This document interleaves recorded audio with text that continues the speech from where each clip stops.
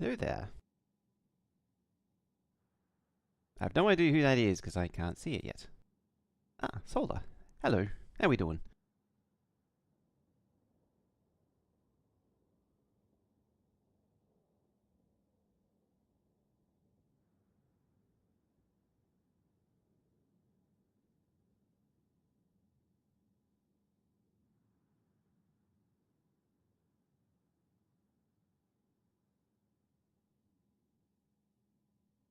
G-O-G-G-O. Never gets old. Hey, Inter. How you doing? Fellow Red Circuit member there. Oh, you were on Minecraft last. That's right. You're on. What's the mod pack called? It looked really interesting. It's almost tempting to actually have a look at it again.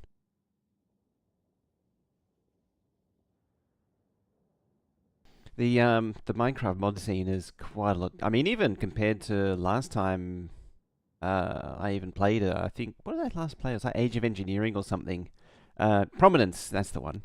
Yeah, even since Age of Engineering, a lot has changed, and a lot has changed since I was really into it way back in the day when it was all BCIC2 and later a little bit later Mechanism. Well, actually, it was BCIC2, then it was Tekkit, and then it was uh, it was Mechanism based, but I forget what it was called. It was another pack. It was on one of the third-party launches. Hey, Dead Cell. Hello. How you doing? Today you doing fine? Tomorrow you have sore muscles? Ah, garden work. Ah, at least you have a slightly nicer garden. Or hopefully hopefully better than a slightly nicer garden. Love the mod pack he made. The tech.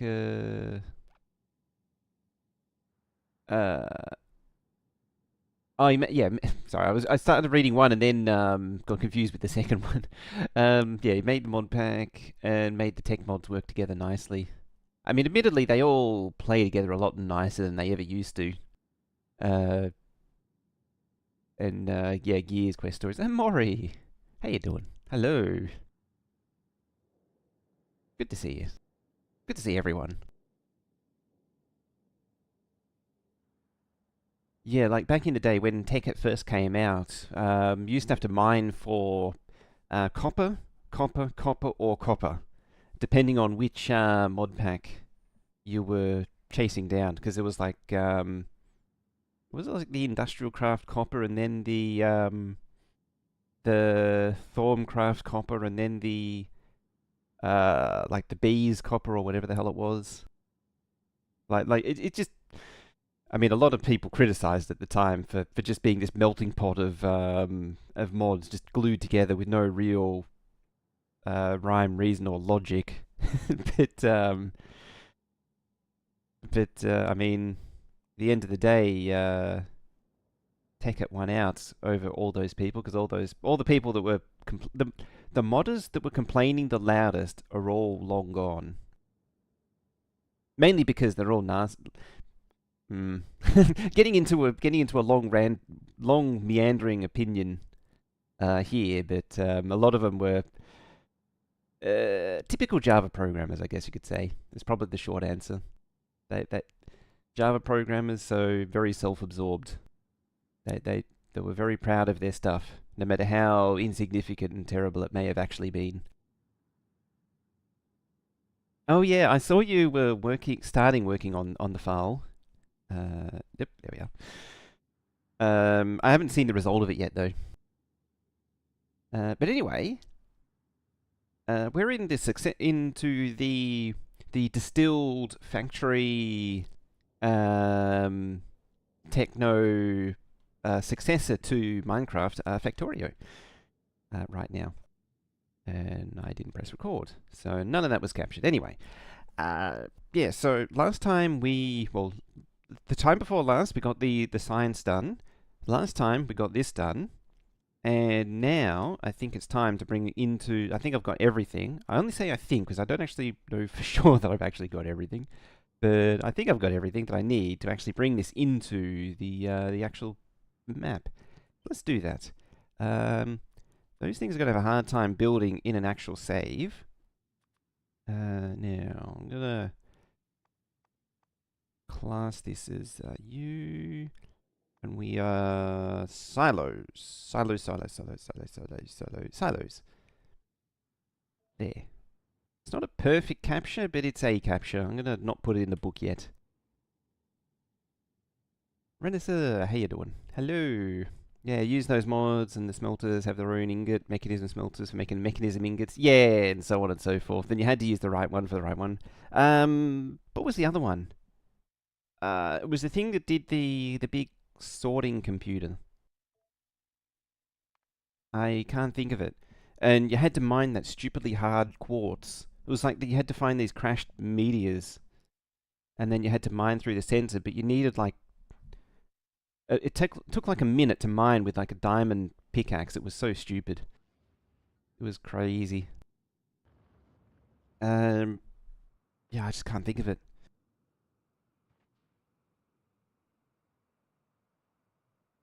Applied Energistics, that's the one. It was a good mod. I don't even know if it still exists. Does Energistics still exist? It's like how, oh, you just started working on it? Okay, at least that one's still there. What's it called? I've already gone blank again. I didn't sleep well last night. Yeah, we need 2 of these things, just as a side note. Yeah, you just use it for bulk storage because storing storing all those mod items just became such a chore. And then you could set up auto crafting and all kinds of fun times.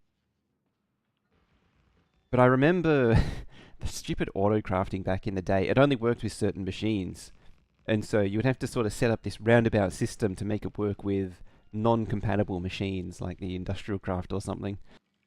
Oh dear.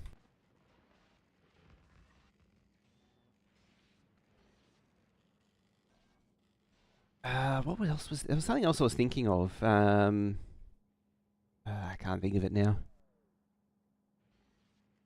The crafting in Create looks like the Factorio with belts and robots. There was it was in Age of Engineering that had the conveyor belts and the metal presses too. I think it's already also been superseded. It did a similar sort of. It was in the similar sort of vein as Factorio. Because yeah, it also had the belts and things. Had a decent energy system from what I remember too.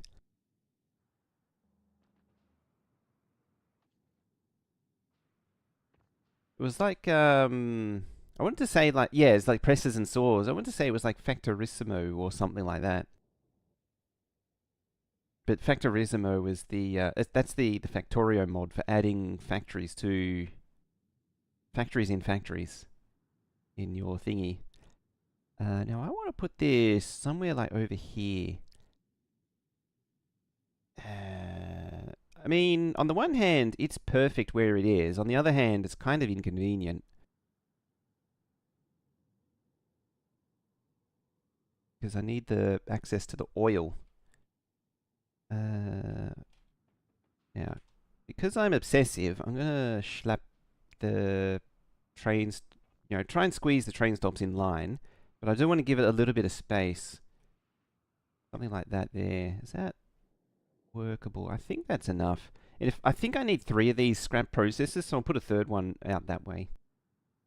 Possibly. Yeah, something like that. You know what? I'm just going to undo that and move it further out. Like here. I am leaving some like actual scrap on the table, like that can't be mined, but the patches are infinite. There's so many more to pick from.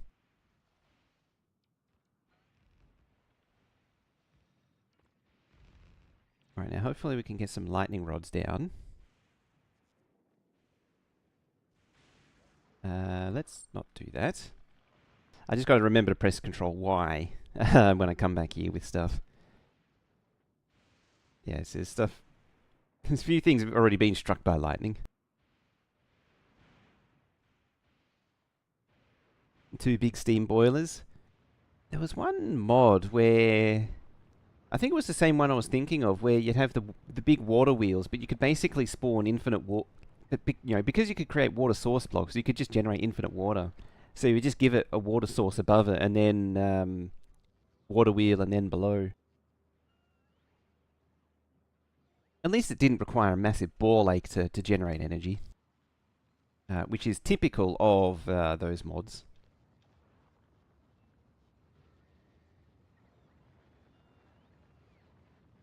Another one that I enjoyed was big reactors. Another mod that I don't know if it still exists or not. It was all about different nuclear reactors. It was one of the earliest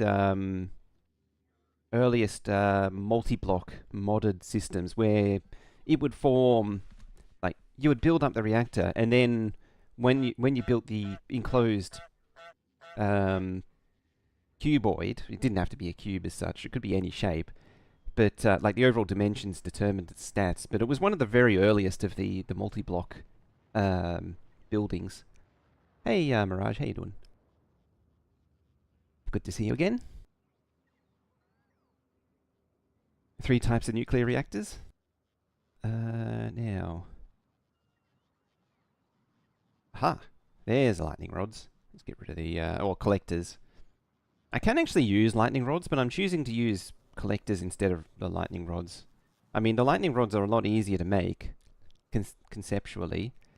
But they just have, yeah, it's just 37.5 versus 62.5. So, like, there's no reason, like, it's small, its footprint is smaller, so it's a good thing. But at the end of the day, the 67 tiles, it's just so much coverage that it's hard to... They just can't compete. It's like the difference between gun turrets and laser turrets. Like, gun turrets do more DPS, but laser turrets can do so much more just by having so much range that everything else is just irrelevant. Yeah, I remember the big reactors with... the reason I remember the big reactors, you'd mine the yellow cake, you'd refine the yellow cake and do all that stuff and feed it into the reactor. And one of the selling points of that mod was that it didn't impose, reactor meltdowns if you did something slightly wrong. It sort of encouraged tinkering. And but at the same time, a lot of people didn't like that.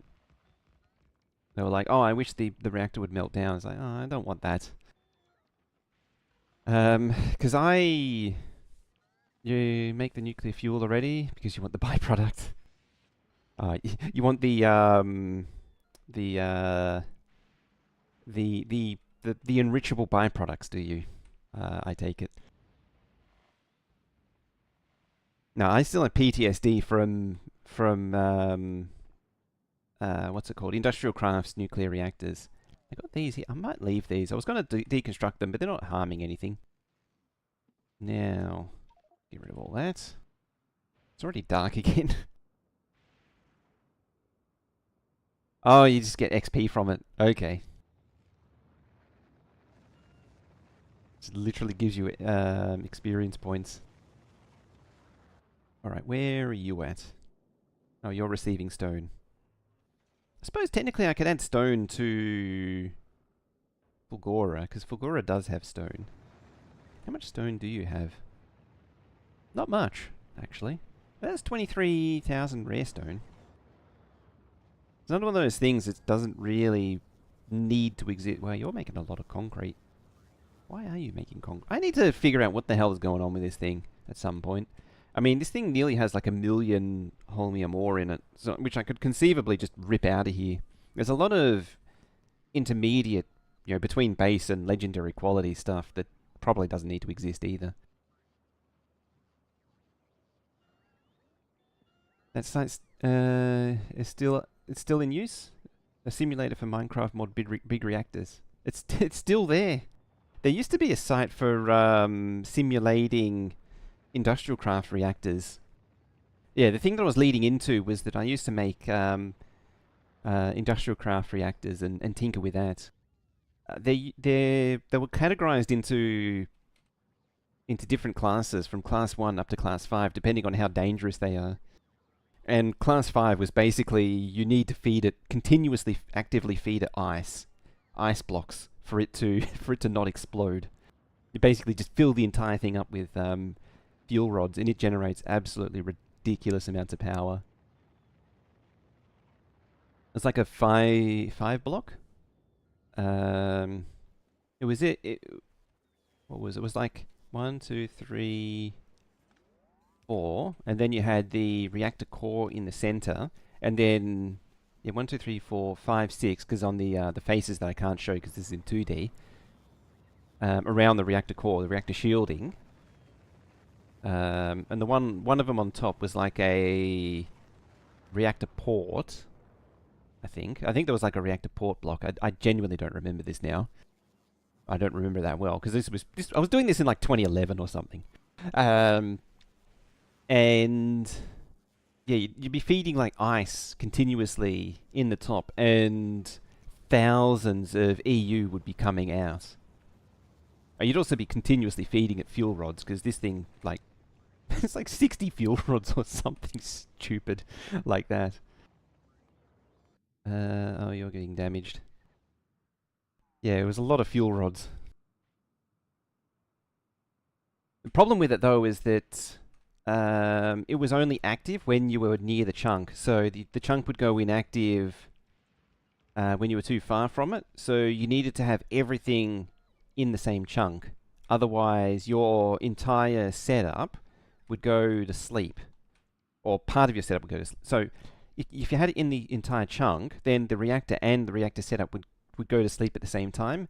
But if they cross the chunk boundary, then the hang on, I'm just trying to make sure I got the lightning rod coverage covered.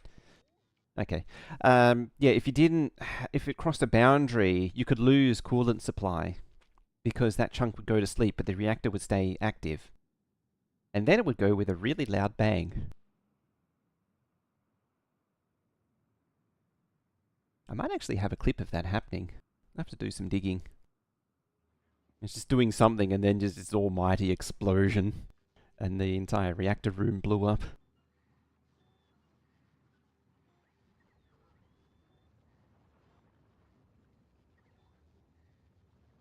But yeah, like the risk of those things exploding was very real, and you needed like at some point I remember there was an entity you could have which would keep chunks active for that reason.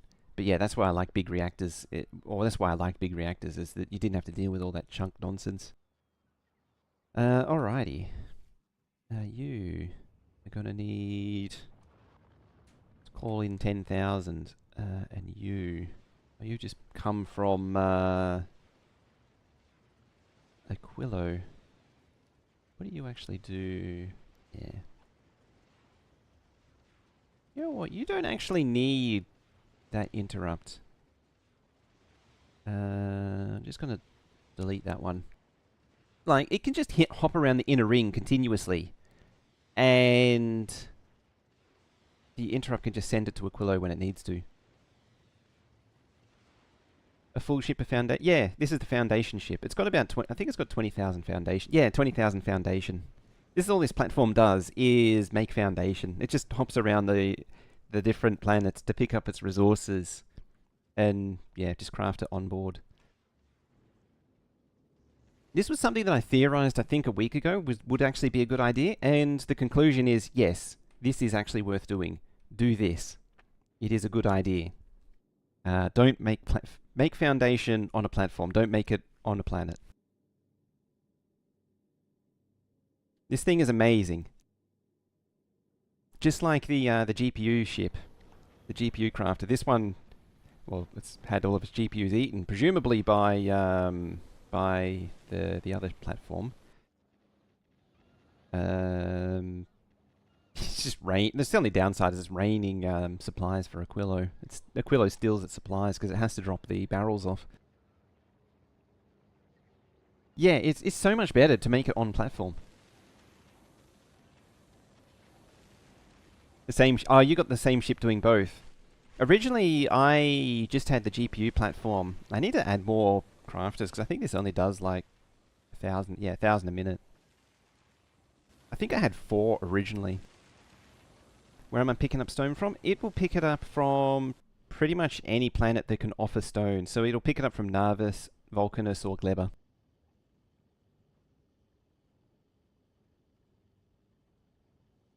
Just to top it off.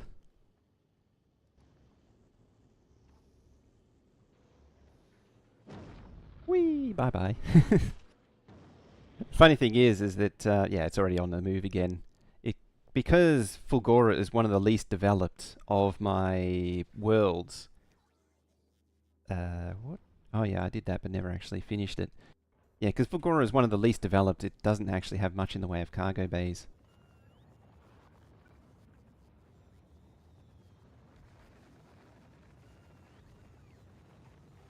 You got any of those? Oh, those. You got blue ones. At one point, cargo bays was being made here. You might have some purple ones. Nope, no purple ones. Got lots of blue ones. A lot of the early quality was done on Fulgora, so there's a lot of lesser... Yeah, that's used them all. There was a lot of lesser quality stuff here.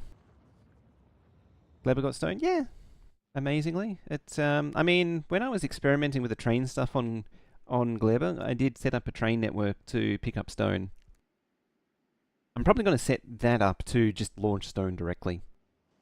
Yeah, because it's in the network here somewhere. Yeah, it's being used to make landfill currently. And so by that effect, it is able to launch stone into space. Yeah, Gleba is it's a bit of a mess as well, but it's good enough. Like, it's got these things. Oh, it's launching its science right now, but it's also got a you know, it can launch 16,000 something science in a go, and similar thing with bioflux and carbon fiber. Like, it can launch as much as it wants. I need to split this into 2 launch facilities though. That's something coming in the future.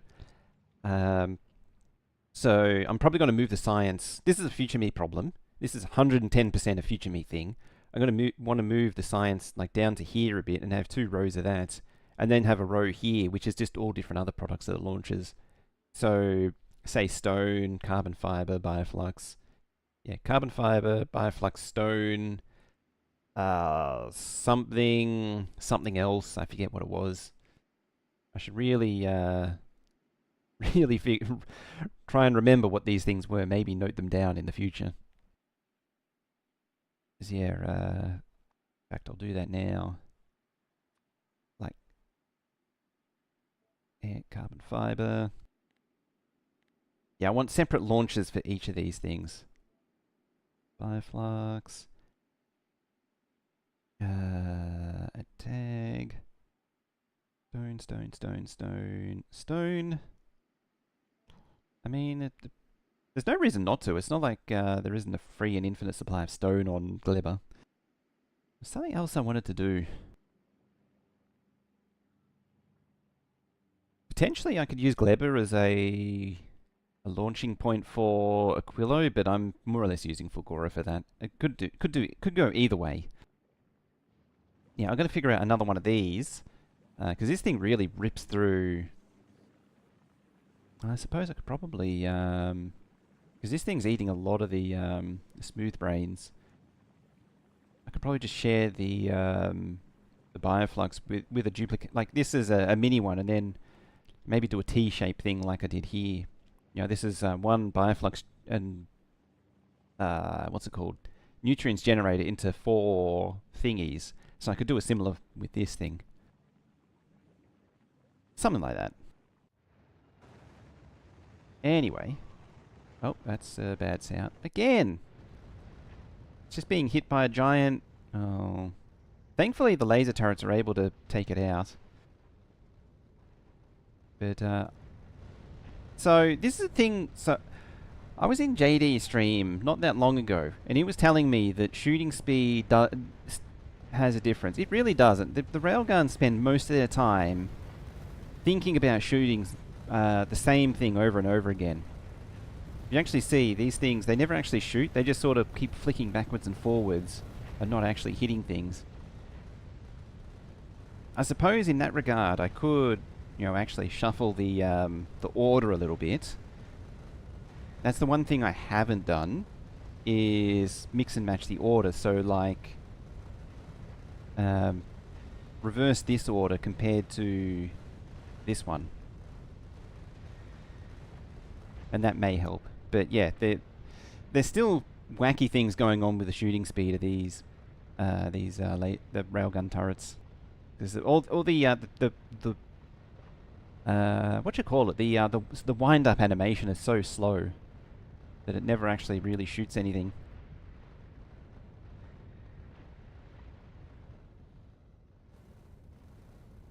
I'm also I'm probably far more pleased at the fact that I have a flashing red light now than I reasonably should be. Like, I threw a lot of combinations at this just to make a light flash, just to make a few lights flash. I mean, I got this one flashing, the alternating flash, just to say that it's in interstellar space.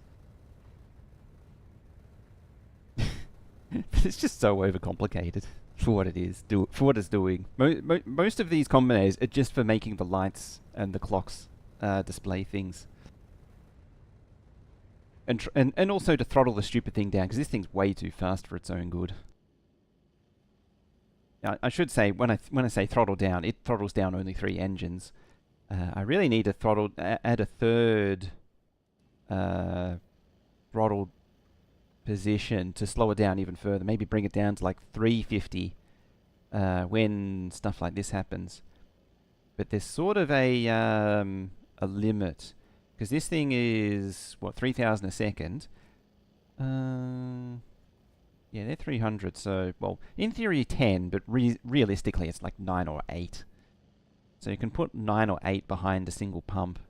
There is a bit of a limit to how much you can put behind pumps. And even then, having 8 behind a pump means that it'll take a really long time for the oxidizer and the fuel to flow down the pipe. Having a direct connected pipe charges up so much quicker. Anyway, that's a separate problem in and of itself. The more immediate problem is me drinking coffee, of which I've just taken a sip, and now things are much better. Lower tier thrusters. Well, you need the... So the thing is that for the initial rush to the edge, you need to go as fast as physically possible. To maximize the time, or minimize the time outside of Prometheum space, interstellar space. Dang it. Yeah. Actually, need to get rid of that. Oh, fine. Making me decon thing. Oh. There. You. I need to restamp.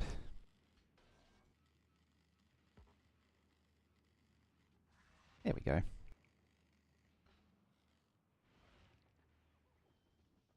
I have no foundation. Wonder if that's why I keep getting advertised foundation and other makeup products on YouTube, because I keep saying stuff like that, and because the phone's listening, because Google's listening, it picks it up. Even though that was never really proven.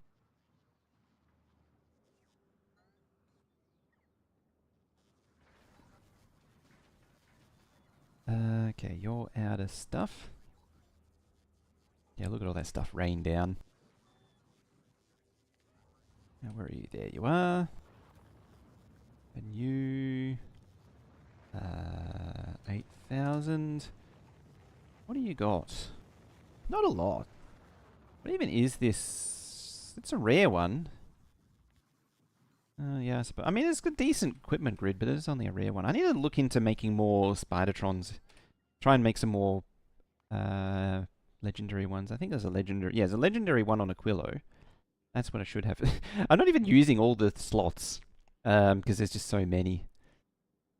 I think it's got a... How many... Yeah, it's all reactors, this thing. Just to try and deal with the stupid charging.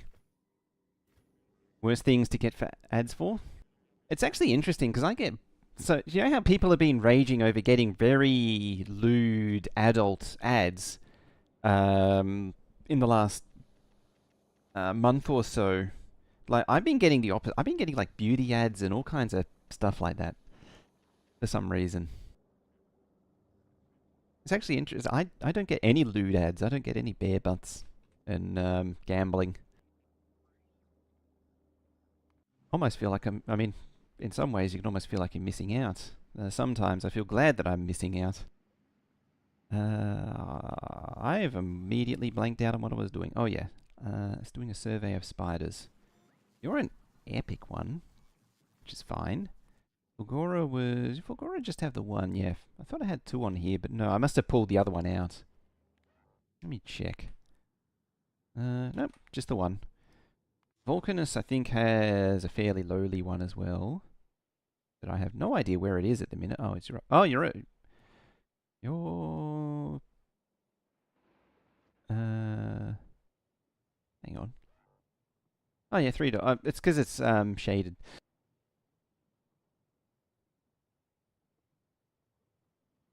Lane shooting game meds. Oh yeah, I'm like that. Yeah. You reminded me that lane shooting game ad with the intensive jiggle physics. Sometimes I get Filipino ads too. It sort of varies. And when I say Filipino ads, I mean literally Filipino. It's in um, Filipino language. And there is actually Thai as well.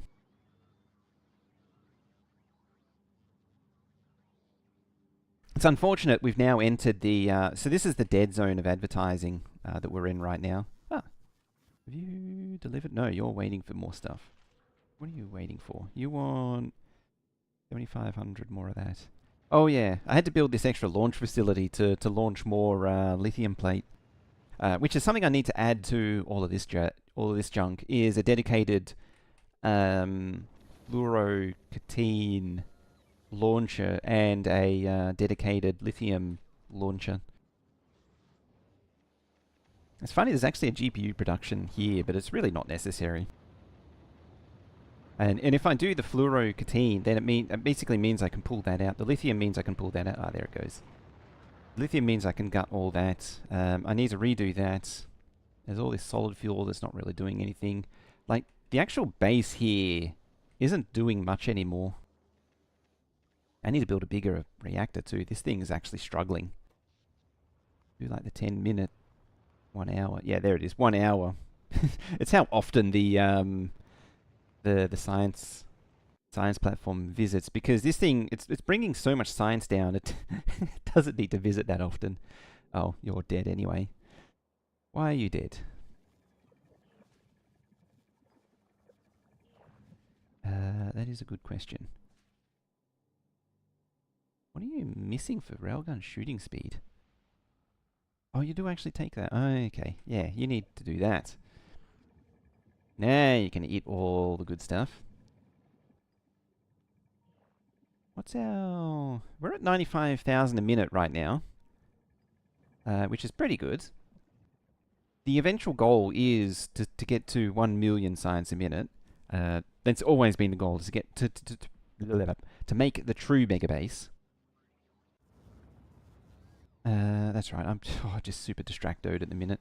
What do you got? You got another legendary and you got a rare one. Da da da da da. Have you made me a spider? I don't know. I need to filter this thing at some point and just dispose of the lesser crap. I mean, I haven't been to Nervous in forever. I need to just clean out this entire mess. Like, this just regular beacon. Oh, there's uncommon lab. Why are there uncommon lab? Oh, I know why there's uncommon labs. Yeah, there's just so much to recycle. Look at all that junk. There's just so much stuff. Oh, it's ridiculous. The labs for the... Yeah, for making the legendary biolabs. Because you basically have to make those... Are they from the Legendary Biolabs? Yeah, they're from the Legendary Biolabs. Because you have to make these directly. Well, you don't have to, but it's a hell of a lot easier to do it that way. Because then you don't need Legendary Uranium and Capture Bot rockets. Because those need Bioflux. It's just easier. It's not my preferred method, but it's kind of how you have to do it. And it's one of those things you just leave grinding. This is a bit of a contradiction from the discussion I had yesterday, where it's better to craft and then recycle everything you don't want in general for quality. But I'm just not bothering with it. How is this doing? I mean, it's doing stuff occasionally. Now, I need to clean up this make everything as well. At some point, I need to sit down and I think it was that. The fact that it's done rockets means that there probably is... Oh, there it is. Yeah, it means that there is spiders being made somewhere. And that's where it is. Can you just be not the crap versions?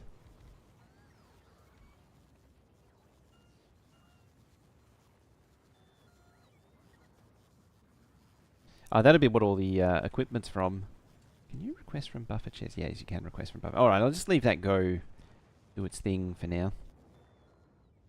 Now, I was sort of stalling because I was waiting for this thing to do its thing. You're going to be stuck there for a while.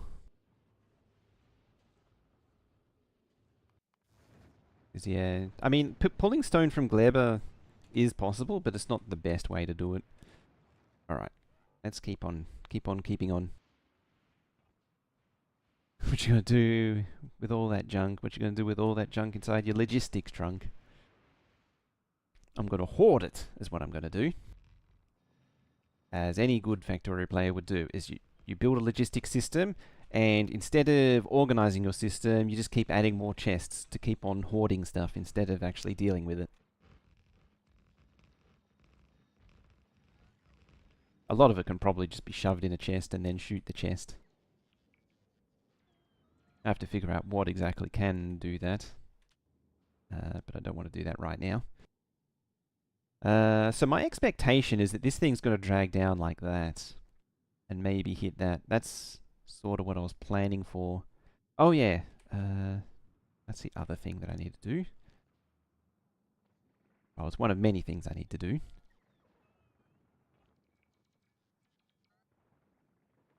There's going to be a massive drain on EM plants that I need to deal with.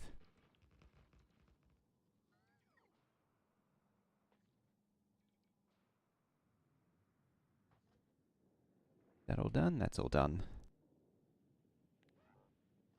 I almost need like a bot network to link them together.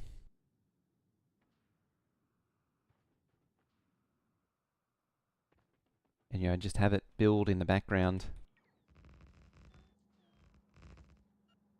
There we go. Ah, yeah, I did actually put the splitters on it and fix all that. Yeah, and that's all splittery-dooed as well. Yeah, it's all fine. I did actually update it. Couldn't remember if I did that or not. Yeah, so the other thing that I actually had planned for today was to look at Narvis and start upgrading Narvis. Because this is going to take a while. But having said that, up here is a little note I left myself for thinking about how to actually do this crap. So you are, let's see now, you call that, this is actually going to be an annoying one to deal with, possibly. We'll see. Crap,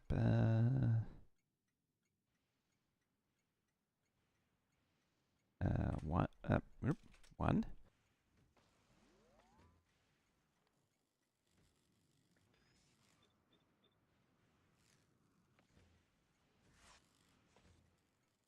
And then it is, I suppose it should be A and B, not 1 and 2, because 1 and 2 implies that it's directly connected to C, and then D. And these should also all be like, yeah, train stop limiter 1. There and there. Mirror your new blueprint vertically so they're not upside down? Possibly. So yeah, it just does this stage loading as it slides through. I think this one needed to reverse out as well, so that things don't have issues. Yeah, that's basically what I want, is this thing here.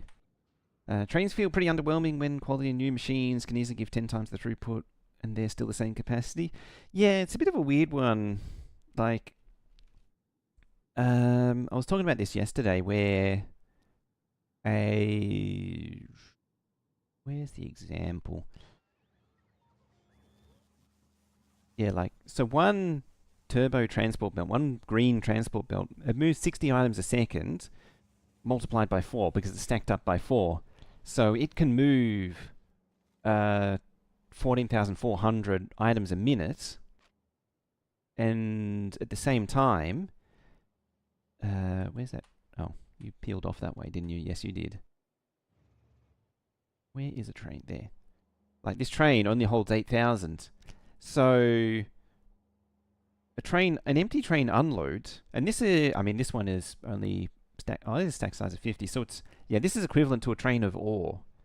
So a train of ore coming in is, for a single belt coming out of an unloader, not even counting 4, is being eaten in half a minute, or less than half a minute, or a bit over half a minute actually. Sorry, not 16, not 15, just under 15, not 16. 1.4 minutes or something. It eats the entire train. It's, yeah, trains don't achieve much in terms of throughput. But at the same time, you can, like I'm doing on Fulgora, not you, these things.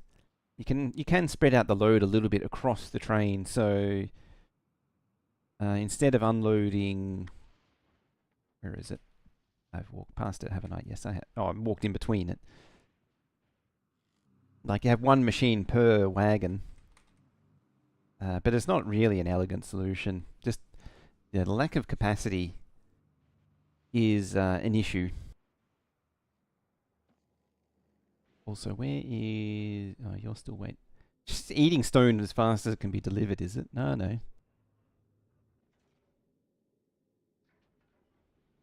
I need to add a time passed condition to it. There.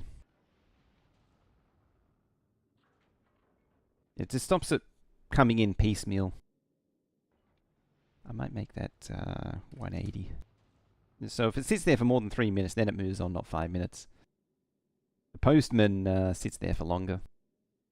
So I have a feeling it's actually low on something else. Yes, it is. It's low on tungsten plate, so it needs to go to Vulcanus. But you can drop off the stuff at Fulgora first. Oh no, it's gone to Aquilo. Oh, it'll come back to Fulgora. Hope they add quality to trains in 2.1. I think the main reason against it is no way to easily upgrade them. I think that's part of it. Nuggery, who was here yesterday, was pointing out that what they actually need is a stack size multiplier instead of just a straight flat capacity upgrade. Now, the reason being is that once you start having lots of large inventories, it starts to really hurt game performance. Stuff like wide chests, in particular, can really start hurting the game. If you've ever played around with the mod wide chests, is it wide chests? The one I'm thinking of, it adds a little tool down here, and you can click and drag over. If you have a set of chests that are neighboring each other, like at a train unload or a load, you can merge them together. It might be called merge chests. I think wide chest was just the predetermined sizes. It's an older version of the same thing. But yeah, more capacity, however it's implemented, is 100% a thing that's needed. Yes, dump your junk.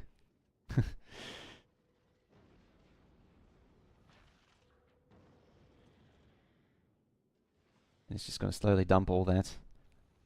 The trouble with all of everything that needs the coolant is that for it to be allowed to drop off the empty barrels, you need to turn this on. But you can unloading cargo is an all or nothing situation. You can't selectively unload. There is ways around it, like what I did with the Prometheum ship, the Gogo Mobile. Exclamation mark GOGGO.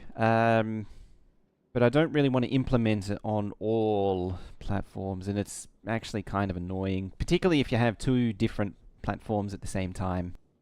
Merged? Oh, it was merged, yes, yep.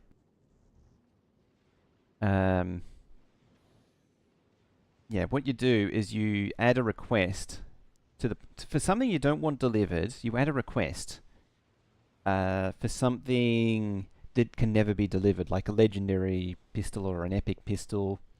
You know, epic wood. Oh, epic wood is a chance. You want to pick something that basically has zero chance of ever being a real request. So, like, as I say, epic, like Tesla ammo or something. Even though I think I have actually moved epic Tesla ammo. Epic light armor. Another good one would be like, rare sulfuric acid. Any of the barrels, really. Maybe some legendary petroleum gas, because petroleum gas is not something you're ever going to really work with. Actually, you... Yeah, they don't have quality.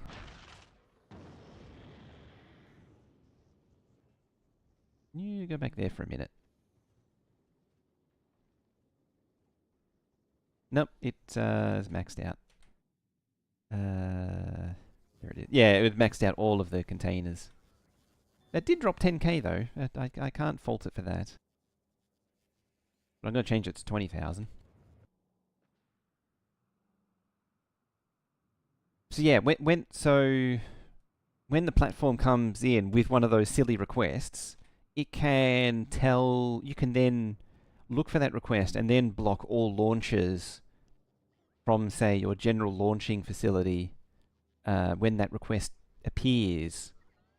The problem is if something else comes in that legitimately needs to drop something, it can't. Also, I just realized that I'm talking about the wrong way around. You need to stop it from dropping, not launching. So my thing only stops launching, not dropping. Yeah, you can't stop platform dropping things selectively, which is annoying. It's a feature I would actually like. That was a lot of rambling for not a lot of anything. Just as a side note, that's what the buy to launch facility does. So this thing, what's it waiting for? Oh yeah, see, it's waiting for buy to regs, but they're not launching. That's right. This thing is, yeah, it's taken damage. It's emptied of promethium. It's supplied. Yeah, you probably don't want to take too detailed notes of this thing. Yeah, it's fine. Okay. So when I flick this off and on, it's now ready. And if I come down here, we're now launching biters. It's amazing. When the first lot arrives, then the biter clock starts up again. I don't think I've ever actually shown how this actually works. This is something I was somewhat working on this like a month ago, but I don't think I ever showed the conclusion of it. How much is actually on the way? On the way is 120,000. How much actually comes at once? 34,500. Okay, there we go. See, the biter clock started. One of these lights should start flashing. The tick should actually be flashing right now, and it's not. Well, it's trying to go. See, the tick means it's going. It wants to go. So at this point, the platform wants to leave. It's now just waiting for the rest of the eggs to come in. Yeah, the problem is this thing needs more cargo bays to accept more rockets at once. I'm going to see this thing's filling up at 78%. It should go up to 100. There it goes. And it's on its way. Just like that. Yeah, the secret is, the way you do it is, this thing has a request of legendary lubricant. But the trick is that somewhere in here is legendary lubricant. Somewhere. I'm not actually sure where. Oh, there it is. There's the lubricant barrel. So when it asks for legendary lubricant and biters at the same time, then it launches the biters. There it goes. Yeah, as soon as it passes Gleba, it unloads that. Starts up the egg production, or starts up the science production. Which astonishingly, you're actually output full. You not? Oh no, it is actually moving. Never mind. I thought it wasn't actually moving. Yeah, just put it back in now. So it won't require. Yeah, see, one legendary lubricant barrel. That's what makes this whole logic system work. I actually need to try and add another 10,000 biters to it. Because this thing, it comfortably finishes with 40 minutes remaining. I also adjusted the clock so that it shows closer to the actual. So like 27:20, and see it's 27:15. It's not perfect, but it's pretty damn close now. It's usually within 5 seconds. Anyway, I want to steal all that. And you go up there. And let's lay more foundation. And then we've got to lay down the final piece of the puzzle, the actual thingy. And then I might link this up to like a bot network and start it building automatically, so that I don't need to deal with it actively. Or I could find a Darthy or someone to do it for me. That also works.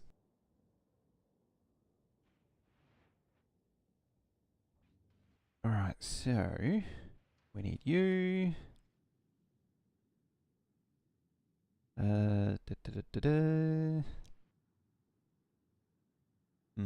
That's a lot of crap.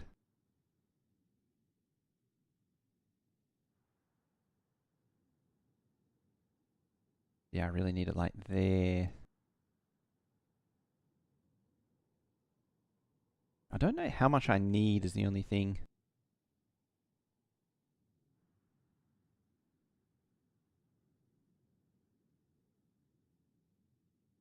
And I don't really want to explore too much more at the same time. Because yeah, in theory, this needs to continue extending on like that. Maybe I'll put it up here. I'm probably going to regret that decision, but I'll pay for it later. Oh, wow. Slow down. How's that for a slowdown?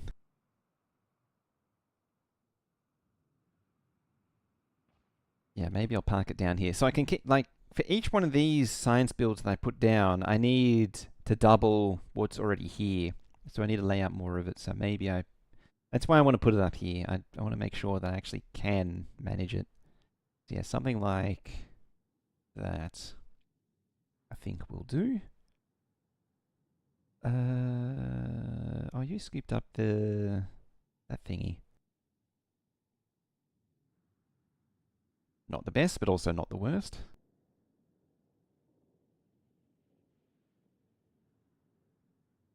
Yeah, let's just flop it there arbitrarily.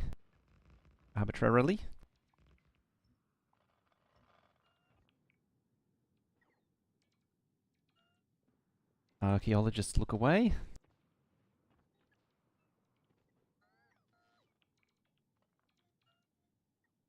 Avert your gaze. That's the solution to all ancient civilization, or ruins of ancient civilizations, is to pave over it, isn't it? You know, tear it all up and pave over it.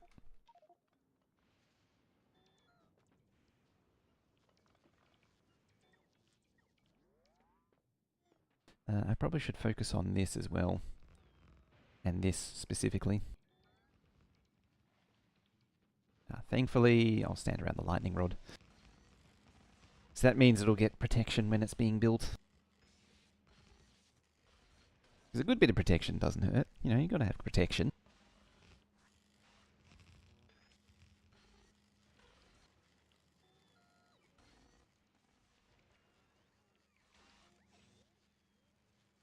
Just watching the... look at the battery go. 60, 50, 50, 45, 40, 35, 30. Even with 3 of these, it's still brutal.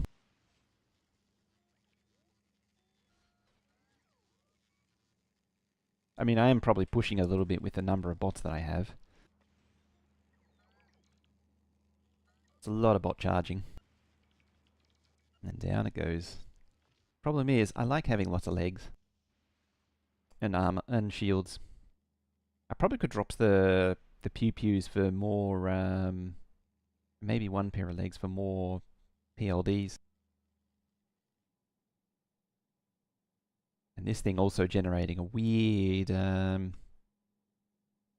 space. I don't think there's any way that I can use the belt immunity to...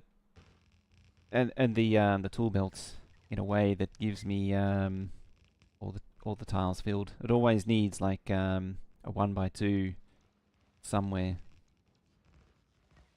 for it to exist.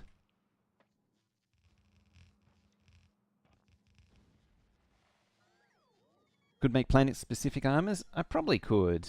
I mean, realistically, these are pretty consistent across all of them. I could take away most of the shields, I think. I don't really use them anymore. Like, I'm not doing biter killing like I used to. The spiders do the biter killing now. Or if I was to do more biter killing, I would use the spiders. Or the pentapods. I haven't actually done anything with pentapods in ages. Oh, we've emptied literally everything.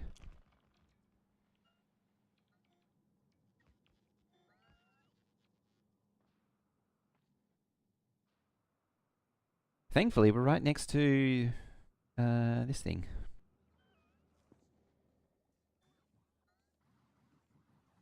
Need more discharge defense. Isn't that a 3x3? 2x2 or 3x3? I forget. 2x2. So yeah, it doesn't need... if it was a 1x1, which I'm pretty sure it used to be, it would be amazing. But, yeah. Yeah, why don't I just tick that?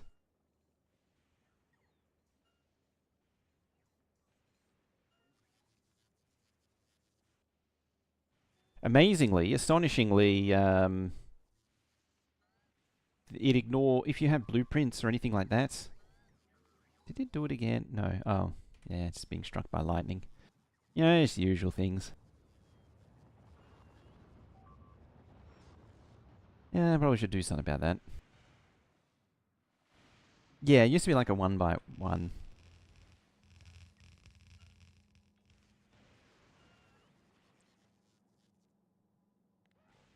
I think you have some lightning thingies on you.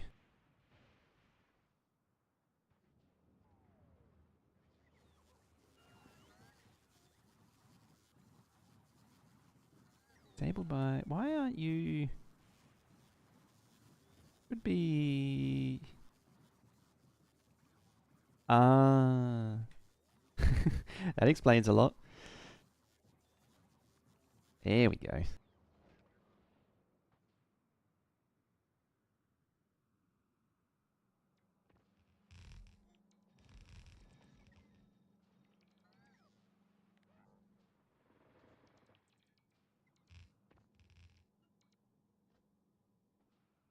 Alright, is there anything else? Yeah, you're unprotected. Yeah, you're protected.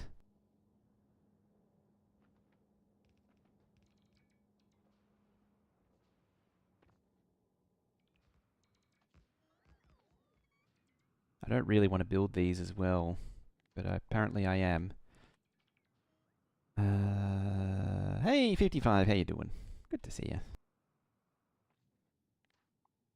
These don't need to exist. Bam. It's a good use of cliff explosives.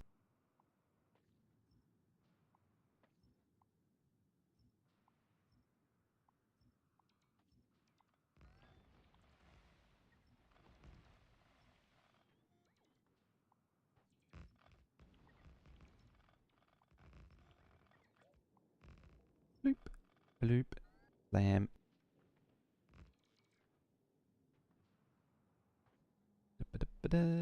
You.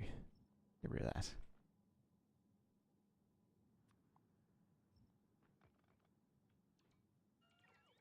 Say anything about being 1x1? Patch notes simply imply that started at 3x3 unless it was 1x1. Yeah, I don't remember. It was something. It was something different, and it was terrible in every way that a lot of that early equipment could be terrible.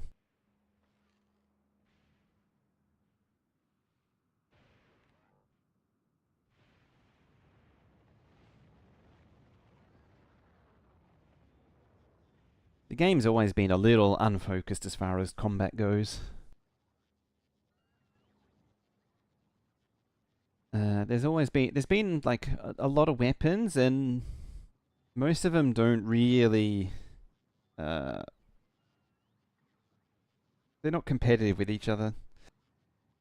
Because like the time that I'm thinking of, it was all about the combat shotgun, because it used to do the most amount of damage, and PLDs were awful. They didn't do anything. They just tickle biters. They'd be good for killing like small and mediums, and that's it. And then destroyers have always been the way. And then there was the time when the flamethrower was buffed to the so that it wasn't completely useless. But then it became spin to win, where you would just run into a biter base, just do a 360 with the flamethrower, draw a circle of fire, run back, pull back, and that the fire would persist long enough and do so much damage over time that it would kill everything in there that it was touching. In a way, I kind of miss those days. You can still do it. You just need to pump up the flammables damage.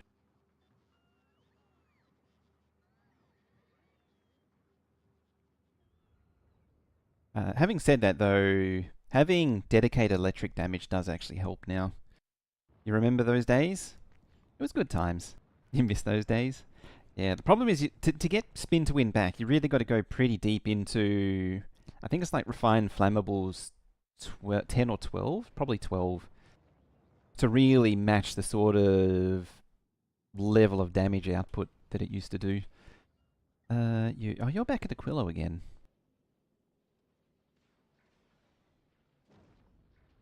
It's drunk all the this stuff. What is the? Let me check the conditions.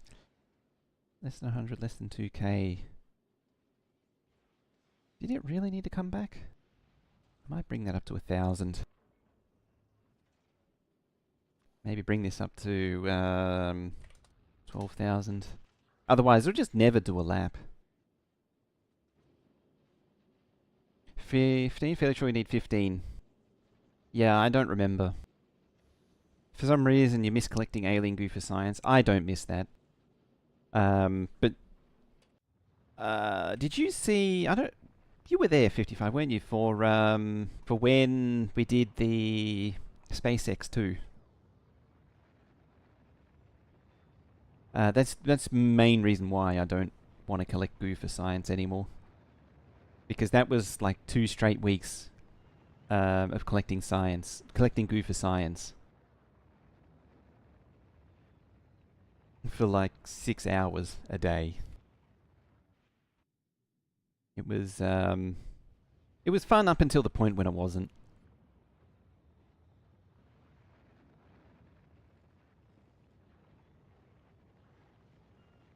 I think at some point I eventually just spawned in like a million goo.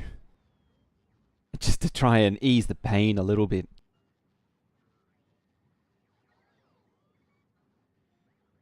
It needs a way to be on. It did, yes. It was no good being something manual. It was never going to work. The funny thing is that me spawning in like a million goo just did nothing. It did not contribute in any significant way to the science demand, other than just knock a day or two off the total time it was going to take. It was ridiculous. I need to press tab. I gotta get out of the so you can bring up this with M or tab. That's a 2.0 thing / space age thing, and you've got to get into the habit of pressing tab instead. It's actually annoying because what is it for changing weapons? Like Shift C or C now, I forget. But I'm so adjusted to the old way that I can't change back. I keep reverting back. Yeah, you need dedicated launchers for this stuff. I might have to do this sooner rather than later. Having said that though, if we go back to Narvis. Nope, nope, nope. It's in here somewhere. Oh yeah, you can just mouse back. Oh, that's a go-go mode. Fine, Narvis. Not switching weapons with tab has killed you. You no longer make atomic bombs. Yeah, I fumble with combat so many times now because of the key change. Will went to the trouble of actually unbinding M to try and break the habit. And it's not a terrible idea. It's the way to go, is just unbind the old keys to force you to learn the new way. It's funny actually, because I'm one of the people that are pretty adaptable when it comes to keybinds. I'm just looking at mining drills. Like I can adapt to different keyboard layout, different key control layouts pretty well. Well, that's nearly eaten. There's actually not much left of that. So you've got 12,000 on you. So I'm just going to check this for the moment. There it goes, all 12,000. Well, nearly all. Yeah, nearly all 12,000. All gone. Yeah, it needs to refill and everything. Alright, I'll leave it to its own thing now. It's eaten all of the foundation. Alright, next step. So while this is building, because there's not much I can do until it's built, I have the next thing already headached out. So we'll come back over to here, and we'll bring these in as well. So on the side, I've been thinking about how to do the Narvis science. And so this is what I have here. I've just been doing some rough exploration of how different machines interact with each other. So like this is a yellow science being fed. It's outputting a full stack belt of science from 2 low density smelters. Stuff like that. This is a red circuit experiment. I can see red circuits being something like this, but at the same time, I'm not too happy with how this is looking. This is what green circuits looks like. This is the module here. I don't know if I have a copy saved. I might do. There's all the Fulgora stuff. Oh, there it is. It's probably safe to go into the Book of Narvis. That's committed. There's also... Oh, there's some ammo. Where is it? There it is. There's the thingy science. The purple science.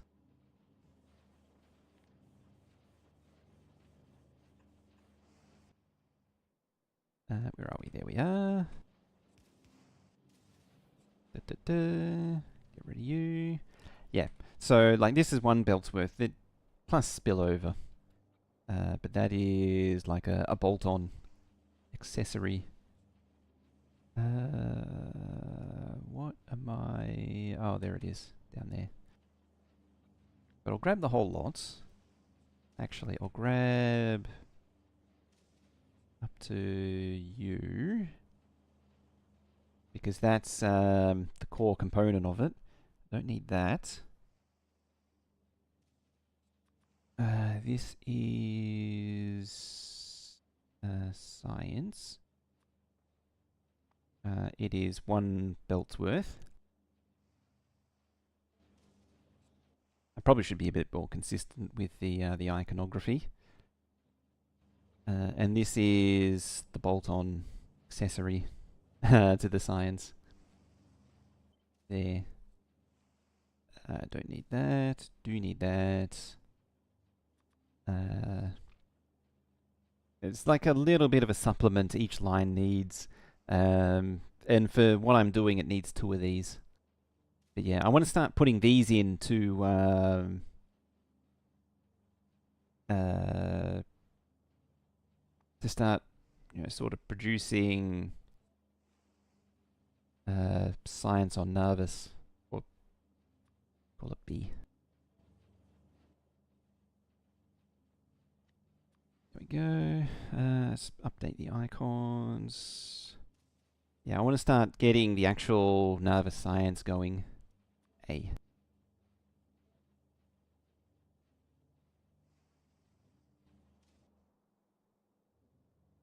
Ah, yes. There's also this, which is the melter for... It can be for anything, really. Train stop. Well, it can be for iron and copper, because you can only melt iron and copper. But this is a iron melter, so what we want is probably the iron melting icon. And shockingly, I will actually name it for a change.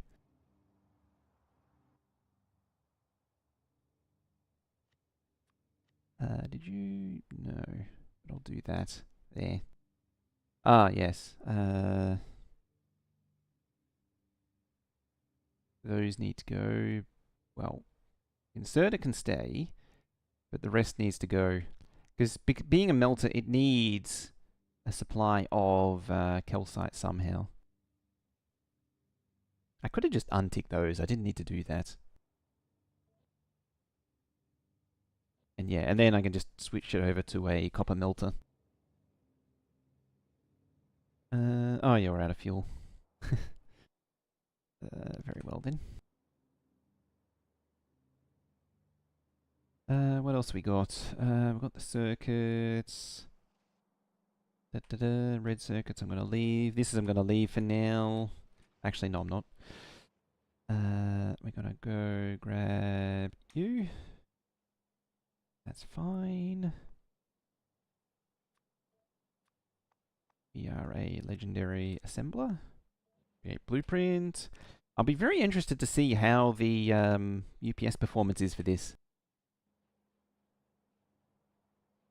Moderator sends. Hello. Hello.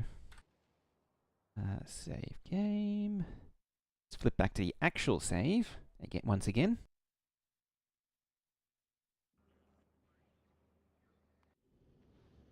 Let's leave that thing alone. What the hell was I going for? I've forgotten. Yeah. So, I want to keep this as is. So I was gonna put the hub up here. I'm not gonna do that now. I'm gonna put bring the hub back down to the starter base. Like I want to maintain the starter base down here, and then probably along here, maybe up a little bit further. We'll start on the actual base. Just give it a little bit of room, and separate it out. Maybe even move the starter base like down a little bit so it's along there. I just don't know how much space this thing needs, and that's why I need to start really sort of headaching this stuff out.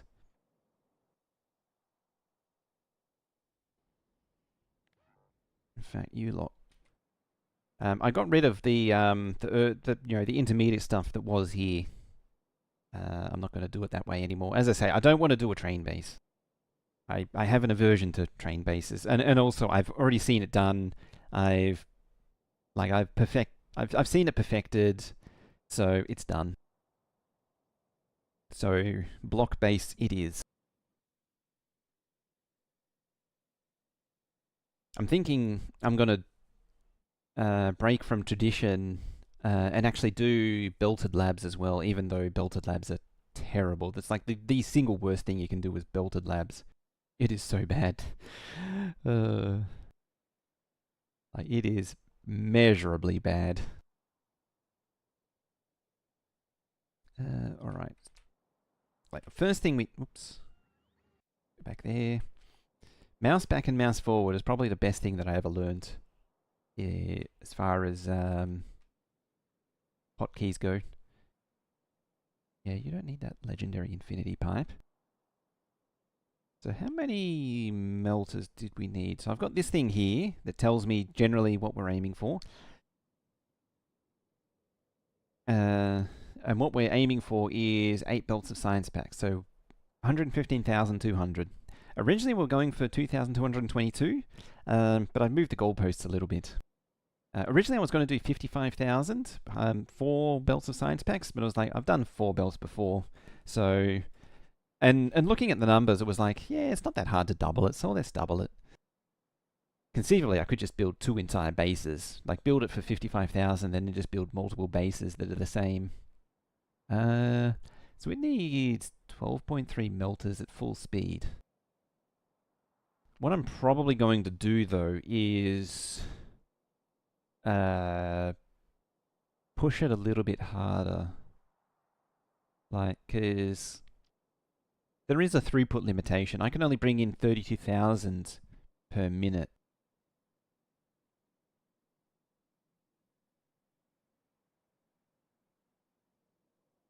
What is it? That is 4, 8, like 12 melters effectively to actually sustain it. Assuming per minute. So it'd be more like 18 or 20 melters or so to actually maintain this. Conveniently, I can just pipe everything. That is one of the upsides though. It just, by some indeterminate means, I can use pumps on molten copper and iron. I'd be somewhat interested to see how a liquid pump of molten iron would work. Unless it was like some kind of high temperature ceramic. It doesn't seem like something that would really exist, and also I imagine it's rather viscous. Copper is a similar story. It's quite a lot. It's 14 belts worth. 103 wagons a minute, so you divide that by 16. So, yeah, it's like, was it 128 is 4? So maybe 8. Just to feed everything else. And I haven't even really thought about oil yet, too. I am... Oops. I always press M. I need to unbind it. Maybe, like, oil could be over here. Oil processing, just a separate little facility. Or, over there, even. I could also just put the base way out there, too. It'd probably fit. And I could tear this down and do something else with it. But I sort of want to move mining out further. Alrighty. That's just me rambling about what I intend. But it's not actually building the things that I intend. Yeah, what I'm envisioning is, lots of stuff like this that don't need those intermediate thingies. So I can get rid of them. Yeah, lots of an array of melters bringing resources in is what I picture. Yeah, you can cover all that, so you don't actually need any of that jazz there. Can I remove that? No, I can't, because it's actually wired.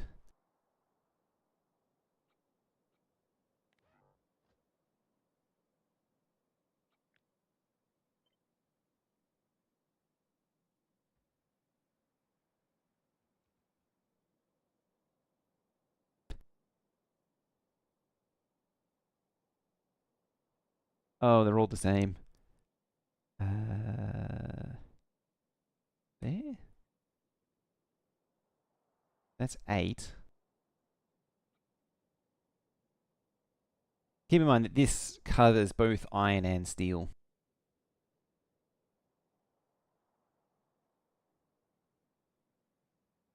So,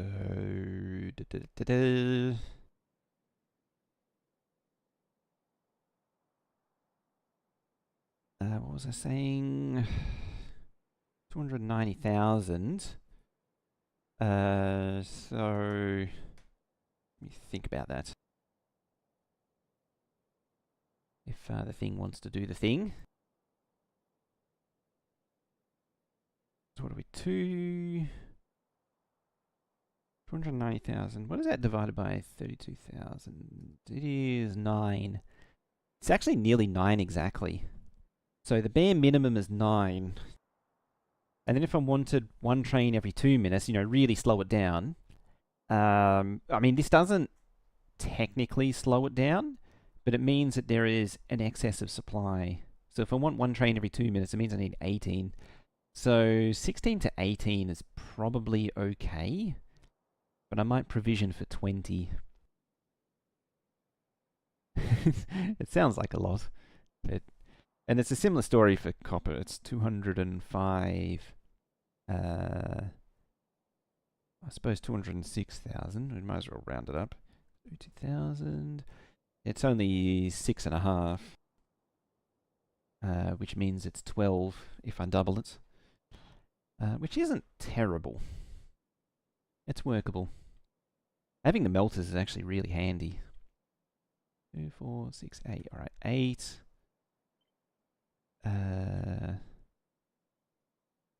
Yeah, what you want is that, and then that. So that's the ore delivery of just the base. Just the ore delivery right there. That is going to be extreme.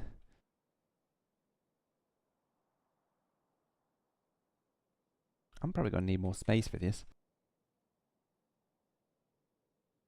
Do I want to build over there? I mean, this doesn't may not have enough room for it. This may not have enough room for it. It's just, yeah, I really just need this continent to actually do it.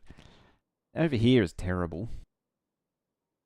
I might as well pull, like, I could pull this whole track over to like here, and then across. Then I can move the starter base over to the other side or something, give it more room, or at least find some. So with the hub at the starter base, I want it adjacent to the starter base, so it doesn't need trains to bring.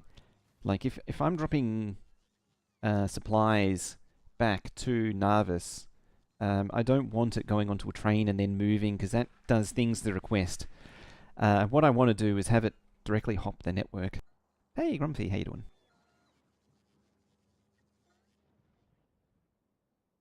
Where is the where's the end delivery? How do you mean? So like the plan is to just have these merged together and then feed the different builds that need liquids. Ore delivery. Oh, this is the actual ore delivery. So these are bringing in ore from the mining outposts and dumping them into the smelters directly. The reason I'm not, before anyone asks, the reason I'm not melting on patch is it's easier to do it in one central location, because doing it on patch means I need to bring calcite to the patch. It's easier to bring calcite to a central place than it is to distribute calcite everywhere. It's also more machines if you do it on patch. It's one of those weird things that we worked out back in like December, January, is that melting, you go from mining on patch, bringing it ore to base, to melting at base, to then melting on patch, and then moving it by molten trains, to then bringing the ore back to base again. It's kind of weird like that. I forget what the ratio is.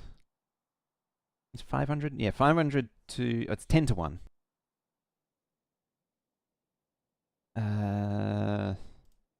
And It's like 10 times the capacity when it's melted or something. But it just becomes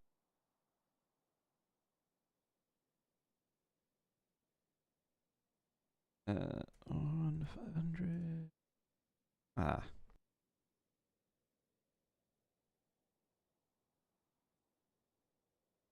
So actually that's kind of terrible.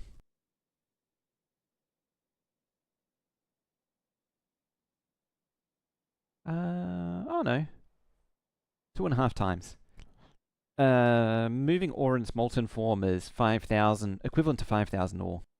That's what it should be. Yeah, that's just iron.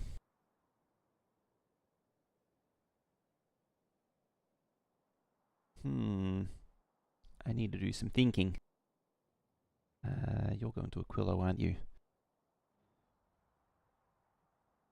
No, not you. Oh, I'm looking at the wrong one. Is that per car? Yeah, per car. Per wagon.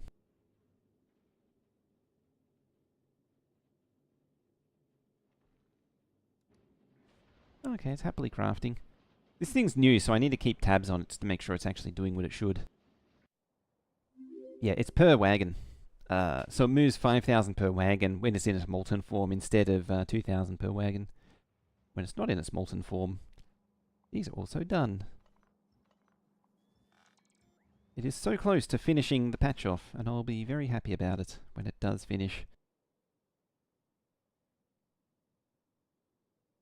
Croquette. How many that follow there too? Hello, welcome. Hey, Sheepdark, how you doing? Hello.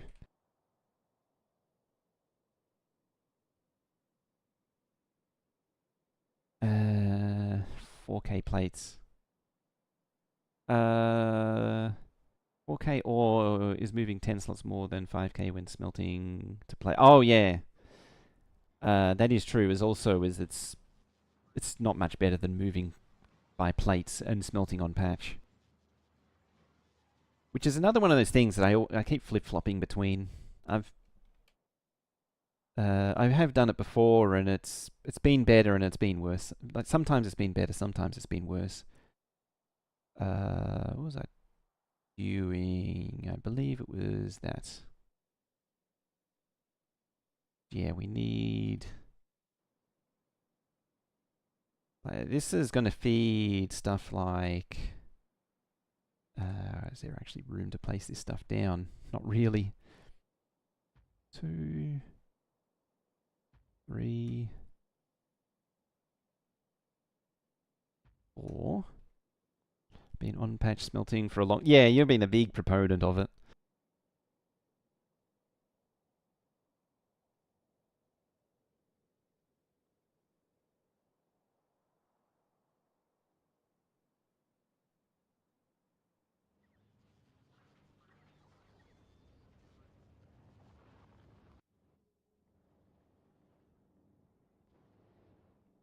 Through the different sciences. Aquilo's basically done.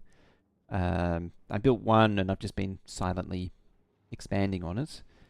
Gleber can supply as much as I want.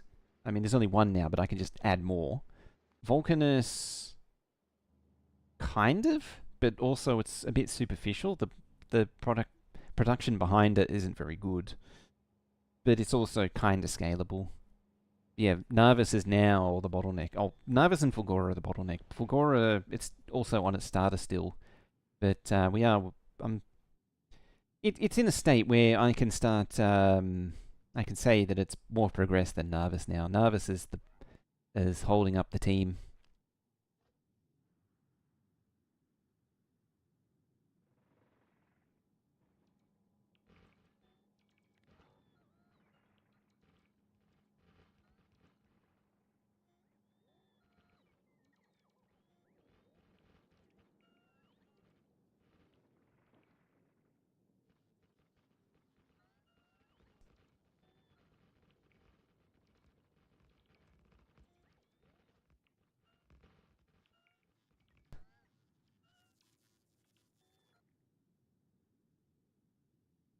You collectors. Kind of. Just the one thingy. Oh no, you are protected. There's one right there. Okay. So yeah, I need to make... so I've got an idea for purple science. I've got an idea for yellow science. I've started thinking about military science. Blue, red, and green are a bit up in the air at the minute. I've got some melters up and running. Coming back over here, I've got green circuits as well. So I need basically 40 belts a minute. I mean, I can adjust it looking at the breakdown. It's like it's 6-2 reds, it's 6-2 blues, 2 to you, 2 to you. I want to try and avoid a balancer if I can. And I can also siphon off the excess.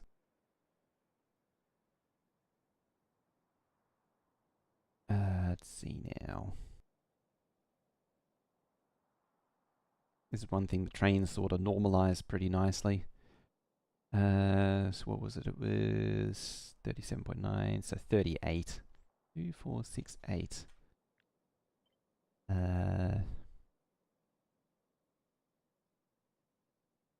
9, 10.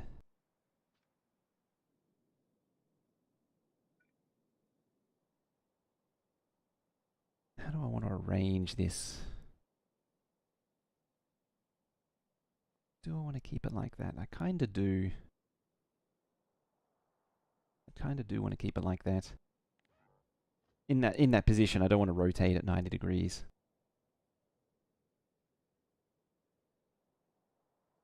Maybe have... Oh, red circuits would be parallel to it. If I was to picture it. Maybe it rotate 90 degrees and stack one on top of the other. But no, what I need is to think about... Probably think about these first. Before getting further deep into anything else. Yeah, have those horizontal so they come out and then up. Perhaps.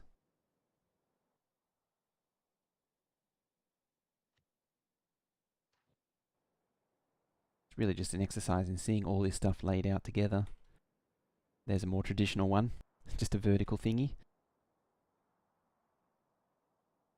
And then I need 8 of those. Well, I know I need 8 of these. 8 more of these. Interesting, that's only partially covered. Is that... What's changed? Oh, the substation, the cells change. I was wondering if the belt changed or something, but no. Nothing that glamorous.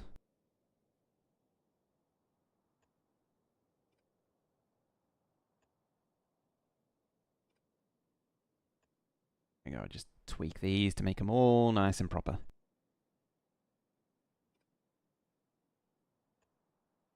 There we go. Yeah, so it's 8 of those to make the 8 belts required. 8 of these to make the 8 belts required. The scale of this thing's kind of silly, isn't it? There's going to be a wide boy either way. Yeah, I'm probably going to need to landfill all this if I want to put it here. Trouble is, I kind of don't want to put it here. That's my dilemma. It's a fairly substantial choke point. I mean, as I say, put a railway line there. It could work. Right, add tag. Let's try and map these things out, because I need to try and get a grip of everything that needs to be done. And the best way to, if you're never sure on where to proceed with a large project, is start breaking it down and mapping out write down what you intend to do. And so, if you want to build a megabase that does all sciences, it's going to need all sciences. It sounds dumb. It may sound dumb, but it is a good idea to do it. Yeah, so that's all the sciences. I don't need to do any others. A science megabase is going to need labs, of course, legendary labs. So that's going to need to go somewhere. We have melters, that's covered mostly. But for posterity, I'm going to put an icon down for it as well.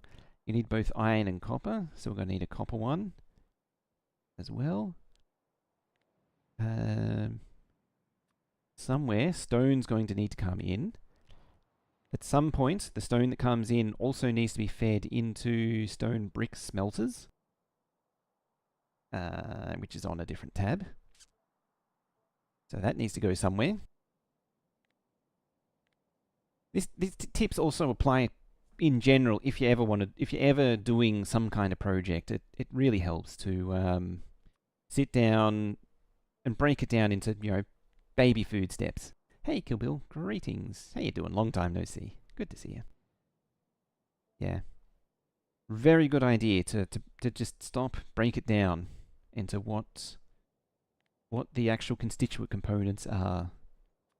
Like, I know I need engines. Because they associate with you.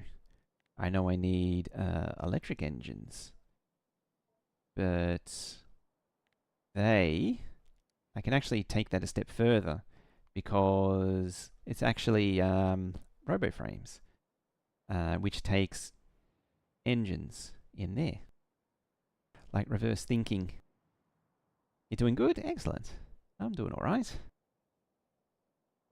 Yeah, you sort of start from the big picture, and in the planning phase, yeah, in the or the nervous planning phase, we've already done the Aquilo planning phase and the Fulgora planning phase and the Vulcanus planning phase. It never ends. Yeah, you start from the end and work backwards, and it generally reveals hurdles along the way. Like you start hopping through it, and you'll stumble across something like, oh, that's actually a big deal. Like somewhere along the way, it's not actually explicitly stated, but it needs oil processing. I need batteries. Yeah, I do.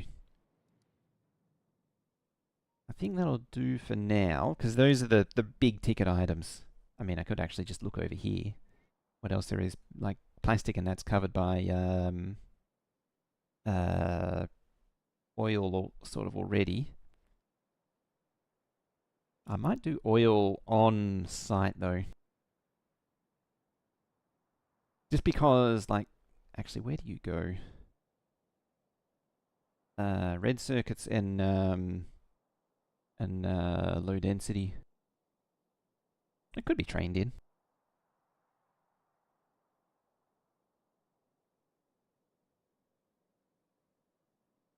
Yeah, like military is quite a chore. Military is always a chore. There's a lot to, the piercing ammo and the wall. Well, walls are simple, but it's not simple. Mahms, how you doing?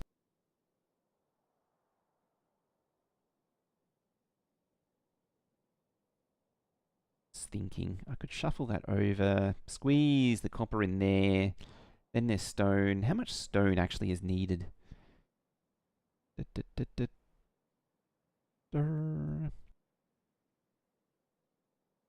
928,000. Ah, crap.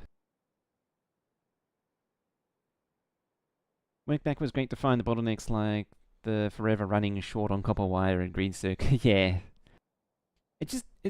For project management in general, it's just a good idea.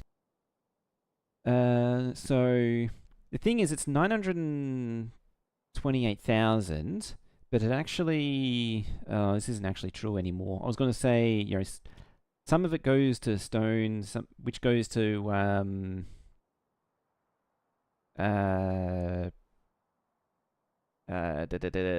purple science. Some of it goes to military, and in 1.1, never the two shall meet, because the sciences, you don't do military and purple at the same time, whereas 2.0 you actually do both sciences at the same time.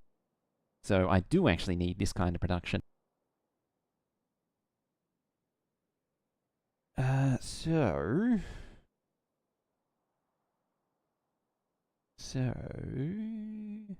well, what I can see here is that a good chunk of it goes directly into rail, which means I potentially have unloads just for rail. What the hell does that even look like?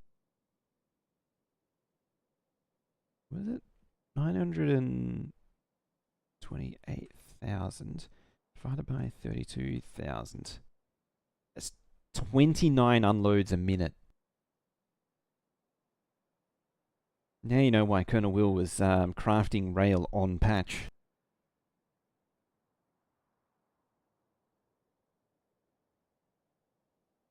It's also why I'm struggling for stone even in a starter base.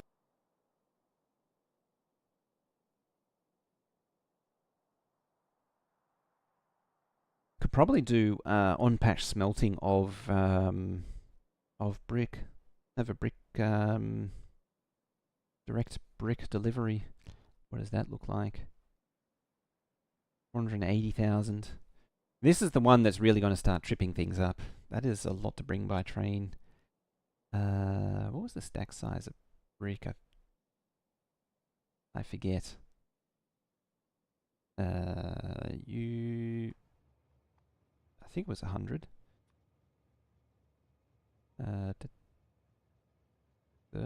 It's 100, yeah.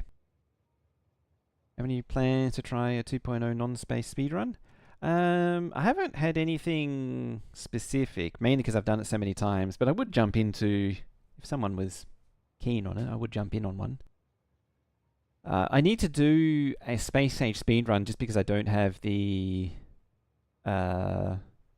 achievements yet.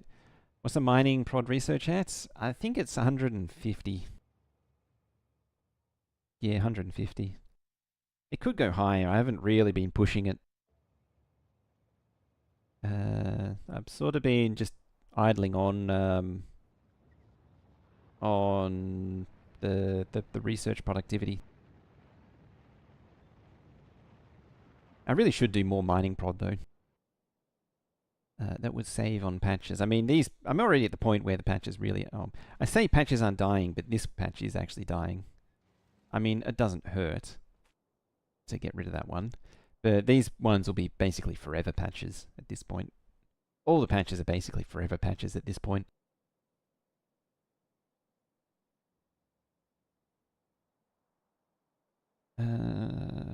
But yeah, brick's the difficult one. I'll probably go as far as making wall externally on patch. It's just a matter of cramming enough mining drills around wall production, because it's easier to move, multiple trains of wall than it is to move all the stone brick around. So yeah, I do brick on patch.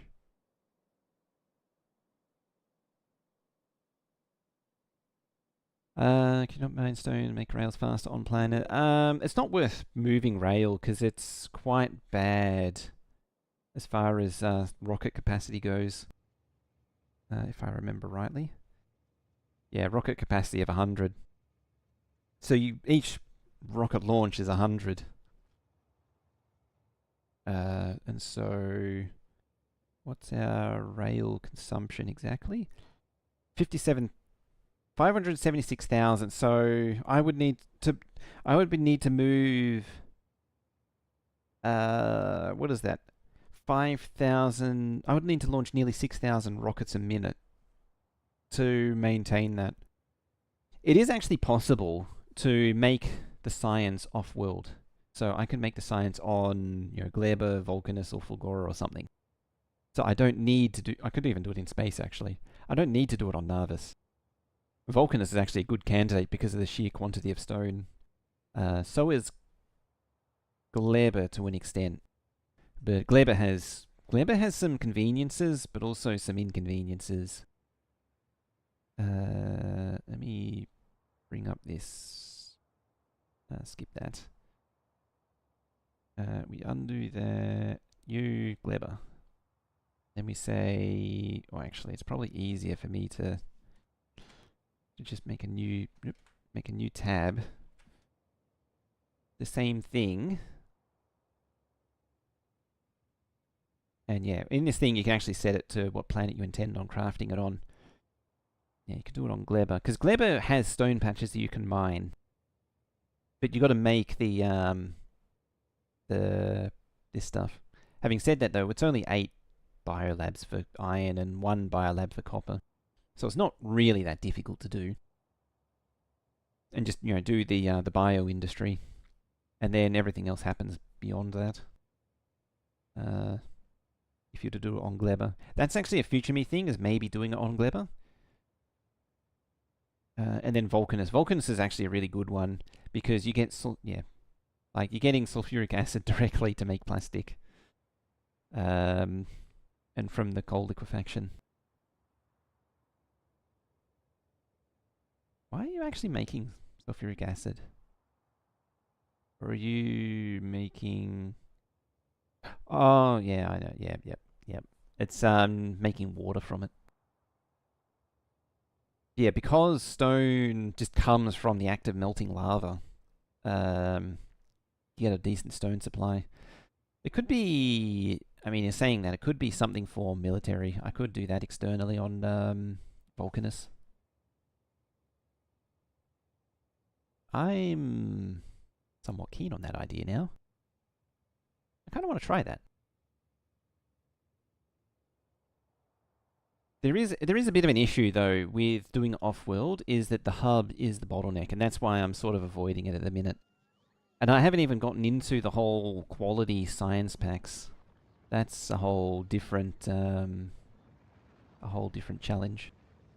I'm not entirely convinced that it's actually worth doing. I mean, it's worth doing in the sense that it's a thing you can do, but in terms of raw numbers, I'm not sure if it's actually worth the effort. Okay, yeah. I mean, this I need to bring up to like here. Gonna eat up all that space. Or do I want to put it over here? This isn't big enough. Here's the question. Do I want to put the Megabase on a different continent to the rest of it? Or do I want to put it just adjacent to the starter base? Because where it is in relation to the starter base doesn't actually matter.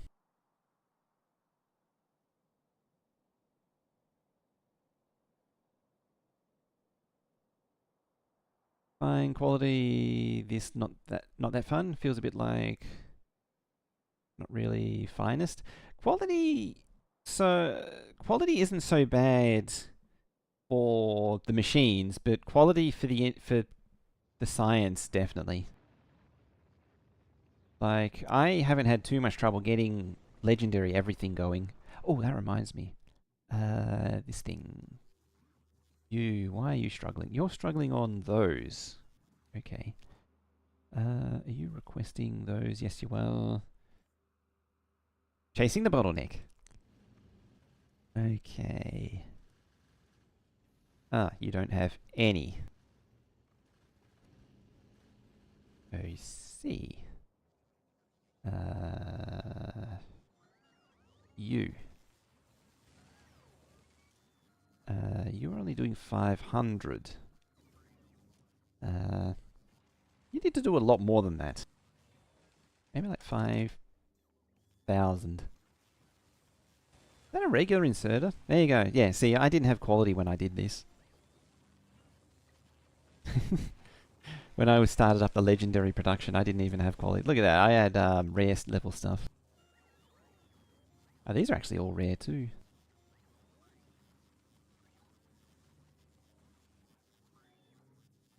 Yeah, the trick is to do a platform like this.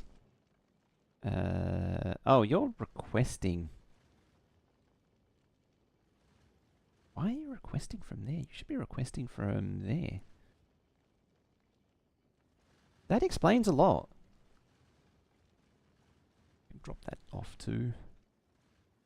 Yeah, this is a platform. So if you haven't seen it, this is a platform. It processes asteroids using quality modules into better quality asteroids.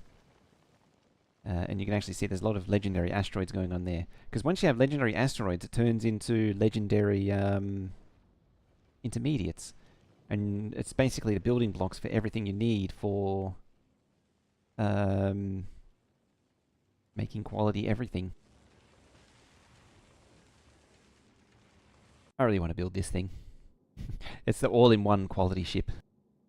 It should be fun. There's a lot happening over here, isn't there? There was. Ah, this is what I was worried about. See, this thing's not getting rocket fuel. You're backed up on ice. And that means you're not getting that. It's because the heating towers are using the rocket fuel. So they're sort of hemmed in. I changed it over to bot delivery, but I think I'm going to need belts to actually deliver rocket fuel all the way up. And just eliminate rocket fuel from this entire thing. In theory, there should be a surplus of rocket fuel, but it's been tricky to balance. Okay, that's good to know.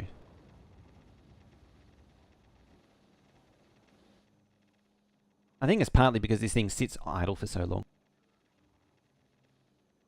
Is it worth it for LDS recycling on the platforms to get legendary iron copper?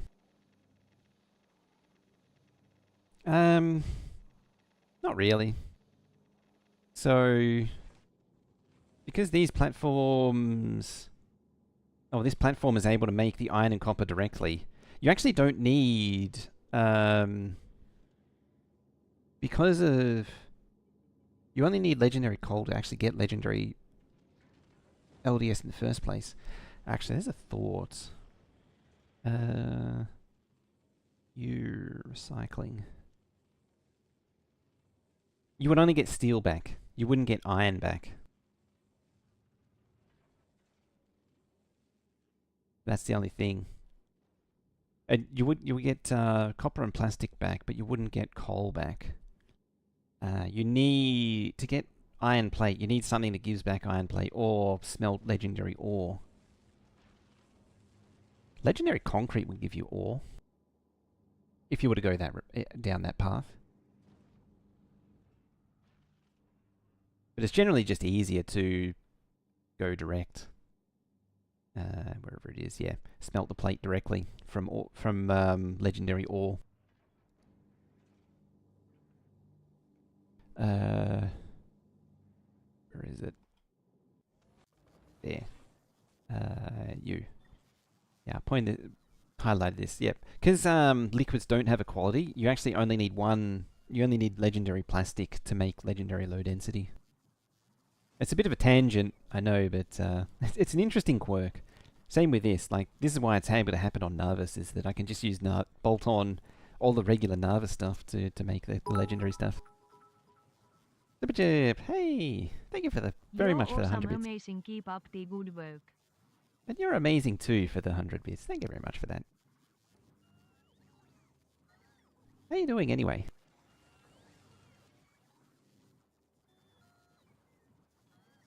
Everyone here is amazing. I hope I'm explaining things well enough. I tend to ramble a lot. Yeah. The platform just does all of the intermediates necessary. You doing good? Excellent. That's good. I'm doing all right.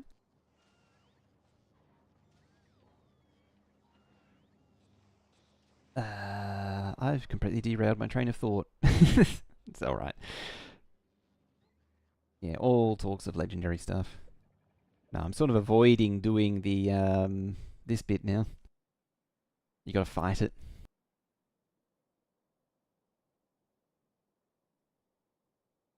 Yeah, so the melting, we'll do that on patch. Yeah, chasing the bottleneck. I suppose I'll bring in some of that stuff. How much did... I'll get rid of you. How much did you need to bring in?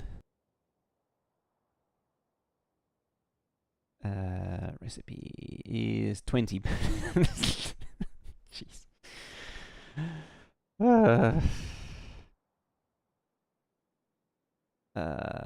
Okay.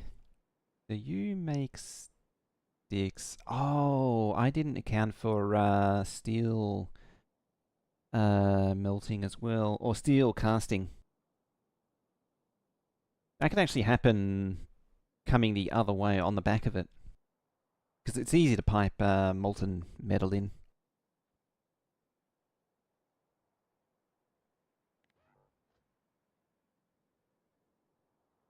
Yeah, I'm thinking maybe I'll move these up a little bit and occupy this space here. It is a lot of potential ore that I'm hogging, but oh well. Oh well. I could also just landfill that lake. I might just landfill that lake and start over here. Just gotta make sure there's enough room for everything, for all the activities. And the way to do that is to make sure I have enough of that. And I know it's off by one, it's deliberate. Yeah, there. And so all of this here is potentially all junction and comes along here and down, and there's still enough room there. So, okay, that is fine where it is. I think the answer is occupy this space here. Yeah, and this can all go. I'm in two minds. That's the problem. I'm in two minds. I kind of want to lift it up a little bit higher. But I don't want to expand the map too much. That's why I'm sort of torn a little bit.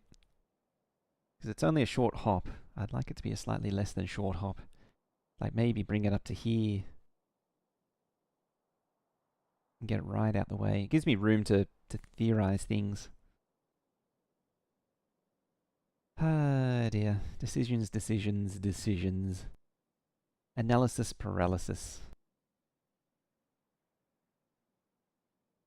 As I say, it's just a fear of running out of space. That's all I'm running into.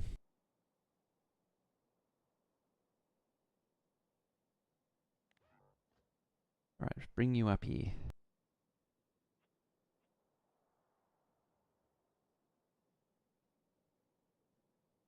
There's also just generally arranging everything is tricky.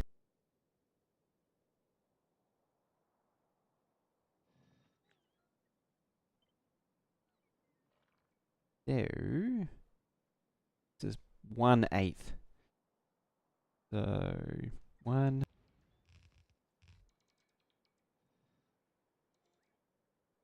And then 2. Just make them face each other. But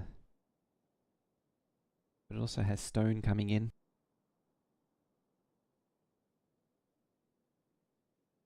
So 1, 2, 3, 4, 5, 6, 7, 8.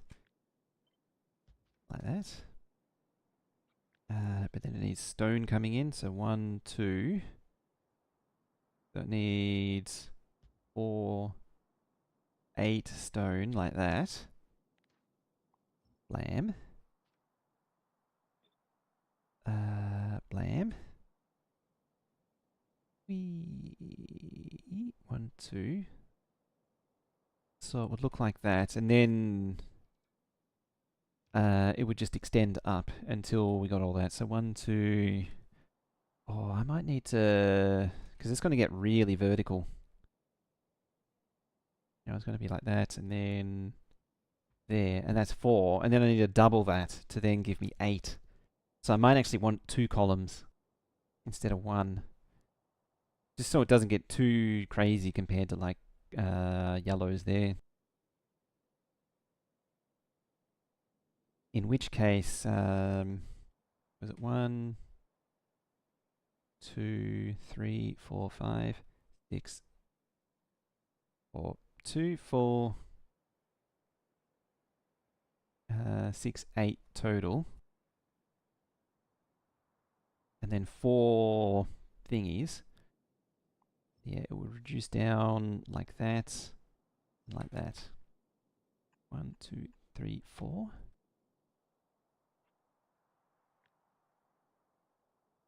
We take up all of that.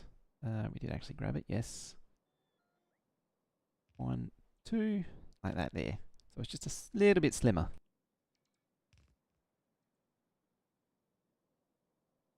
And yeah, and then double it, and that's purple science. Is why I worry about space.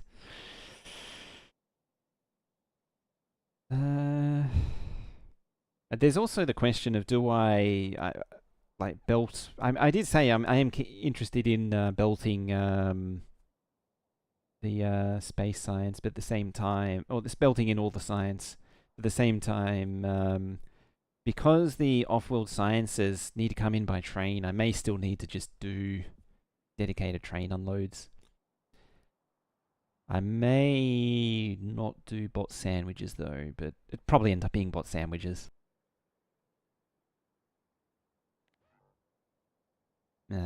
Because I kind of forgot about that point before. Yeah, you're not going to receive anything, are you? Yeah, and that's collapsed. Do I want to push the mining productivity? I suppose. I could push that. Intertwine them a little bit. There. There we go. Look at it go. You can actually measurably see the progress bar move.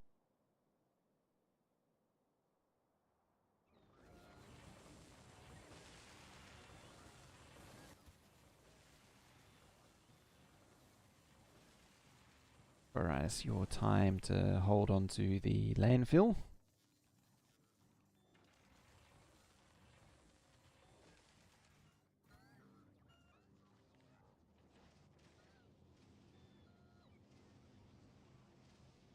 I don't actually remember where it's being made. If it's at all being made. Still.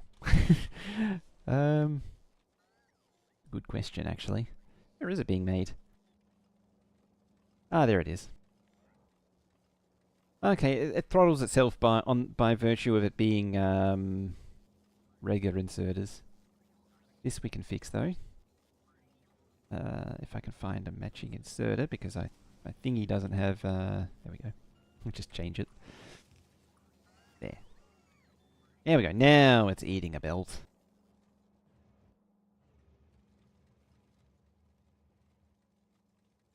Yeah, 1.3k. Just can't keep up. This thing. As fast as I feed it, it's being obliterated. Yep, there's mining productivity. Surprised that it's not summoning another train. It does have a train coming. That also has a train coming. No? Oh, like 2 patches, I think. Yeah, 2 patches.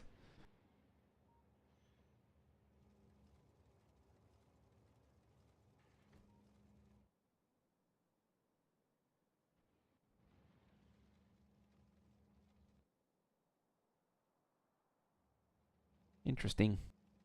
Oh, how is my glorious copper doing? It's finished.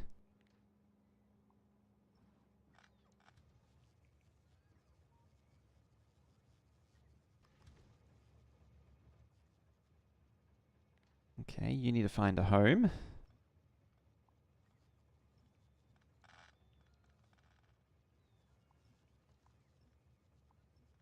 And we can pack this down back into its raw form.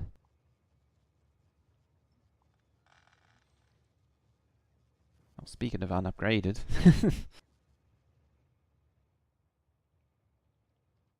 And with a bit of luck, that train will eventually get summoned.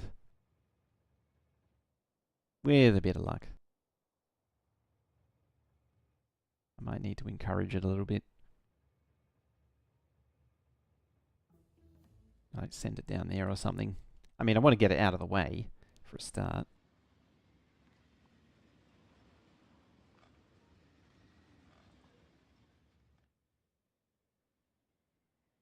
The question is, do I have some Fulgora stuff? 95,000. We're pegged at 95,000.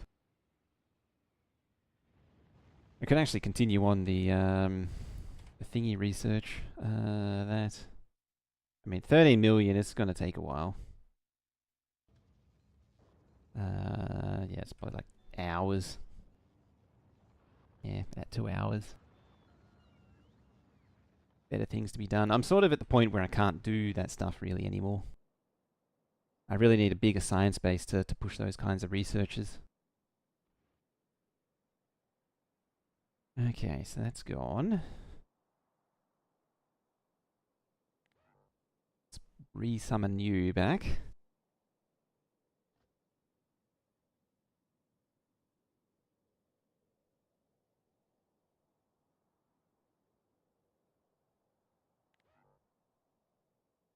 Now, let's do my favourite pastime. Anyone guess what it is? Pick up a smelter, move it over a few tiles.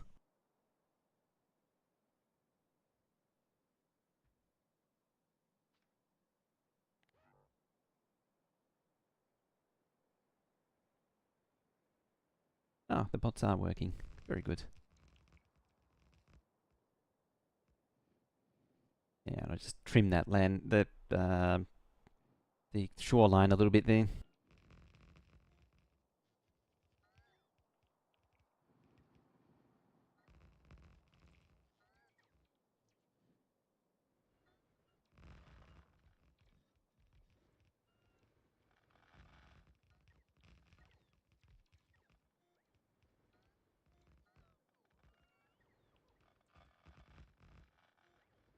Alrighty.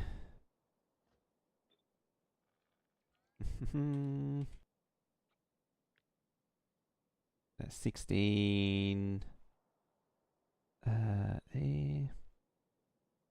17, 18. What did I say it was for copper? I think it was 12.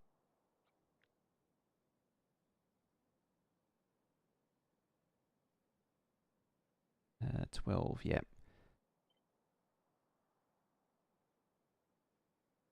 There's a thingy in the way.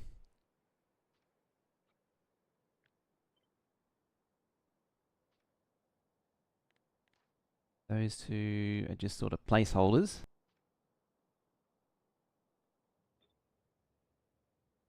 9, 10, 11, 12. So half of the land is taken up by melters. Then I need brick delivery. Let's see now.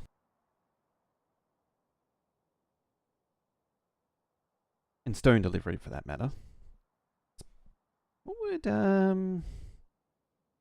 track delivery? It's the same number of it's the same number of cargo wagons, but it's twice as many belts to move the track directly. It's like 20, what is it, 27 or something? 28 track into this thing, 30 track into this thing. It was 28 copper wire because Kvorax and troll recipes. Compared to, what is that, 22 of those, 1.4 and 1.4, which actually means it's, what, 0.7 a belt. Oh, it's still more than half. If I was to divide it into 2 builds, which I suppose I could, and, you know, split it across the 2 thingies, the 2 sections.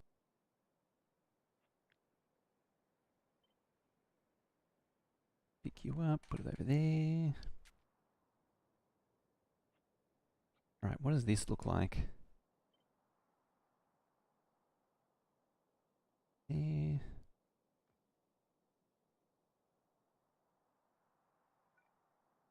We do not cover everything, but that's fine. Can you imagine that I was only originally planning on doing 4 belts worth at first, and then I doubled it for some reason? Why would anyone do such a thing? It is absurdity, it is. Why would you want to do 8 belts of space, age, science? That's just silly.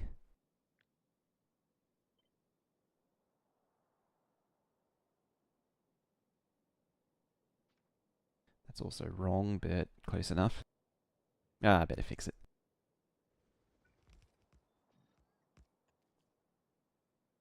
So yeah, that's 2 sciences done. Or at least headached out. There's 2 sciences mapped out.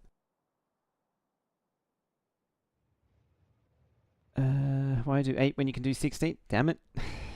I'm going to be doing 16 at this rate. Now, did that train actually unload its copper? Or am I going to find it stuck at some random ore outpost with the wrong stuff in its inventory? It's not supposed to go to outposts when it does that. But it doesn't stop it from... Case in point. Doesn't stop it from happening.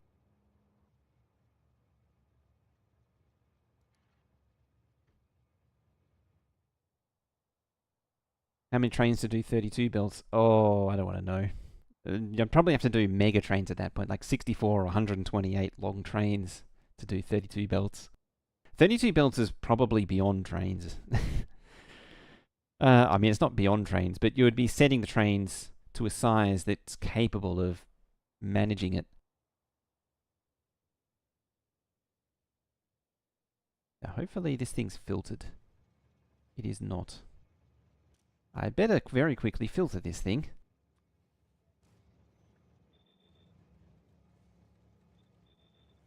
For when the copper iron train shows up. Oh, you're filtered, that's alright.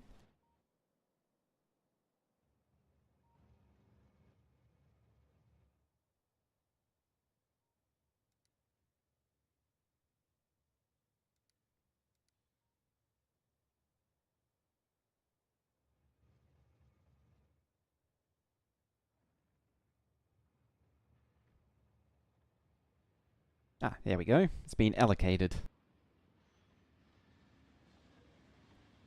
One day I do actually need to get more in depth with the train stop interrupt stuff.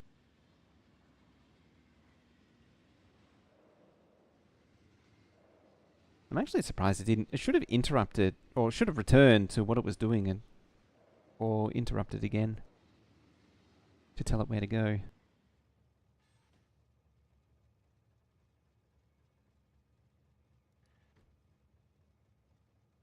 Now you're just going to sit there.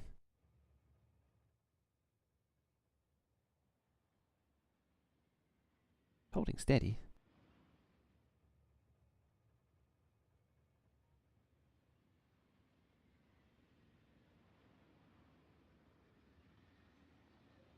Yeah, because it's probably the... I think I know what it is. Yeah, see the temporary stop expires, and instead of going back to the interrupt, it continues on with its orders because the interrupt sits above it. That's why it happens. It's the order of operations is wrong for trains. Apparently I'm burning mold. Anyway, I've been procrastinating a lot and not really achieving a lot. Yeah, so... That...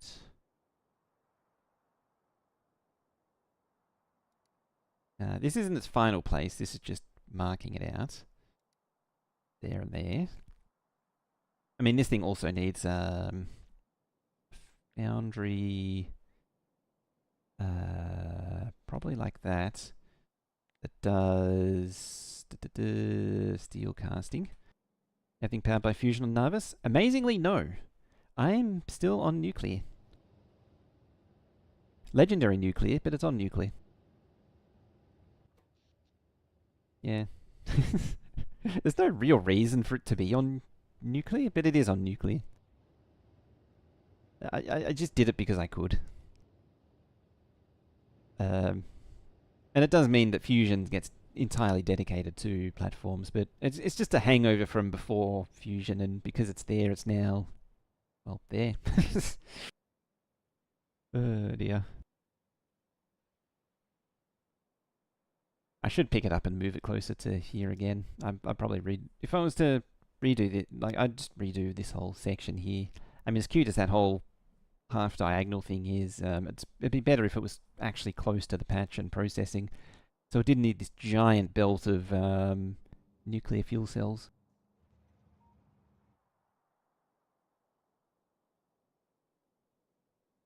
If Spellmaster was here, he'd get ideas about that shape too.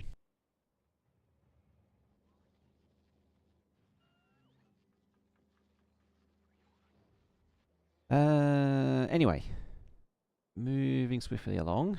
So this thing needed, I think it was 40. 40. And I've got 10, 2, 4, 6, 8, 10, 12. I guess got a bit more than what needed. And then I can back to back to back it to make more.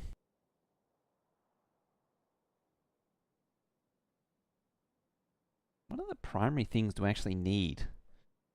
There's actually not a lot, because casting is really interesting because it eliminates a lot of the intermediate steps. Like, I don't need a giant low density production facility because you don't need one. Red circuits needs a fairly chongus setup. Copper wire, steel plate, like all of these intermediates you don't need to think about anymore. What I should do is actually think about a big red and green. I mean, I've sort of been avoiding blue because for some reason blue is kind of a ball ache. I mean, this one, yeah, it does need a fairly substantial production facility. Let's see. Why are you smelting that? You shouldn't be smelting that.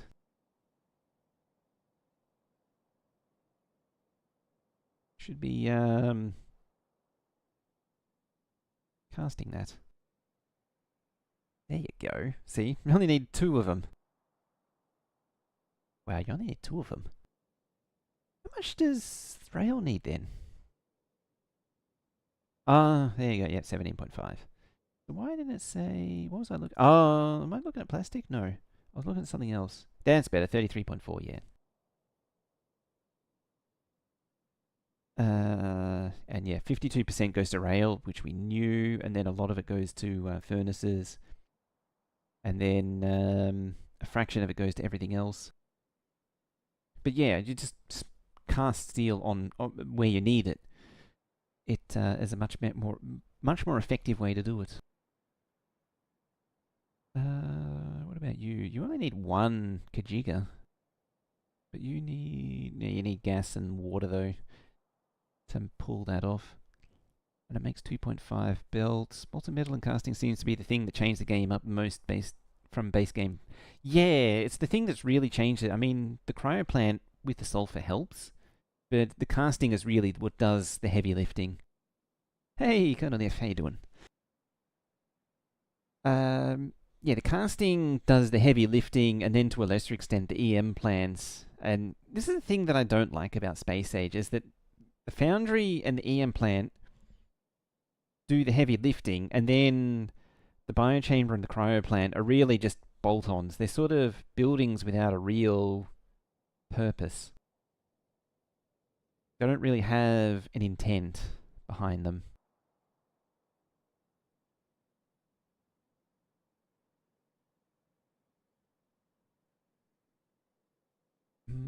I think...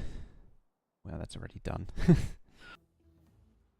We need to hop over.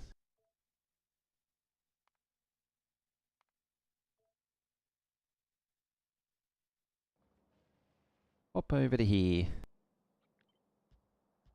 And do these 2. Alright, you... That... Well, 3 really. Green... And... Military.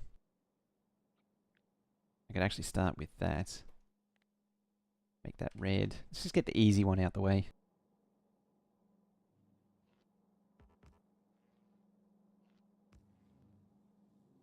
Also, ad break's just finished on Twitch. If you press subscribe, ads go away. You get ad-free experience.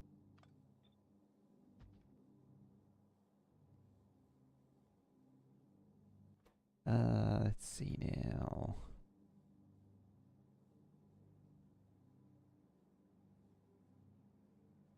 69.9.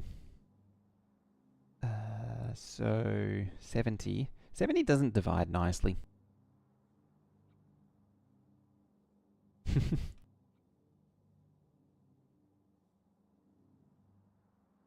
Exactly.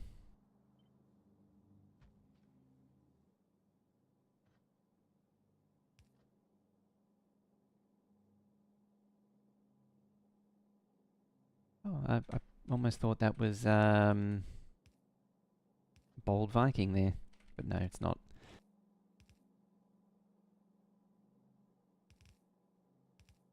It just rounded up to 80. I mean, that's my old solution to these problems. Just round it up to a number that does divide nicely. But I might not need to. Let's just have a bit of an explore. Build one belt's worth and see what the numbers look like.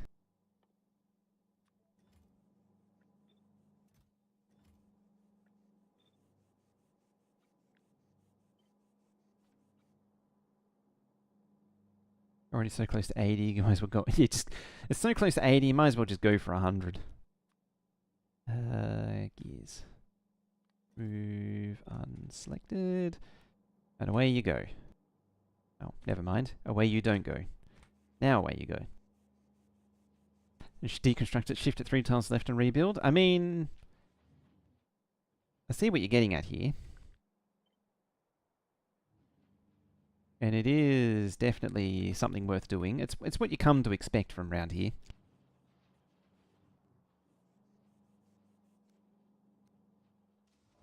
Shut all these off. There and there. There and there. Is there anything else running? You're running. It's interesting, this is running entirely on molten metal. Yeah, and you... Shut you down. Where is it? There.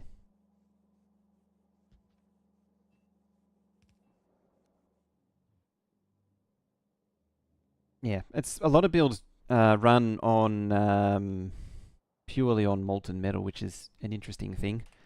Right, is that everything now winding down? Should start winding down now.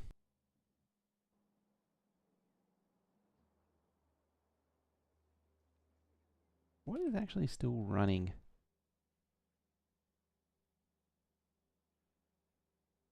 I think it's just... Oh. Where is... It's so old, the nuclear's still over here. Is it just that? Hello there. Hello there. Superchip spot. Dear. Yeah, I think it's just that outputting stuff.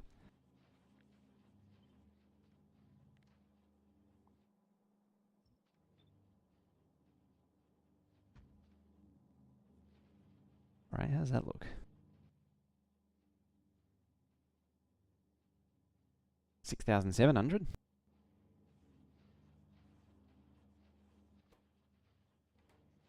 Well, if I wasn't a ding-dong, I could just go 14,400 and see what the numbers say, because that's only one belt's worth. Let's see now. Yeah, 0.4 and 0.3. Okay, so we can actually half belt it. 0.4 and 0.3. No, it's a machine. It's half and half of the actual belt, though. Ooh, that is tight. But it is possible.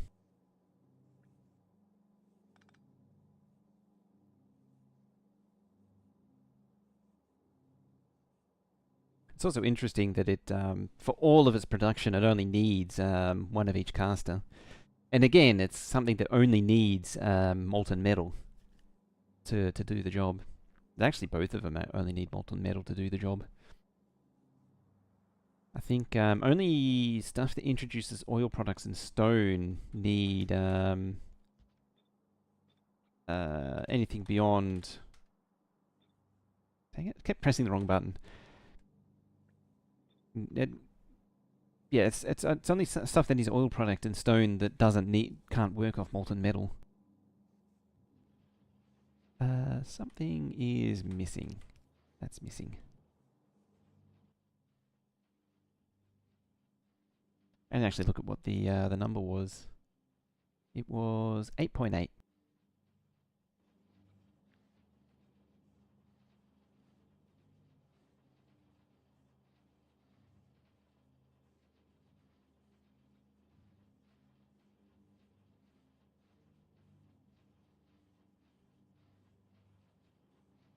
So that's 9. 2, 4, 6. There was a number that I was just thinking of, and I just brain can't brain it. Why can't I brain it?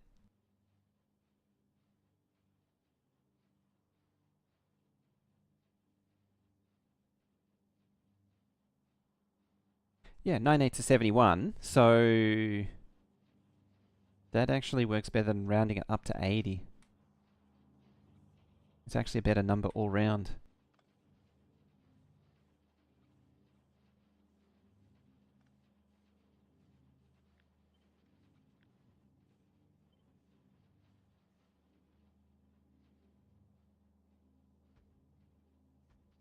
I mean, there kind of is a little bit of redundancy in those numbers, but at the same time, it's all much of a muchness.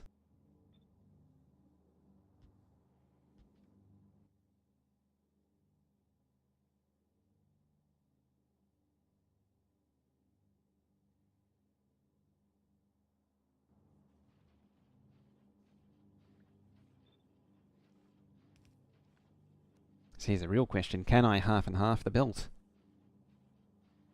I don't think I can, because when you have a line like this that's set up with that level of drain, it can be a bit of a struggle to get it all to maintain throughput to the end, because every machine takes a little bit more than what it needs to buffer up, and so that sort of perfect ratio doesn't actually work. I mean, this thing doesn't run all the time, so it may balance it out. I haven't actually explained this in a long time, but I used to say it all the time, is that the perfect ratio only actually is valid for direct insertion.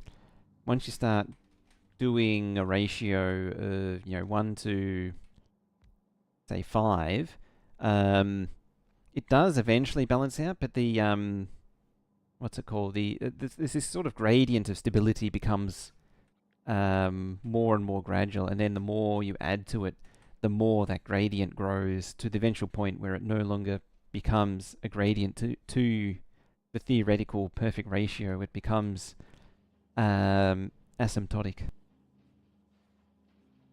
And it becomes an asymptote that approaches that perfect ratio but never actually intersects that ratio. And the more you increase that ratio, the worse it gets. An old example was I think engines. It used to only just, you balance out the gears, one gear machine to whatever engine machines it needed. I think it was like 1 to 20, because it used to take 20 seconds, craft time. It only just barely was enough. Like, the last one was just barely starved of gears, because it just couldn't, like, it was approaching that asymptote, but it was never actually intersecting it. Yeah, and then if you double it, then it actually doesn't achieve it. On the plus side, though, this thing seems to be performing quite well as it is.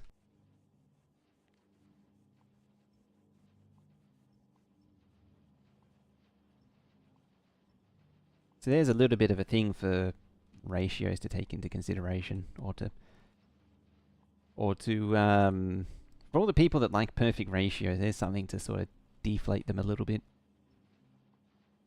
Some higher order maths concepts. And that's why a lot of, when people say, oh, I do maths and calculate these things out, it's why a lot of them don't work. As doesn't account for the practicalities. Are you actually eating things? Yes, you are. So it should be doing 28,800. If I hover over this, it should tell me. Yeah. Nope. Need the 1 minute graph. 24,000. 25,000. I mean, it's saying 29,000, so it means it should be 28,800-ish. It should bubble up and down between it. Yeah, theoretical versus practical. It's one thing to be able to do the calculations. It's another thing entirely to understand how those calculations apply to the real world.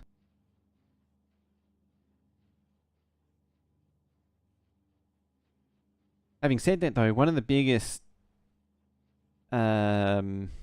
misnomers, what you call it,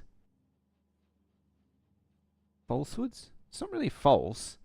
It's a bit of a misconception. Is that your theoretical calculations never actually line up with reality or the real world, and so you don't need to do the theoretical calculations. But if your theoretical calculations actually use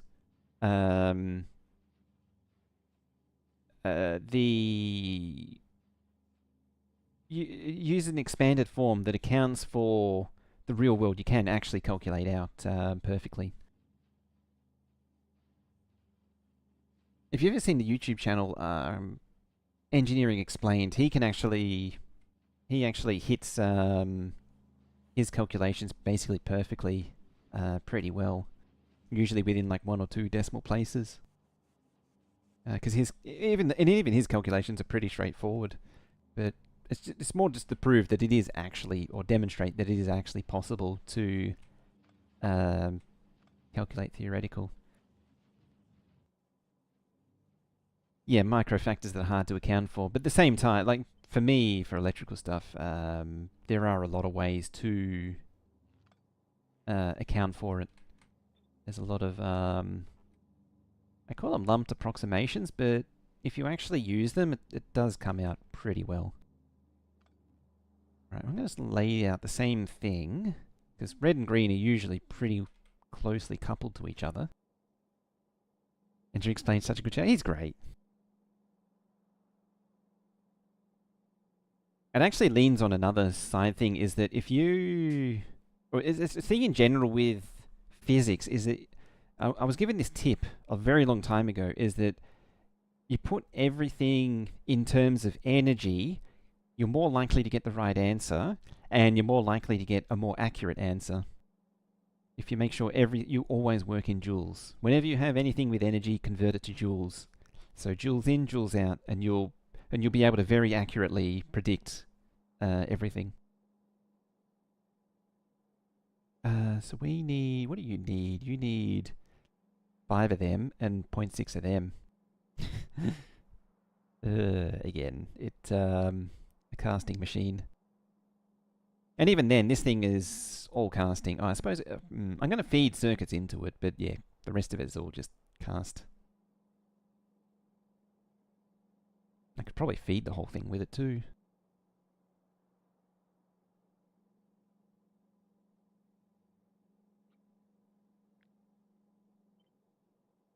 One and two. Once again. Inserters. Move unfiltered. We'll go all out this time. There. As a not very well electrically inclined person, I don't see many measurements in joules, but I can understand why that principle you just said makes sense. Yeah, well, you can't measure much in joules, but what you do is you take your measurements and then convert it to what you can into joules. You have to generally to get joules, you have to start with watts though for electrical. Ah, damn it! Can I cannot do that.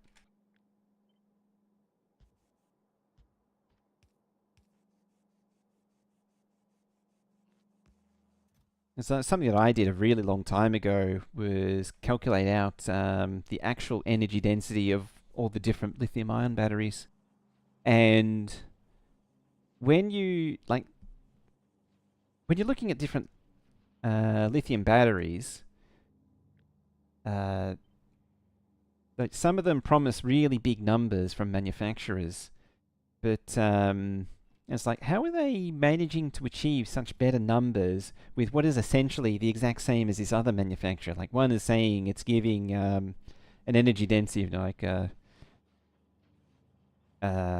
280 kilojoules. I'm trying to remember the unit. Kilojoules per liter, I think it was. And then some others, like with the same amperage, is only giving like 150, 160. Understand watts and volts and amps pretty well.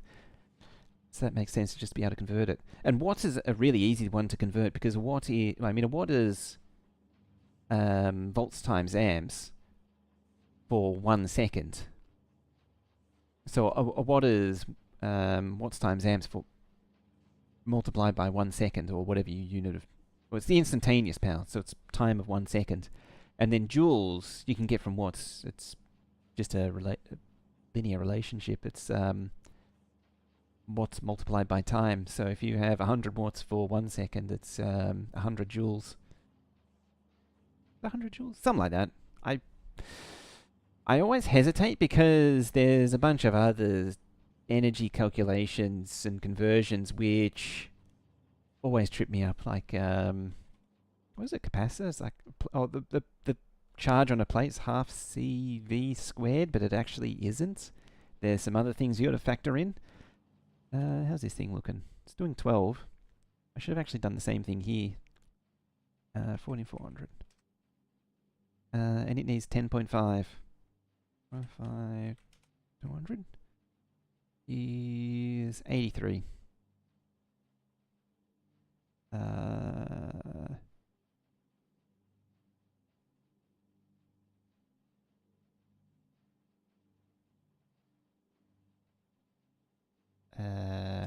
One too many ones. I was going to say one too many zeros, but no, it's one too many ones. What was it? 83. That is within 11, actually.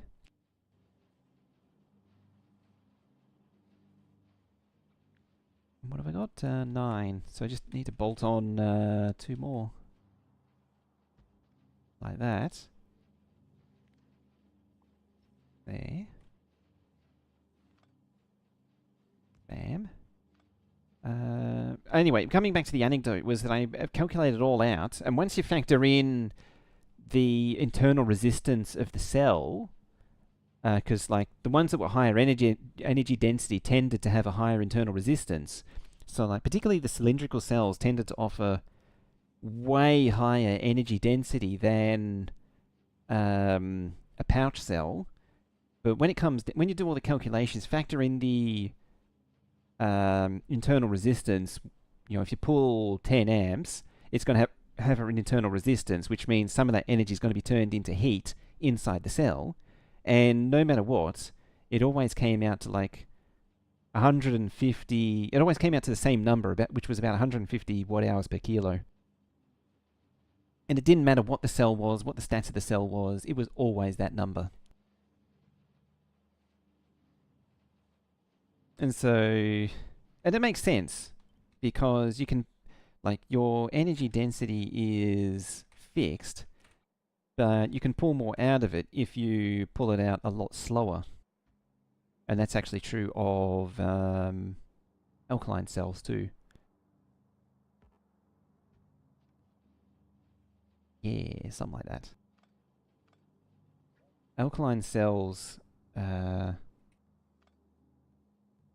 you can get like considerably more energy out of them if you drain them a lot less. 2, 4, 6, 8.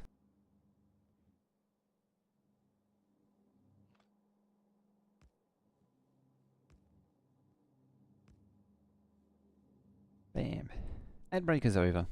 Yeah, you can get so much more out of an alkaline cell if you have a lower current, drain current, current draw from it.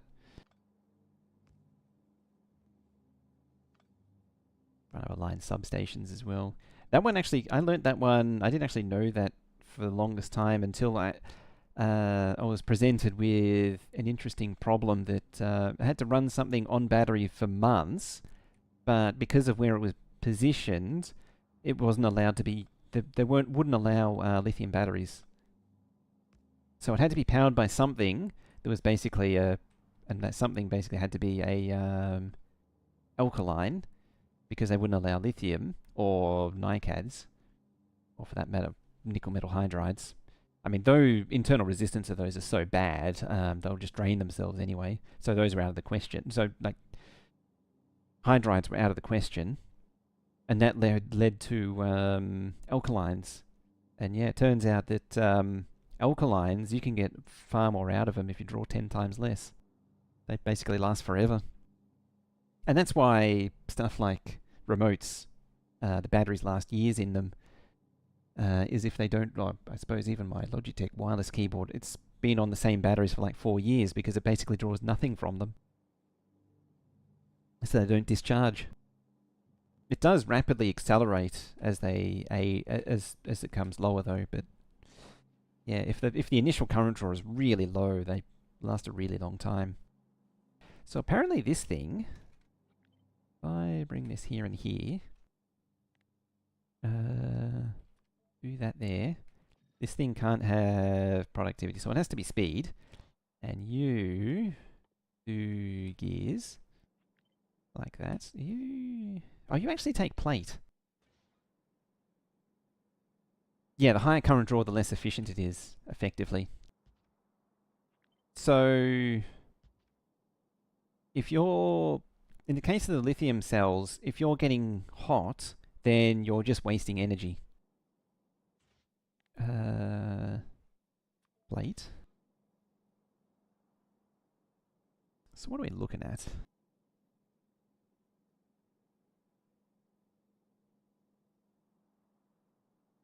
It's actually interesting that the EV world has done full circle, because in the mid 2000s, everything was about the what were they called? Thunder skies was sort of the trendy thing to do, and those were lithium iron phosphate cells. And then everything moved on, and I think even the early Tesla was a lithium iron phosphate, or one of the Roadster, I think was one. I don't remember. No, I think it was the exception, because the guys that started Tesla were handheld battery experts. They knew about the lithium tech. But yeah, EVs in general were going lithium iron phosphate because those at the time had really good, high current draw, really stable, but they had bad energy density compared to NMC. And then everything shifted to NMC, which is much more energy dense, but also much more unstable. And now, 10, 15 years later, they're back on lithium iron phosphate. Presumably because it's less prone to catching fire spontaneously. They also take regen current a lot better too. Now, that aside, yeah, you need plates and gears. How many machines of this do I need? 0.7. Assuming it's full beaconed, I think. Yeah, full beaconed. What are your thoughts about the new sodium battery tech being talked about? So I haven't actually seen a sodium battery. It was like last I looked, it was still theoretical. But having said that, the fact that it doesn't have lithium in it is interesting. What was the thing that I remember with sodium batteries was that part of the reason why they weren't being made is that they were so horrifically inefficient. Their energy density was like worse than alkaline, worse than I want to say rechargeable alkaline or something like that. It was really bad. My assumption is that something has happened to improve the quality of them and the energy density of them. It used to be something like 95 watt-hours per kilo, which was quite bad. Actually, can I just press that for a moment? Where's the... Now I'm curious. What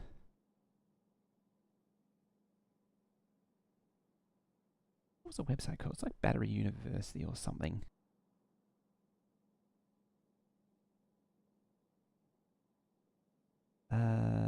Here, this thing. I think it was this page. This place had a graph of all the different curves. Oh yeah, people used to use incandescent bulbs for heating. Where is...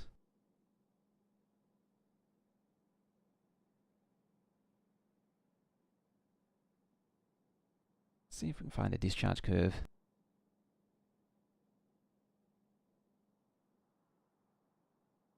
Trouble is, this stuff is a lot more difficult to find. Yeah, cobalt, manganese, phosphate, and NMC. There is actually a different. Cobalt is the really old stuff. That's 90s tech. Manganese is the intermediate, and NMC is the well, not really prismatic, but it's what you see in. It's what went into like laptops and no, cobalt went into laptops. NMC is what goes into like EVs and really high performance stuff, and phosphate is the iron phosphate, the really stable one that doesn't burst into flames. But yeah, see 90 to 120 compared to 140. I'm going to assume that cobalt has got oh yeah, because it's higher energy. Yeah, it's higher energy density, but see, it's 1C discharge rate. You can't pull a lot of current out of it. That's why. Yeah, whereas NMC, so these like the Sony VT5s, VT6s, you can pull 10C out of them, or A123, or A123 is phosphate actually. Thermal runaway, yeah, higher thermal runaway. Look at that, 150. Yeah, see, 94. So they're quite ancient, and NMC is a lot more recent. But yeah, there should be a graph somewhere.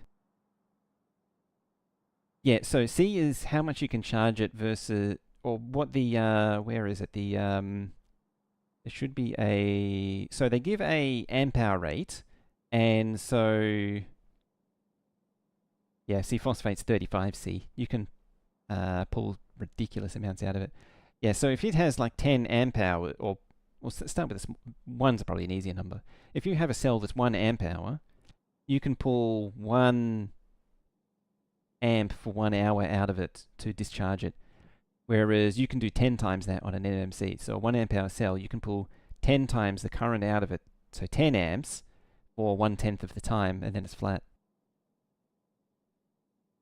Whereas this thing, you can this one, you can do 40C pulse, but it'll catch fire. Yeah, see, protection circuit and all that. Very good idea to have battery protection on all of these, because overcharging them is bad. Over discharging them is really bad. If you invert the polarity on it, you need a bucket of sand, basically. There should be a this website. I'm pretty sure it was this website. You needed a used to have a table, like a table of all the different thingies.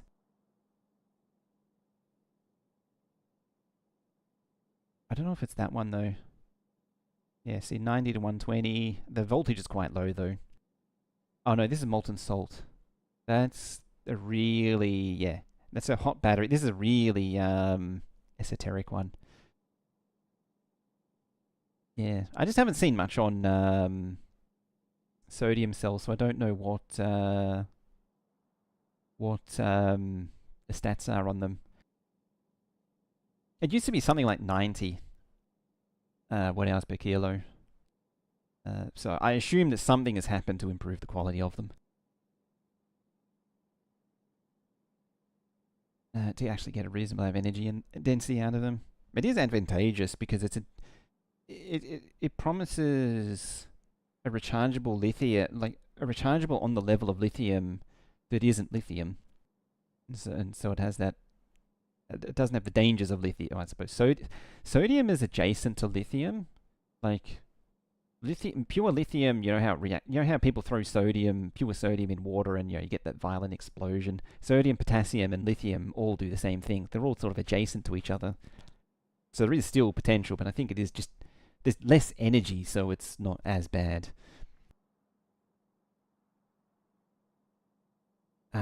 It actually reminds me of a thought experiment where, I'm trying to think of it.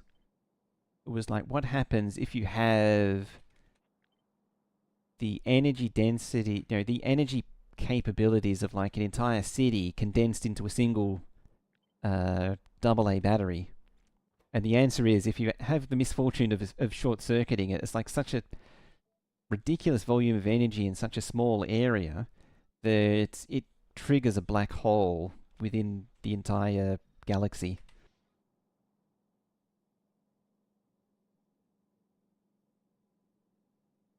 Yeah, I don't know if it'll be cheap EVs. It'll probably, I could see it being a replacement for the nickel entirely. Maybe long. It depends on what it's like. It could. It just depends if it's long lasting or not. I think is really what it comes down to. It could be something for power tools, if anything. I could see it having a market for. Alrighty, so you meant to go that way, yeah. And then you just need to be fed circuits. You need to be fed that. I'm going to cut these off like that and like that.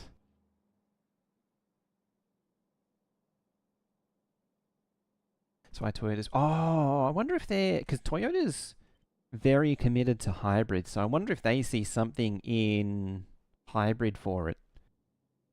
It's entirely possible. A lot of people hang a lot on Toyota for being, being very stubborn and immobile with the whole EV thing, but at the same time, they're not stupid.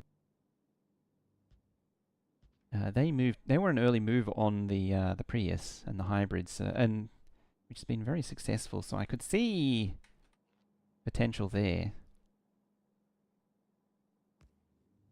I mean, the Prius was such an early adopter. The first one was NiCad. It wasn't even lithium.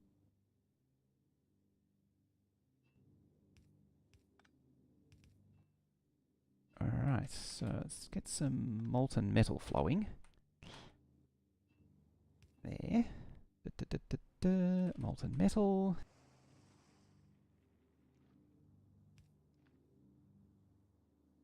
Now this is where things get a little interesting, because I don't know if I can actually output enough stuff.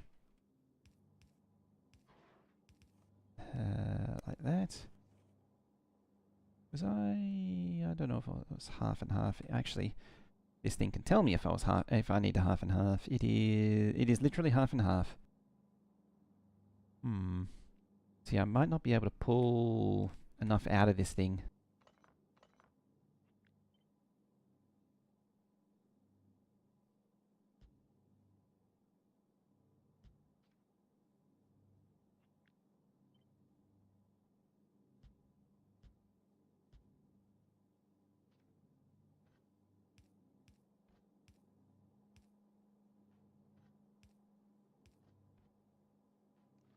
Yeah, I'm pretty convinced I can't pull enough belts out of this thing.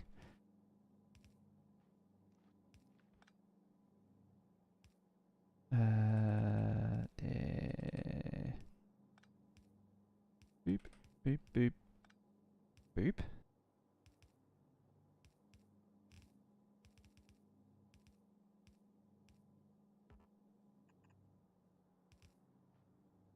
Where do greens go in? Good question. I guess I can shove them up the middle. I mean, this is entirely theoretical at this point. Like, I'm not convinced that this will actually work. Yeah, like that there. Yeah, I'm pretty sure this isn't going to keep up.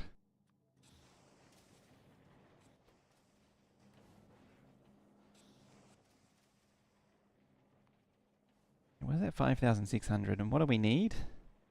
5,200 just for one lane.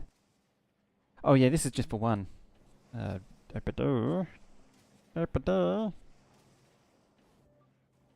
an idiot. I'm confusing it with the final production.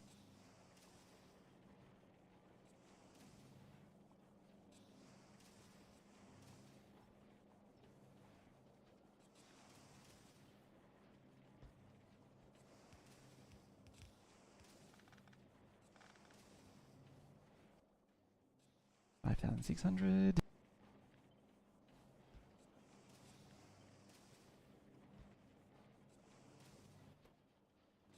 I don't think I actually changed the speed of that. No, I didn't.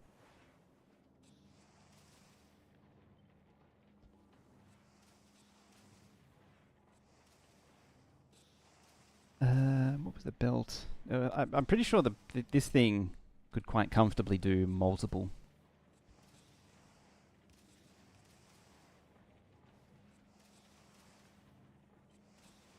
I think that's where I got confused, was that I was thinking that the belt, because the belt thing should be able to do most of them, whereas this needs to be attached to each one. The problem is I don't really want to attach a foundry to every one of these things. Or do I? I mean, at the same time, I might want to. The thing that I need is more beacons there. That's 7,000. Problem is, that's as much as I can get out of it. That's beacon line now. Unless I do that. There. Oh, then you didn't get the greens in though. Yeah, I just stomped over the greens. I was like gear iron foundries, but share between the inserter builds. I could always just belt the transport belt to each of the builds. I was actually thinking of splitting it into 2 halves and doing it that way. Pop, pop, and bloop. It's not receiving circuits fast enough though. But it should be doing... yeah, it's doing 7,200. Now can you... yeah. Will that actually raise it a little bit? No, that is all it can do.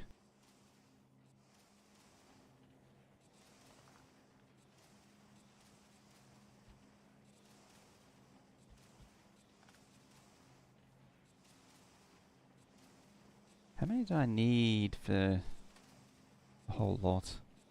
It's like, yeah, 6. So there is a bit of a saving of high pressuring, but I think 1 for each is the way to go. Yeah, see now it's bottlenecked on all those.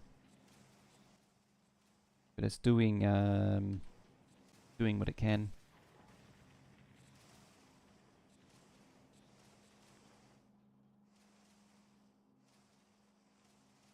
What would that be? It'd be something like that. Oh, that might actually, yeah. Yeah. I see, potential.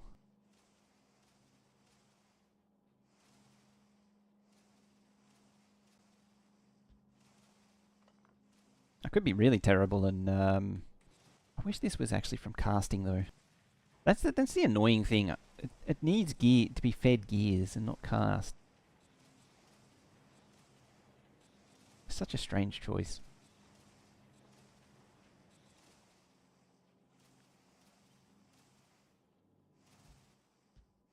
Yeah, then I can do that. Oh, then I got to get it out somehow.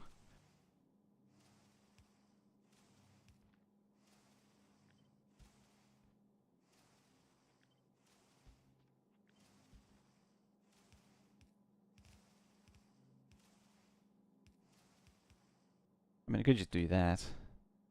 Oh, that actually reaches too.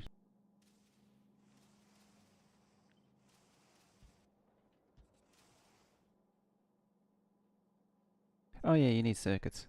Of course. Yeah. Ditch that.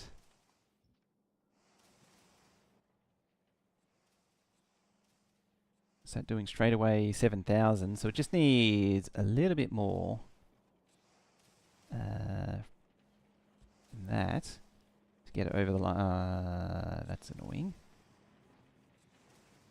Yeah, get it over the line. And just shuffle that over by one.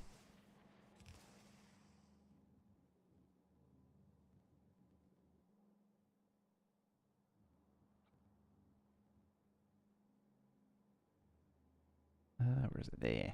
We'll just pretend for the moment that it's actually casting belt.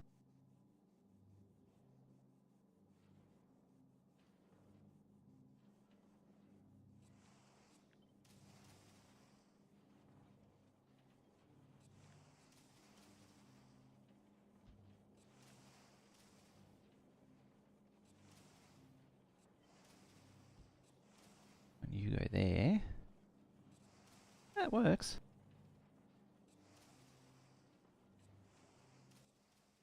And so that should now be... Let's bring it up to 1. I managed to click it somehow. There. Just filter.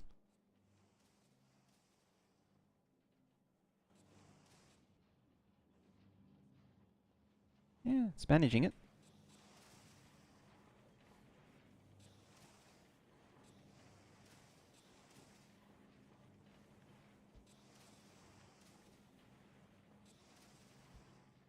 The next step would be... Oh, it's got to be there.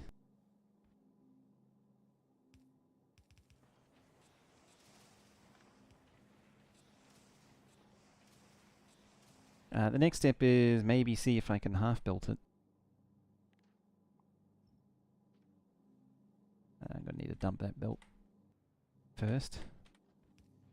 I said dump that belt.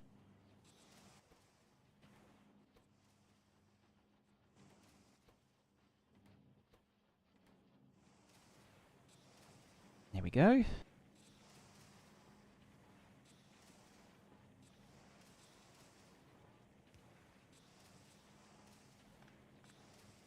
There. Then you dump onto there. And then I save a belt.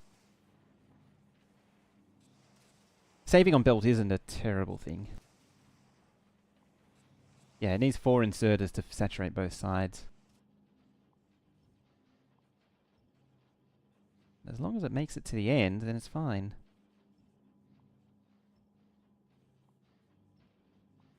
I mean, having it 0.5 is a little bit more than I would like, but it seems to work out in its favor. And that should be making, yeah, 14,000 a minute. And that's completely tileable across, like here.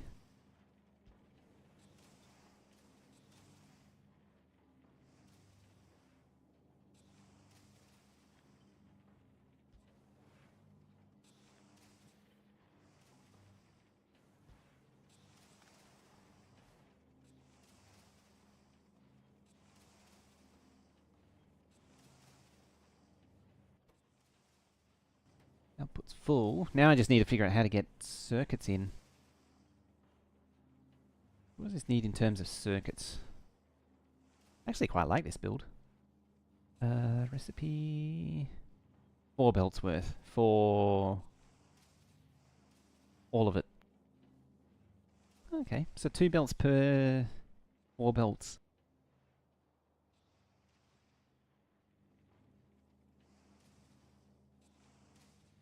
So like 1 belt there, 1 belt there, 1 belt there, so 1, 2, 3, 4. So I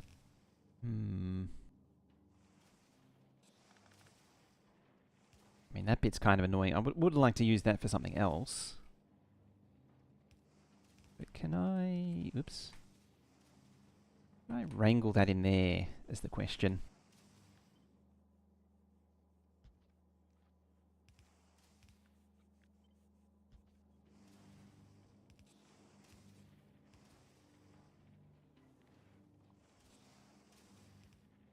Just like that. Eating half a belt?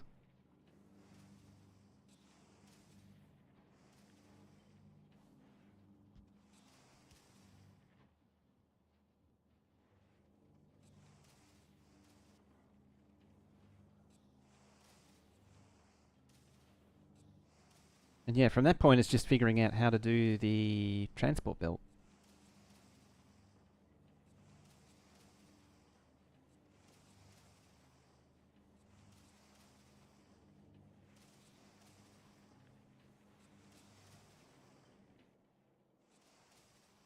You can actually bring this all the way down too, like that.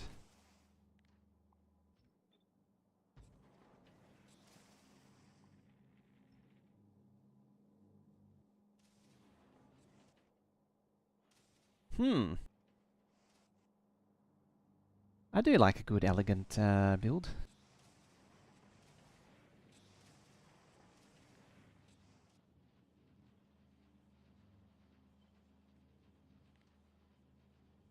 In saying that though, alright, let's clean this up.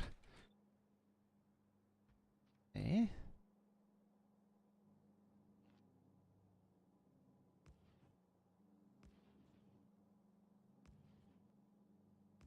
Cool. I mean, I got to do it to all the others next. Clean all this up. Delete all of the all of the substations in the process. There.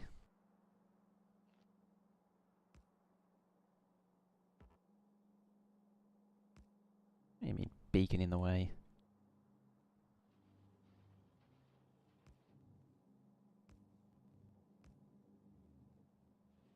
There. Da da da.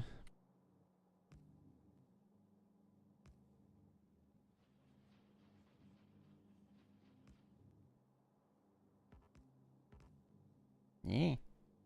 There.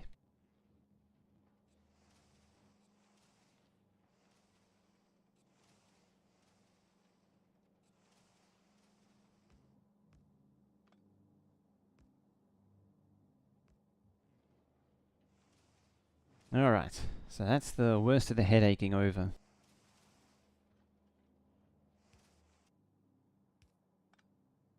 Well, I say, at least for this build, it's there's a lot more to do. Sadly. 1, 2, 3, 4, yeah. Yeah, look at it go. It is eating that build.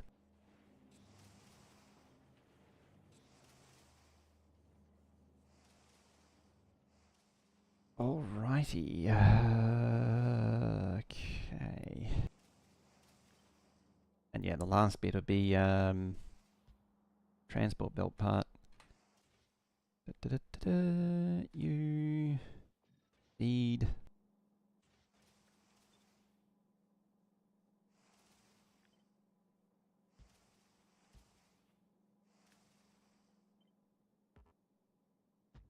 Maybe something like that. Probably actually. Oh no. I don't know if it's necessary to put the beacons in the middle like that, but I'm going to put the beacons in the middle like that. I mean, I could put the molten metal in. That would work. What do you say? What does this thing's opinion of the matter say? It needs 0.6 of a foundry to make 4 belts worth. Well, I mean, it's a given because everything is 4 belts worth. Yeah, because it's a half belt. It's 1, 2, 3, 4. The greens is really good like that. If you have one number, it's consistent across basically everything. The only thing though is that this is probably going to struggle. Oh, you just stole the bloody modules. No, that's actually imprisoned in there, so it can't work.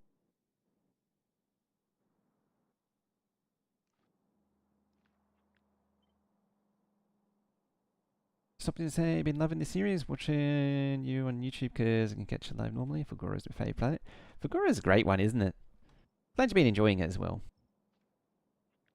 I'm not actually sure what I want to do long term. I want to do more YouTube stuff, but there's this thing where I can't physically sit down and just talk to myself, even though that's what I'm doing now. I like talking to people because the longer format isn't so good. There's a bunch of like things that I want to do, and I keep not doing them. But I'm glad you're enjoying the longer form rambly stuff.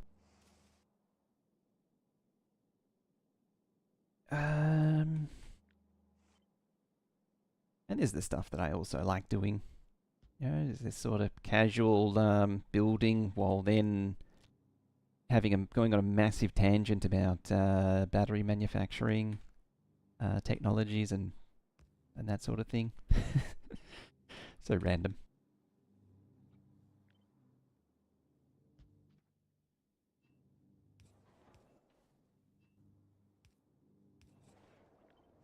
I don't know if it was apparent, but I might know a thing or two about batteries.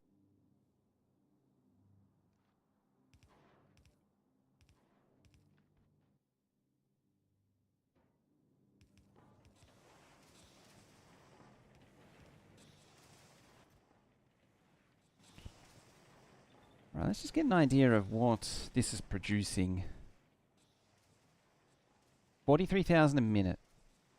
That legit?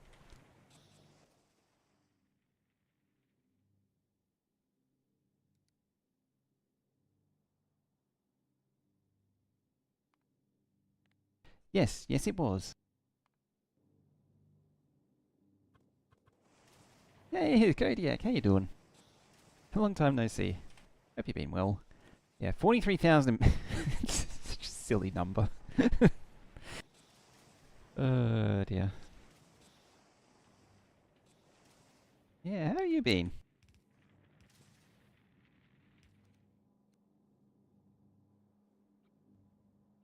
What do I want? I want one of these things. Then we're going to want a Kajiga. It is absurd how much they can make. Well, actually, I do want single lane, technically. So that should be 7,200-ish? Yeah, 7,200-ish.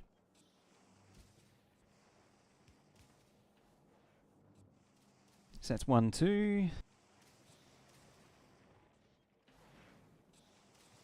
Could probably feed all 4 of them.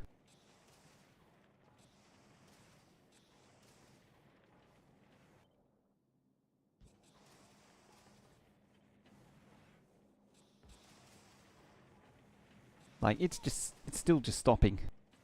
Doing well, work is busy, it's not much gaming time. I'm glad to see you're still streaming. Yeah, I'm actually... The work hours have changed a little bit, so I'm actually able to be here. Normally I wouldn't be.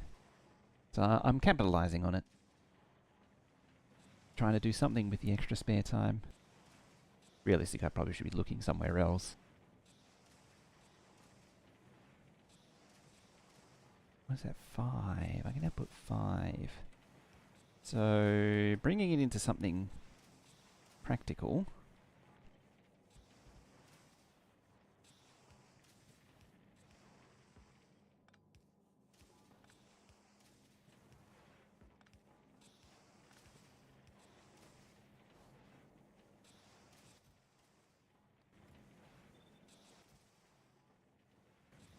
Alright, so that's 5 lanes worth. For a total of 36,000 a minute. And it's still got room for more. The problem is I don't know how to physically add more to it. Other than offsetting these things. Which I guess I'll do. I need to do it like that. So I have a feeling it's going to need 2 lots of inserters there.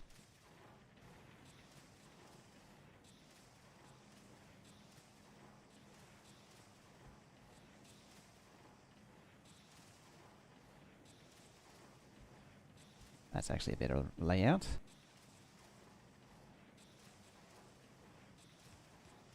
Six, 7, and then 8.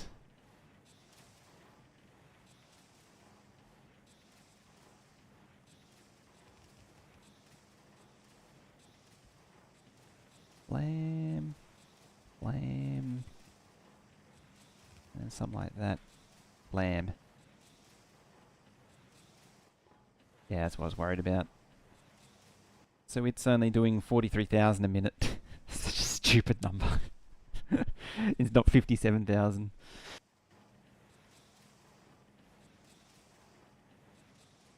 The point is, it can do half, and then I could do another one which does the other half. Like, I don't need to run it this hard. It would actually be better if I did it in halves. I was kind of curious. It was really just curious how it would look. Yeah, what I would actually do is, I might keep that.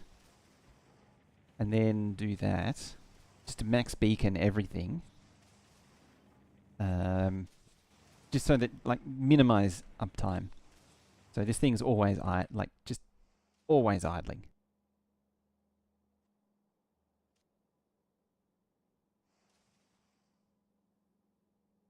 SA builds get nutty. They do. Just all semblance of sanity just goes out the window with these things.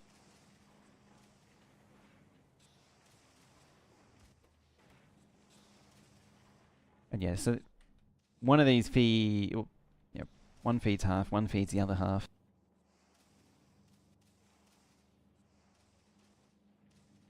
And the other thing too is that like you're piping everything in. You're piping in the molten metal as well.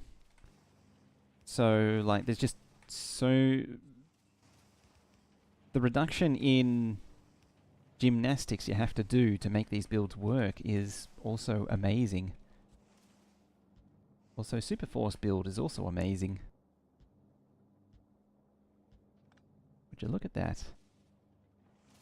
I mean, I am losing a little bit on beacons with these things, because it's what, 4 beacon, 7, oh. Yeah, you should be like that. And that should be like that. Ideally.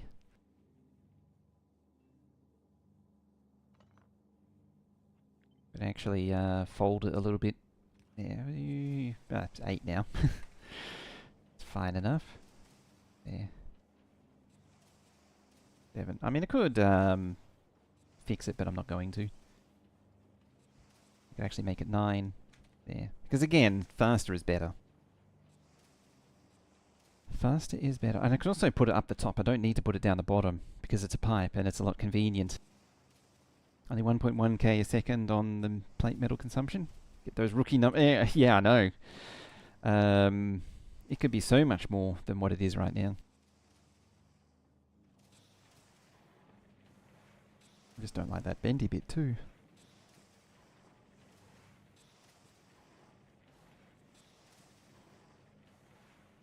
I'm just looking at it and I was like, you have this coming in up here, but instead can you do that, and then you come out here, and then you don't need this entire silliness here, and it progresses along like that. Yeah, there's thinking with portals.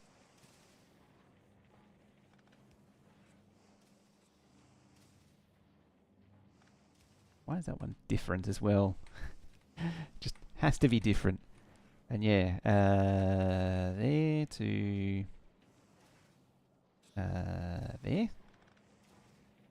Spin it around, spin it around, spin it around. Get rid of you. Direct feed. And there you go.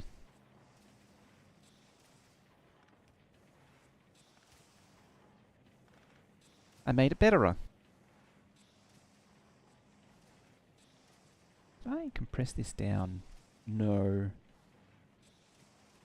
I could actually change the output to the side, and then I could shrink it vertically, but I don't actually really need to. I could just keep it at max length, it's fine. Yeah, that now changes all of this. Get rid of all that.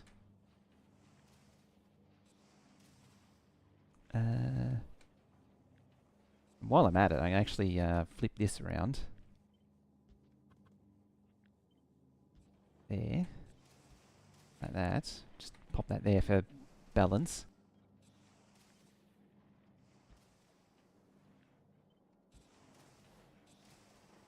Get rid of all this.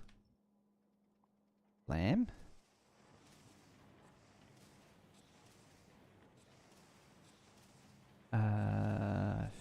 Oh yeah, I need that up there. That's why I hesitated. I was like, hang on, have I got everything? No, I don't. You go there. We don't want you. I think that's right. Just to confirm, what we can do is transition this over to the real deal. Loop, loop.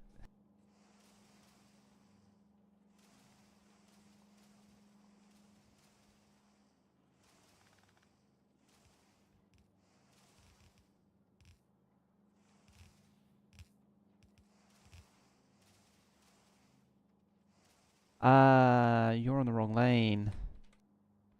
That's a problem. Yeah. That might mess things up a little bit.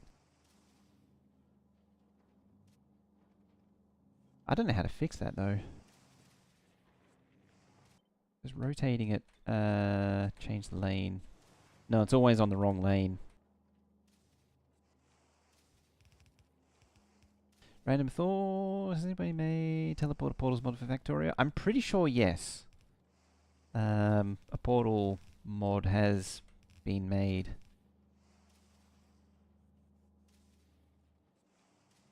There may be a clog up here.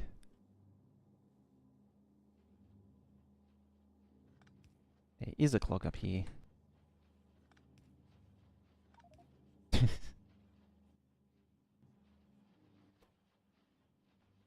Conveniently, there's this handy-dandy array of machines to eat all this stuff, because I'm too lazy to go to an infinity chest and empty it into the infinity chest.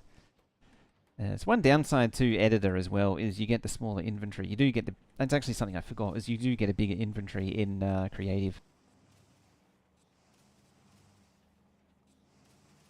I'm not actually sure how it would have worked with Space Age. I suppose it would have, yeah, would have defeated the purpose of space travel. But at the same time, if you were to update it, you'd probably make it some kind of Aquilo tech, so that you have to travel to Aquilo before you're allowed to teleport between planets. It's usually how it's done.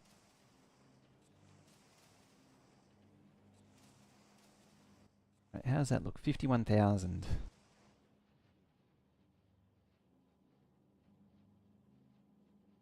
Those... Oh yeah, there they go.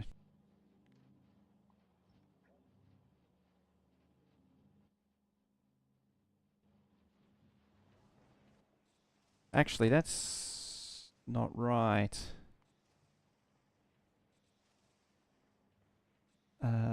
You shouldn't be 51, because it's 4 worth. It should be 57,600. Yeah, this one's... Oh, that's why.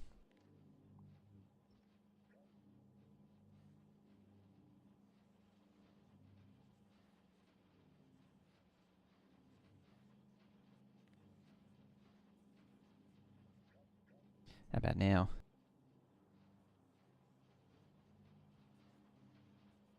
Here shows Portal Gun mod. There is also the Portal Belt mod. There was a mod that was just teleporters. It's still a bit gappy, but I'll give it a moment. Give it a moment. Why did I say that was so bougie? Bourgeoisie. A moment. Oh, dearie me.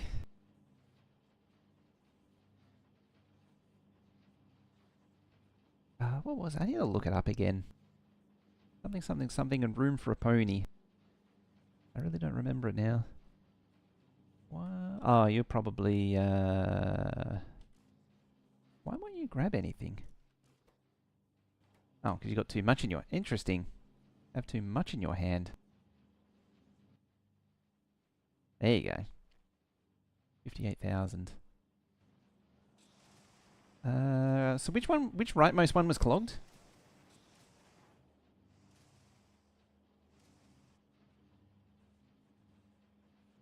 Or did you mean that lane? Oh, I did get it. Okay. Alrighty. Yeah, I wasn't sure if I'd actually grabbed it. Oh yeah, when I did the decon rebuild trick. Yeah, it's a nice way to clean up things in editor is you just mark it for deletion and then just undo. It'll just reset it minus the items on ground. Very handy.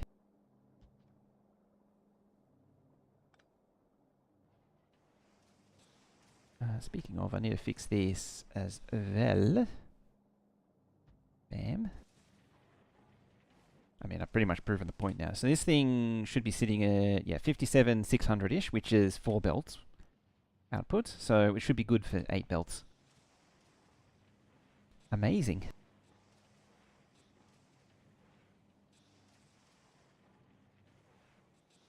I suppose if I was keen, I could add the circuits to it, because the thing does, what, 2, so I only need 2 circuit things to power this. And then, again, it has, it only needs molten iron and copper supply to produce it. My only hesitation on it is that I kind of wanted to make the glorious green circuit belt. It's the only reason why I wanted to put all the circuits in one place. There's no reason to do it other than for that reason. Alright, this needs a little bit more room to do its activities. We'll expand it out like that. Plop that there. But yeah, there's no reason not to chuck a thingy in here. They are visually pleasing. They are, yes. And that's kind of my motivation, is that I don't want to just go for the most clinical, optimal build. In part because I've already done it on Aquilo, and to a lesser extent, what's it called, Fulgora, and Gleber, Aquilo, kind of on Vulcanus, and kind of sort of on Fulgora, Lightning Hole. So I don't want to do it on every planet.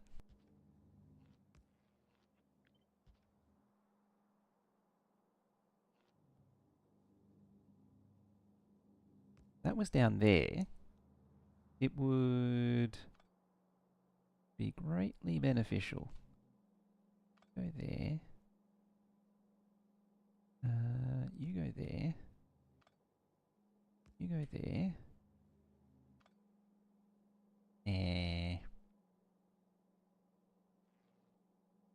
Can you show the builds we're talking about? Yep, I sure can. I'm probably not going to bother with that. File it under the too hard department. Fulgora is a bit of a mix of... It's an 80,000 science a minute blob. But yeah, Aquilo and... Oh, Vulcanus is what it's been for whatever I did ages ago. It's still... Actually, that was already aligned, wasn't it? Yeah, it was. I just remembered, I was like, hang on, I went to the trouble of aligning that with a beacon.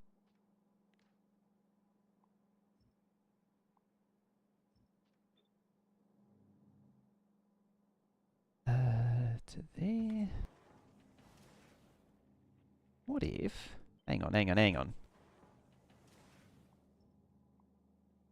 We instead... 1, 2... it's only 3 though. 3, 4. Oh yeah, in the back. That's right. You relying on the back. Because yeah, that's on the right side. That's on the wrong side. Is there a way I can do it in build? Don't think so. That way it is.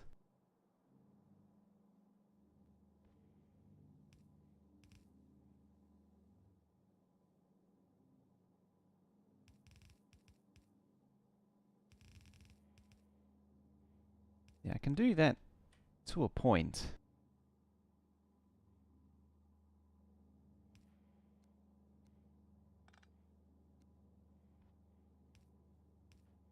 It would need to be something like that.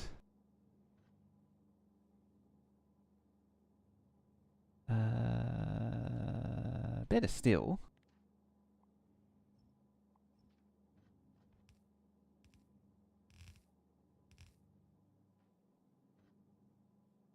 do that.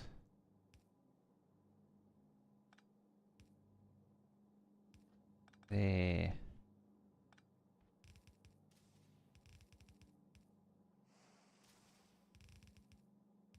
Now this side is a little bit more annoying.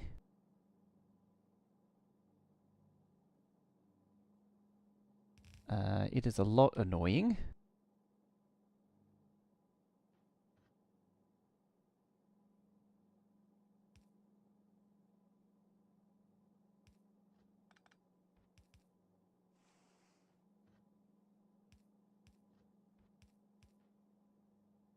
Yeah, I mean, it's very asymmetric, but it does work. I really want to drop these down like that. It's at the point where it's annoying me now. But I can't because that's in the way. Just shuffle these things over. Stop being a dingbat. Third one doesn't work. Oh, it should work. It's going into the back of that. Yeah, it's popping out. Because, yeah, it should go into the back of there.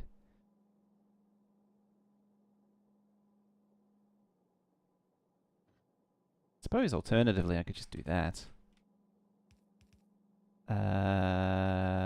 Never mind. That's right, that was the first thing I saw and I was like, no, that doesn't work.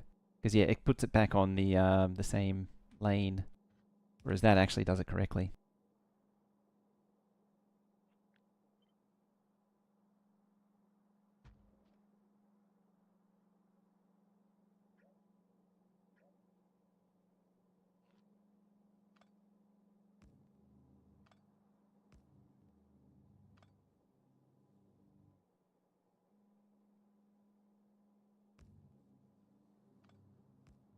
Alright. I won't get my way with that one, sadly. Maybe you're seeing wrong? Yeah, I mean, I was even thrown off by it, so it is a tricky one to spot.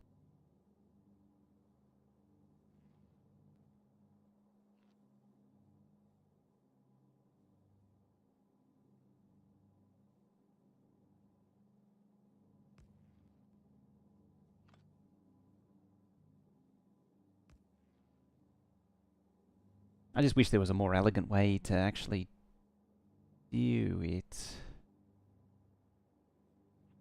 But at the same time, I'm not known for the most elegant of builds at times. There. I could also just back-to-back them in the middle.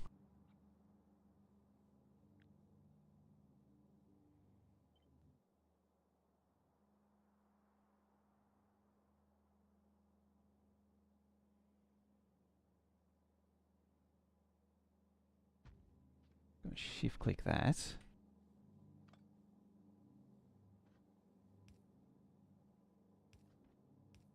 The only reason I'm extending that underground a little further is, oh, that actually gets in the way of that. That's a problem. There's nothing that says I can't reverse it, though.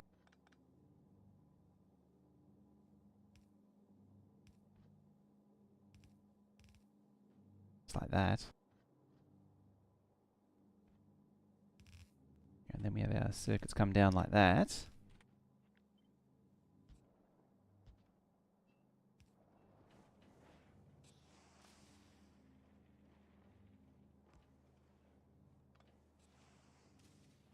There.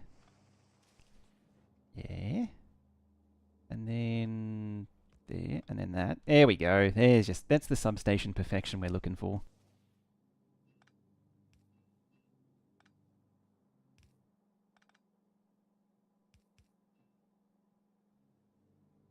Yeah. Oh, and this as well.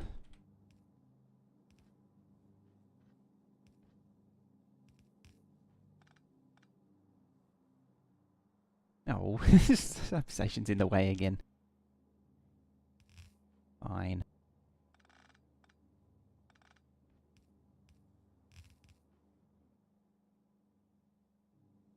What are you doing there? don't need to be there. I think that's everything else apart from that there.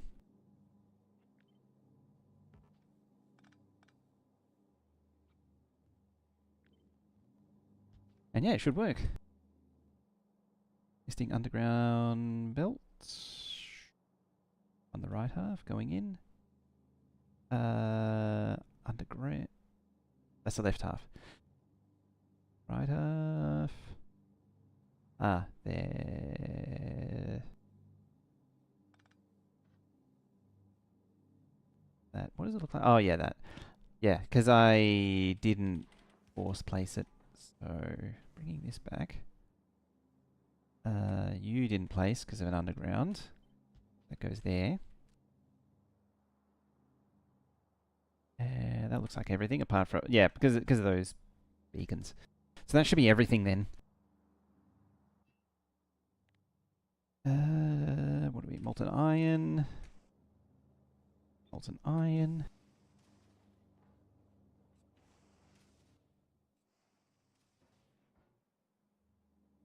Do I have a green circuit conveniently? Yes, I do.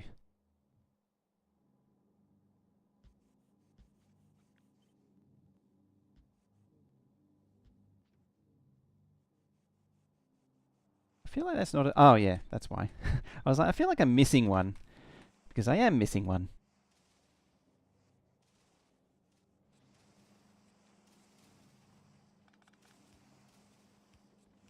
Just make it max reach. Like that. There. And yeah, your max reach as well already. Interesting, it's actually short on circuits.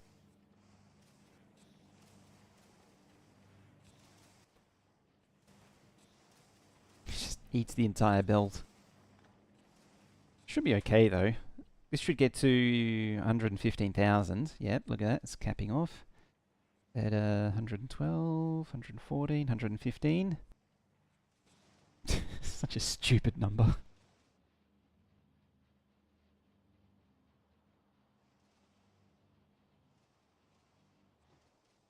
Happy with that. Hello, Adbreak. How you doing again?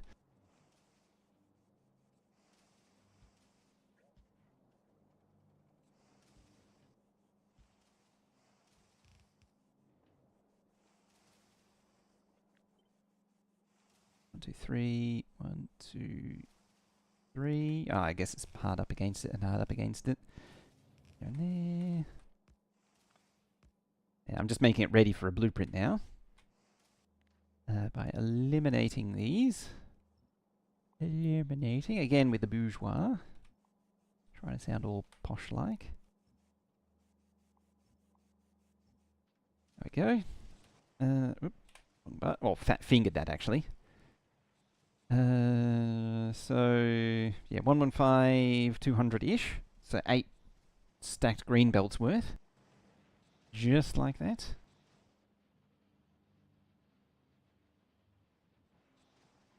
I call that done.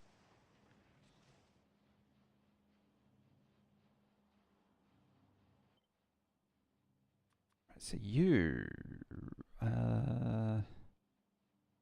green... let's give it the legendary assembler.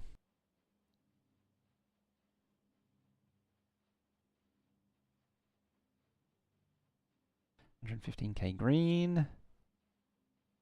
Get rid of them. Actually, it has convenience, but I'll get rid of it. Right, that's probably the most complete blueprint that I've made so far. That is ridiculous. Did I save the reds? I don't remember. No, I didn't.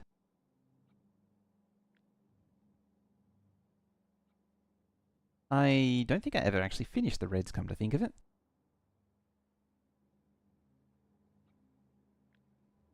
I think that's why I got distracted by greens. Do I have enough resources to supply that? Currently, no. Thank you, big sandy rock, for getting in my way. Doop. Ba-doop. 2, 4, 6, 7, 8.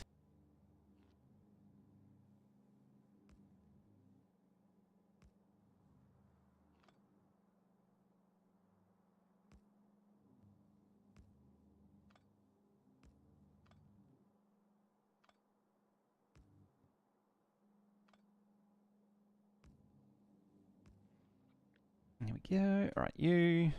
For that. Get our substation situation under control. Now I've got to do the same here. Let's see.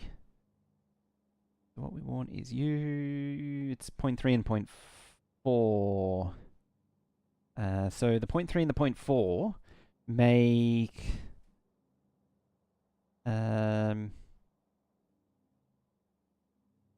oh, that's for one lot's worth. If I bump it up to that, it's now 4 belts worth. Because, yeah, it's half belts. Of which I need 3 and 2.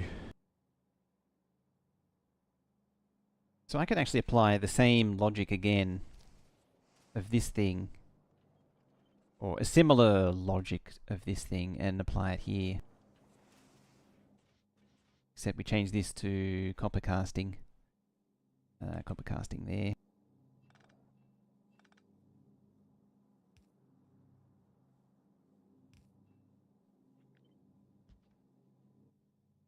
Of course I don't have a straight pipe. But we can then copy that, change it to copper. Make sure it is actually cleared out the other stuff. There. Don't know what that'll look like yet. I may pull them out further. But we're not making something in the center like that though. So this is all sort of pointless. For the most part. In fact, it's probably nothing like the other one.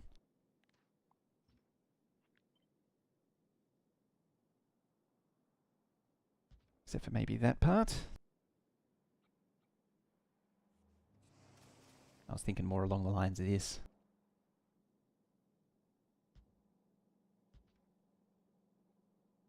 Two, 4, 6, 8. Oh, that is actually all 8. It probably can't do all 8 though.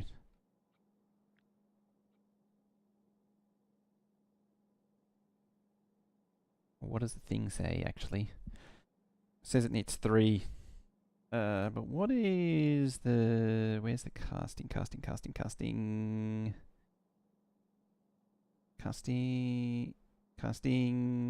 It's 12. Bring it up to 15. Then it's 2.6. Yeah, it's still basically the same.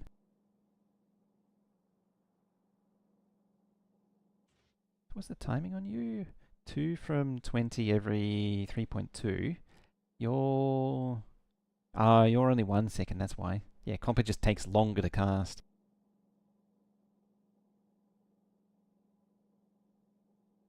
So how can I load the 2 different sides of a belt? I mean, side note, I am actually interested to see if I completely surround like this thing, what it would look like. Yeah, it actually has to be 2 tiles. It's to fully ring it like that. It's like 15 or 16 beacon. I need to fully enclose it. Like 1, 2, 3, 4. 1, 2, 3, 4.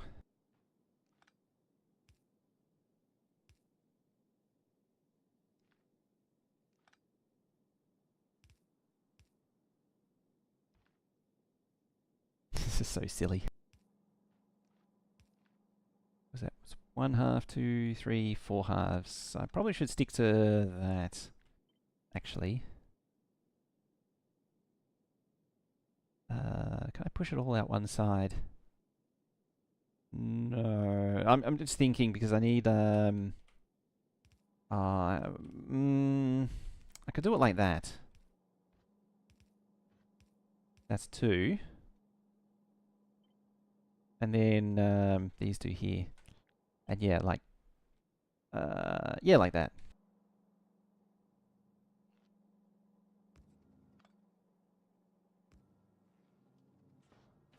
Oh, there it goes. I was wondering what was going on, why it was so slow.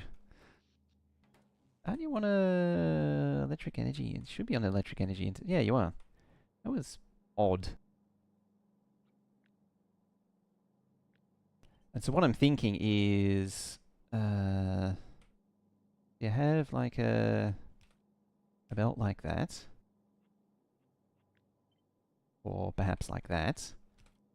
You have another lot that comes in there.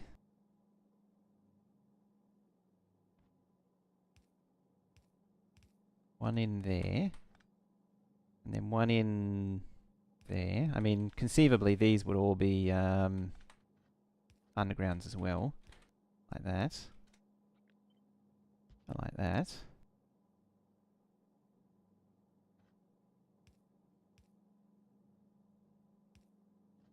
Definitely isn't stupid. If I say that out loud enough, it should convince everyone that isn't stupid. 1, 2, 3, 4. So it's not keeping up with that. Which is kind of expected, really.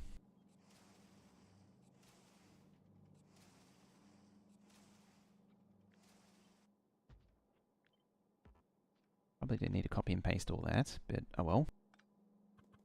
We're here now. You do that.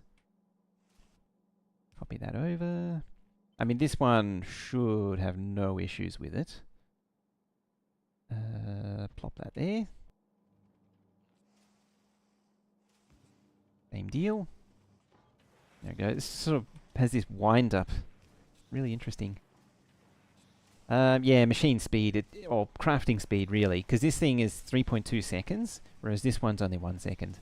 So we can just rip out lots of gears with no trouble, whereas this takes a lot longer. Yeah, it's as fast as possible, and it can't keep up. Which is why, oh, we're dropping frames. We were dropping frames. Yeah, this thing's 1 second, and this thing's 3.2, which is why, this, yeah, 2.6 versus 1.8. That's why you need more copper casters.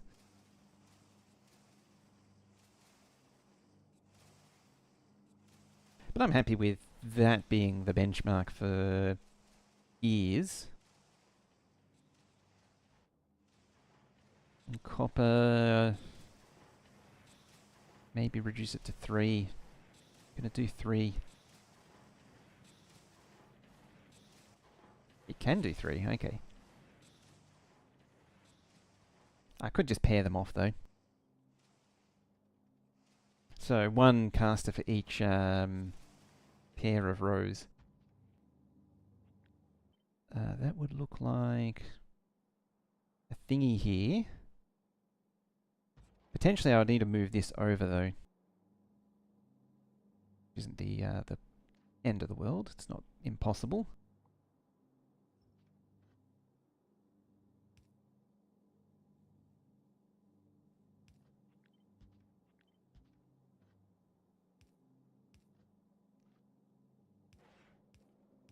Yeah, and just do something like that.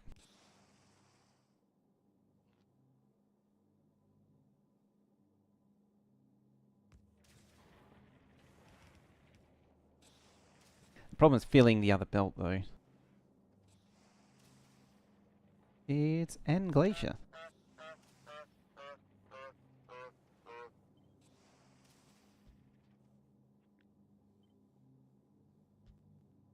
How you doing? How is life treating you today? Yes, so it goes up to there.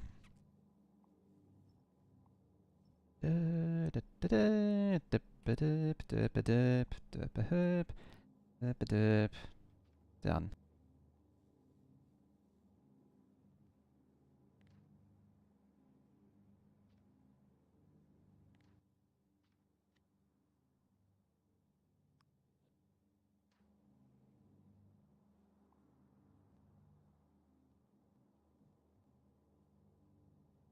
Yeah, let's fix that now. Just got home from work and dinner heating up. Nice. I'll grab all of that. We don't grab substations though. 1, 2, that's 6. Get rid of you and make that 8. Right there.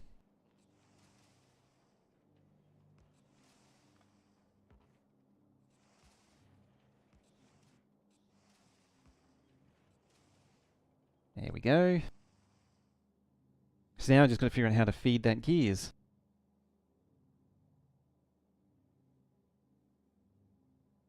Because I made that really difficult to feed it gears. That's actually really annoying. Unless I copy that.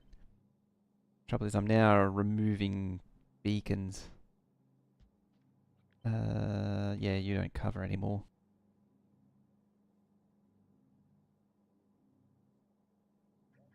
Copper Foundry lose a beacon? Yeah, it lost a beacon in there. Because the belt comes up. I could, having said that, like, move it to here. Then it wouldn't lose a beacon.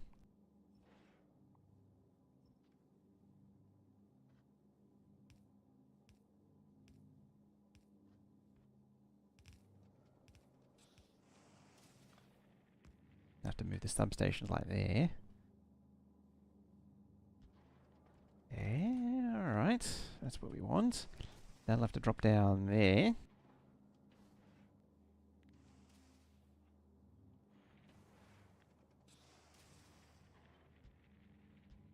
I think it still lost a beacon anyway. Yeah, 14 beacon, 14 beacon. Still lost one anyway, but it's a bit better.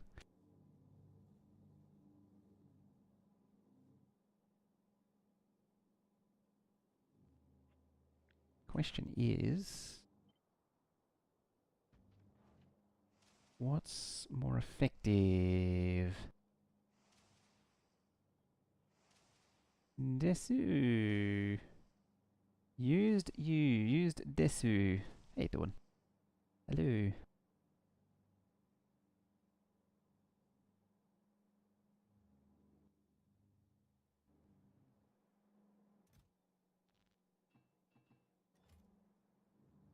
The fact that I noticed that straight away means the brain juices really are flowing today. The brain's working hard. Think you can get all 16 beacons? It's this spacing here that's the problem. I don't need it though. You are right. I actually don't need all 16 beacons. It was more of a. This is what happens when you prioritize visuals over production, as you end up with stuff like that. Yeah, 2 seems to be the good balance. Because if it's 3, then there's a mismatch. Like it's all kinds of wonk. So it's better off just to pair them off. And just run them. The idea is run the machine as hard as possible, just so it idles more.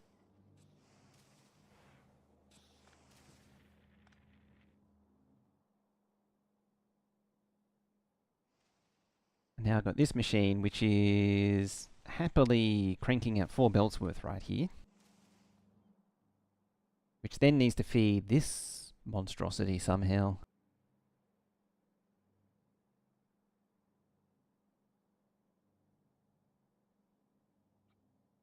So it also doesn't need to feed 4. I could like bolt this onto the back and make it feed each of them individually like that. I could actually reduce the beacons, but I don't want to. Again, once again, I could do this, but I'm choosing not to. Or I could bolt it on here. I wonder if I can squeeze in there. Barely. The problem is there's no room for activities to really happen if I did that. Unless I shimmied these over slightly to give it some room for pipes and things. So like, you pick that up, shuffle it over there, you go up there, and you go up there, Same thing. Starts there, scooches over, and does that. There. Does this mean this has this? That means this has room now. Do things. Potentially output like that. You output that. And then you cast it into gears.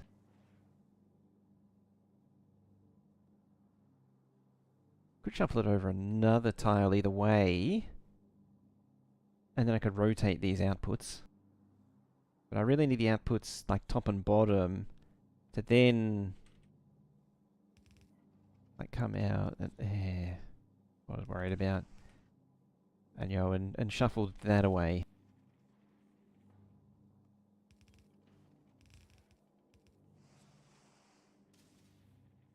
Dang it, it's on the wrong side.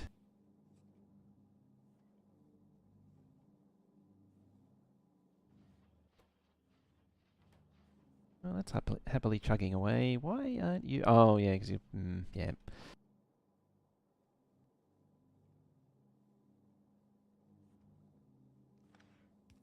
Also, nothing saying that it has to be right there.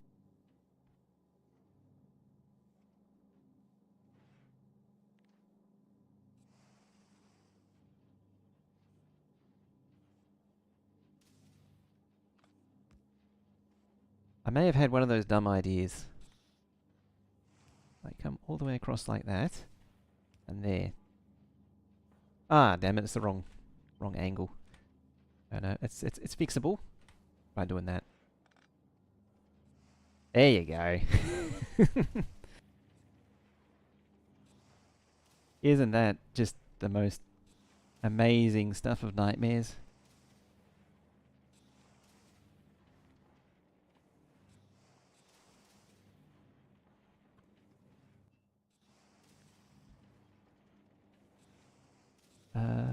So that again over here. Jeez, another ad break again. 9 in the Spaghetti 10. 9 out of 10 on the Spaghetti scale. You know you love it.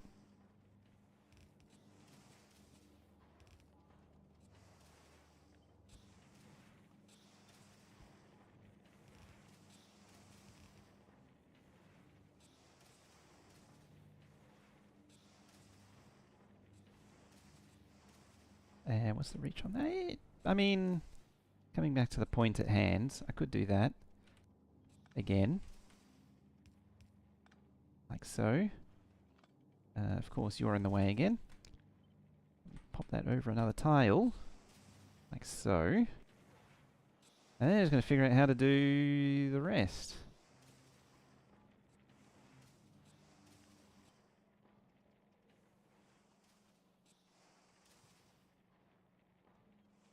There it is. Confused there for a moment, but then I eventually realized what the hell I was doing again. Yeah, you can bunch up. You don't need to be all the way down there like so.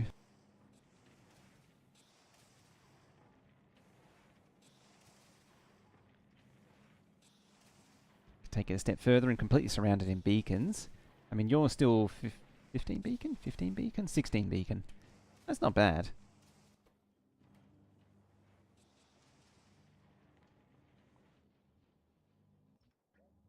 That is perfectly serviceable. We should get 28,800 right now in terms of reds. Eventually, yeah, it's sort of rising towards 28,000. Yep, 28,000-ish. Almost lunchtime too. And yeah, the last thing is just figuring out how to do the last bit. Oops, not you. I wanted to grab the inserter, not rotate it. As a bonus, all the stuff's still there like that.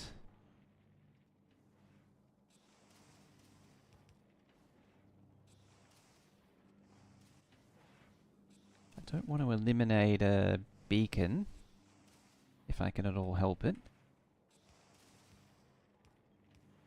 This one's going to be a little bit less elegant, I think.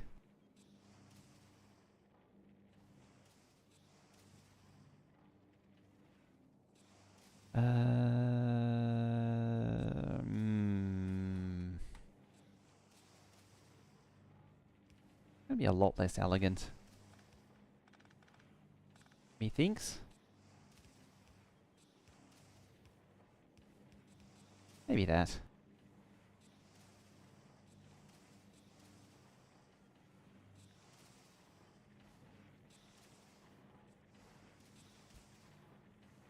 As I say, it wasn't going to be the most elegant, but at the same time, it guarantees position. It's not relying on inserters alone, which I do like. It makes me feel slightly happier. Like feeding by side loading, I generally prefer. So that ticks a box for me. And that should go up to 57,600.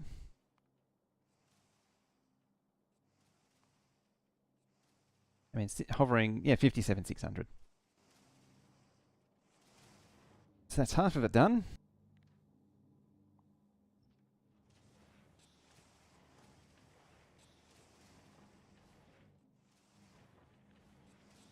Now we just do the other half. Yeah, I can stamp over all that. It does bring these close together, but power's basically free, so it doesn't matter.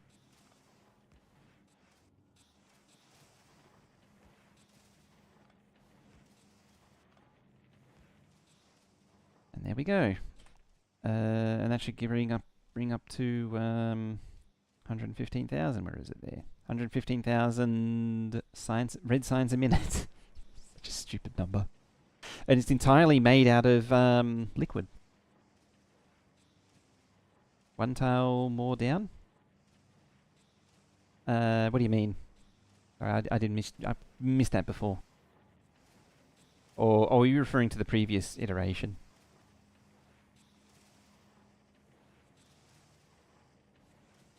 Could actually swap them too, potentially.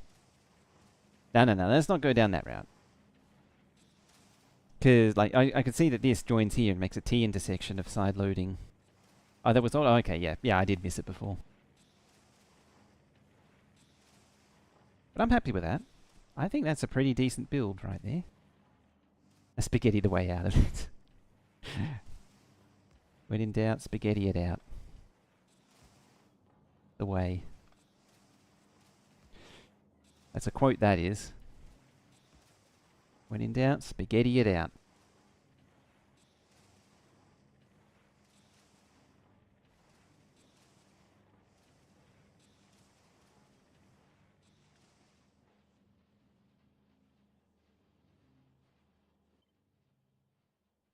It's a quote for the ages. It is. Alright, you are just red science, but we are legendary thingy, McThing. That.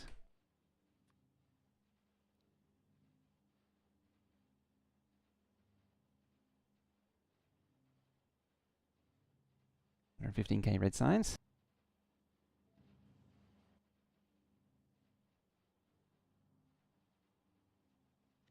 Book of Nervous. So we got our red, we got our green, we got a purple, and we got a kind of got the yellow. Excellent, excellent. Alright, so just quickly, because it's nearly time to end, I'm going to hop over to the actual save.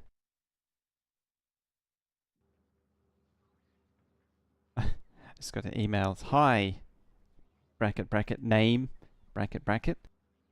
Oh dear. Yeah, so this is Fulgora currently.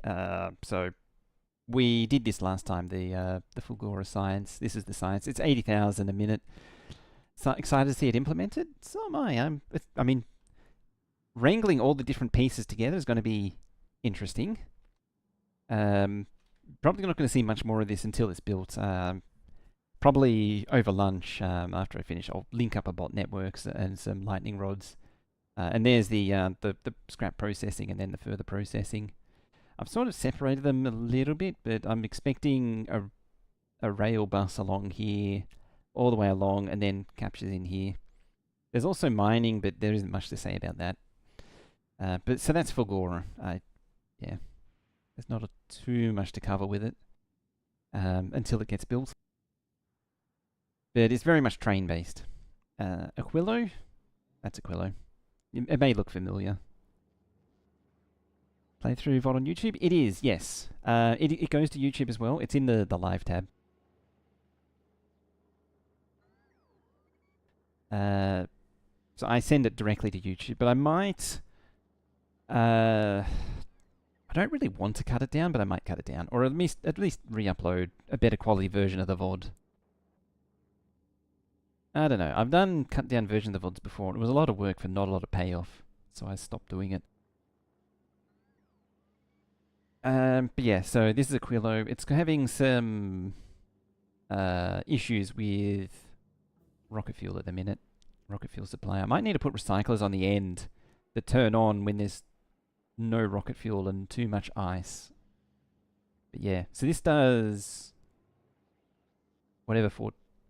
It does 128,000. It doesn't actually do... yeah, because it's got this little bit here. It does 126,000 because it's 14 by 9. And then there's 2 extra here to bring it up. YouTube scrubbing works way better than the Twitcher, so it's easy to skip over parts. Oh, yeah.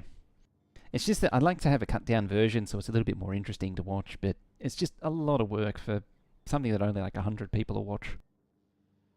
Realistically speaking, it's not a lot. But yeah, so this is 128,000 Aquilo Science, so it's... Apart from a few things, it's basically done. We did this back in like December, I think. We did it ages ago, and I've just been copy-pasting it ever since.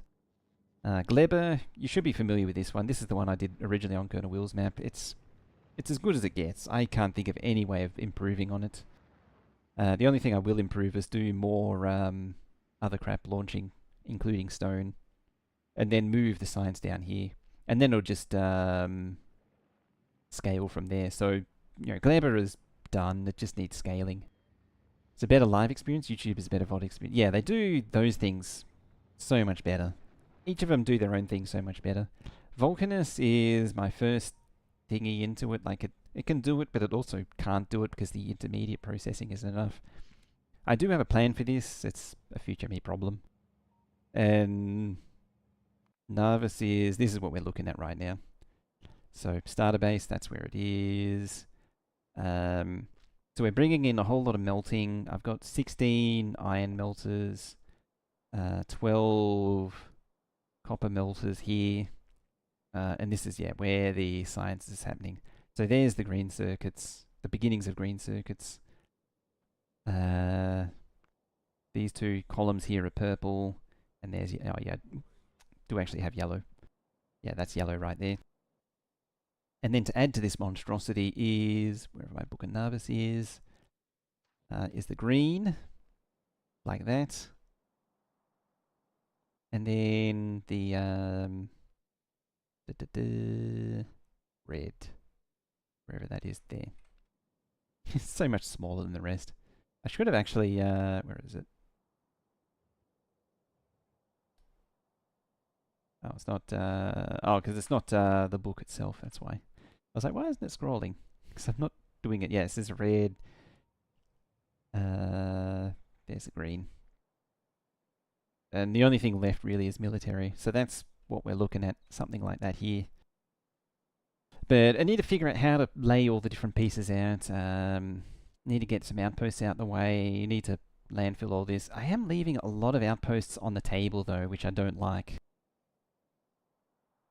At the same time, I could just feed them directly into the melters. Like, give them dedicated melting to start with. I am tempted to lift this up a little bit higher, though. And get it a little bit further away from the starter base. Just, you know, give it more room to maneuver. I need to figure out how wide this thing is actually going to be. It's like, that's the the red there. Red? No, green. And then red there. So that's 4 out of the 5, 6 sciences. I need to do blue yet. So it's like blue's probably there and military. So most of this width is just science, which is what I was worried about. I really need a decent body of land like that to really expand it out. And arguably, again, I keep saying I could put it up here, but I want to get it more I want to keep it central. But this narrow neck here is kind of killing the dream. It's a pain in the butt. It is. So yeah, that's where things are at the minute. So there's a few more. Need to do blues, and then need to start thinking about how to actually arrange this into something that resembles a block base. Because yeah, what I'm going for is a Megabase that's like the classic base, rather than. Oh, that's actually a bad example. It shouldn't be that old. Or is it actually a... Oh, no, yeah, it is actually a year old. I want a base like this, basically. If I can cram the word base in enough times.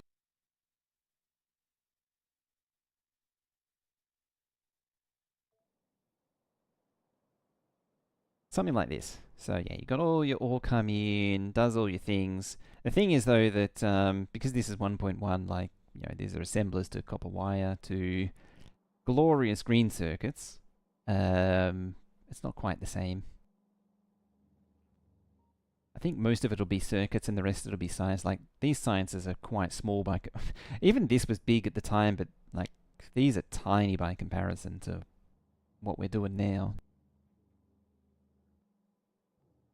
But yeah, you don't need, like, the giant low-density structure array. You don't... I probably need something like that, though. The production for robo frames. What were you? Oh, you were control modules, that's right. This was 3,200. 3,780 specifically. Because it's meant to... No, not... 3,200? 3,600. Two red belts of science packs. This base is. And so I'm going for 8 green belts of science packs. And yeah, there's the monstrosity feeding the labs, which is a monstrosity. But as I say, because of the stuff coming in externally from the other planets, I'll probably need to train 2 labs. I won't be able to have a block lab build. I really wanted to implement labs within the base, but yeah, it's not. I mean, you could do it within. You can't surround enough. You can't surround enough the hub with enough inserters to actually do it. Better off just feeding trains. The problem is that the hub is really the bottleneck. Well, it's going to be the bottleneck, I suspect. But anyway, yeah, this is sort of the space age equivalent of this is the goal. Look at that.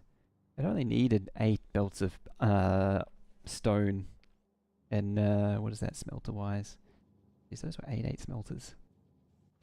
Why aren't you running? You are running. I think some power stats have changed. Yeah, I think the beacon power stats have changed, or is this thing not running at capacity? It's not running at capacity. Yeah, this thing was always never really working right. Always had. Can't bot to request a chest belt from the hub. Kinda.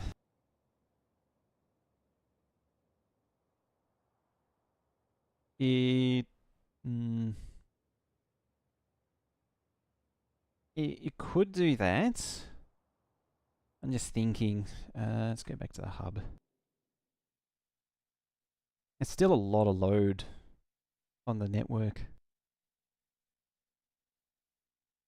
What am I looking for? That.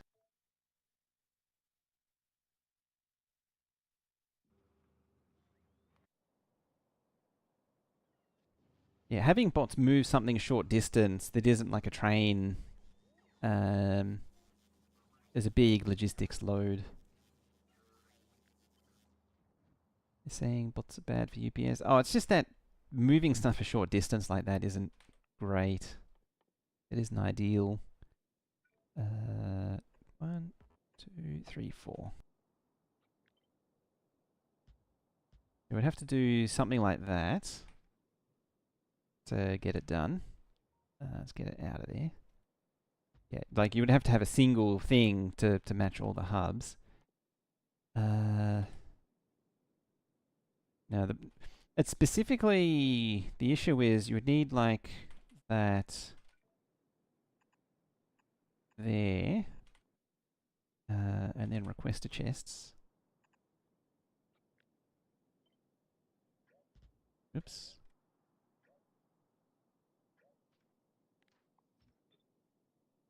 But you would need, so you need this. I wouldn't need to do the T actually. That's more of a train thing. I could actually do that.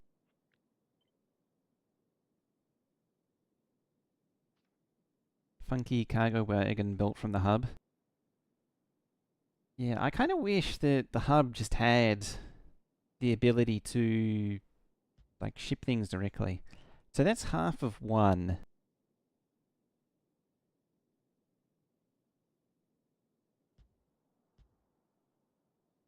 6,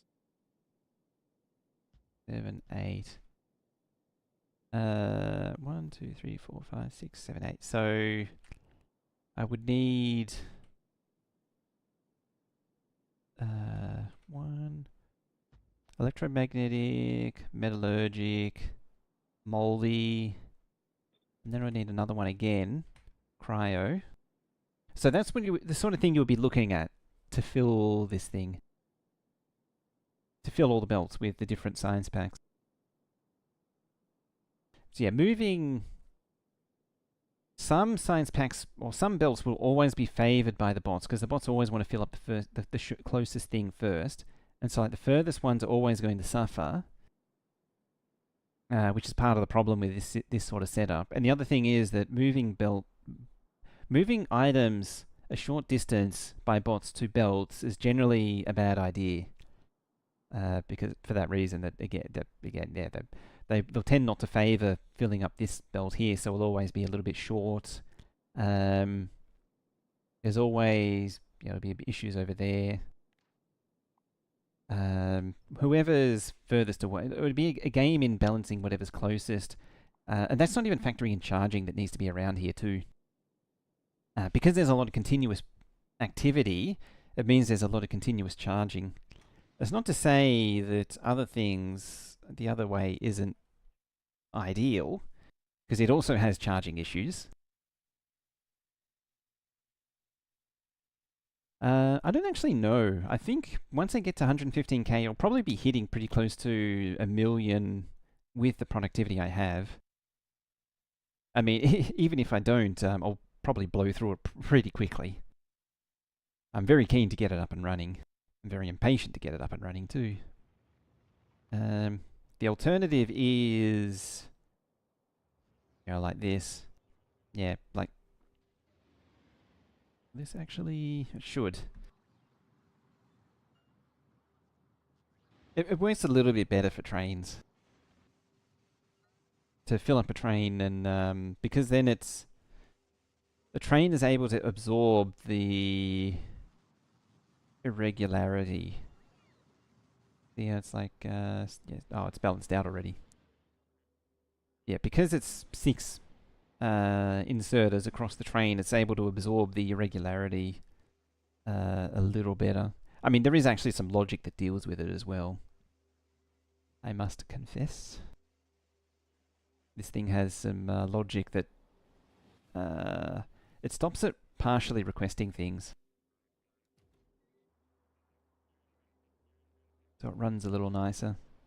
How's this actually running? 3.3 million science a minute.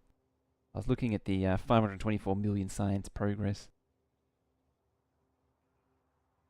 But that's the eventual goal, is multi-million science a minute. taken a lot of that science. That's actually something I haven't dealt with, is made a proper space science production. Like, I'm nowhere near 58,000 a minute like this one is. Quite satisfying to see the wave of bots in the trains. It is nice. This thing really gets going when multiple trains come in. Yeah, see, there goes the bot charging. That's the thing with the continuous, like, it's got a battle charging the bots and filling more trains. Whereas this or the continuous with belts means that you're always charging, which means that this gets less and less efficient over time, because more bots are going to be looking for charge ports as it goes along. There's an argument to be said that this is similar, but this, like that sort of explosion of bots. But this at least has dwell times, whereas when you're on belts, you're continuously topping them up. Whereas this is very bursty. Oh, that's where they were going. That weird legendary bots. Yeah, this is all legendary as well. This is all legendary. Actually, that's a good question. Yeah, this is the one thing that bot sandwiches do really well. It's able to do this. Look at that UPS dip. It's able to eat big item movements like this over, from like a train to a machine and machine to train. It's so good at it. What was I looking for? That. I just want to spy something. That's how you do it. I wanted to know how this was dealing with the heating of the fusion reactor. Now I know. Recognize this loading platform? Yeah. I was just saying that this is probably what I'm going to have to go for instead of doing this into belts, because bots just do this so much better than belts do. Yeah, moving stuff via bots from something to bot to belt is bad. Ideally, you would go from hub to belt directly, but you're better off doing something else. If you're going to go hub to bots, you're going to do something other than belts, like trains or silos or something. You could actually do that. Actually, chain silos together. To fusion donuts. I haven't actually looked into fusion donuts.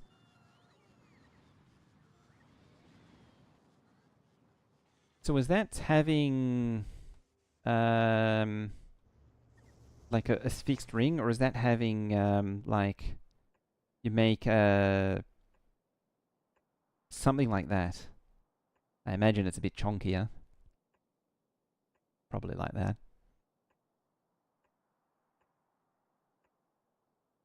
Is it something like that? Fusion donut, I assume. That actually, yeah, it should connect everything together, because these are staggered. 16 in a ring. Is that... Oh, that's 18. Oh, just a singular ring. So like a single ring like that, you mean? Because that's what came to my mind.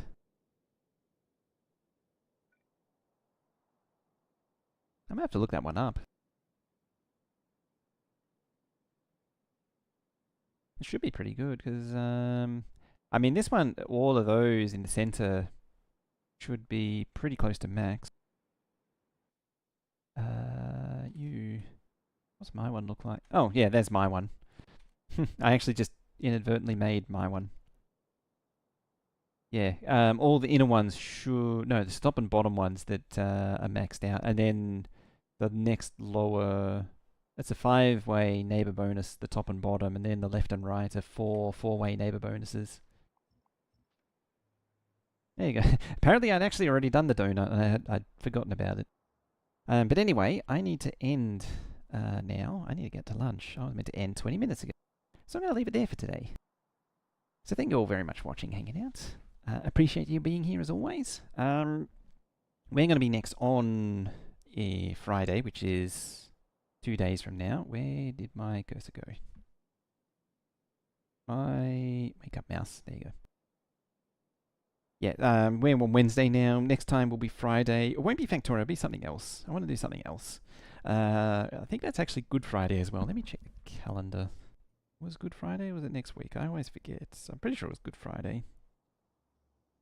Yeah, it was Good Friday. Because we're already upon Easter. So yeah, we'll do something Friday because I got the day off, and yeah, keep an eye out for that. If you're not following, make sure you hit that follow button. There's YouTube for the VODs. There's the Discord link as well, where you can hang out when we're offline.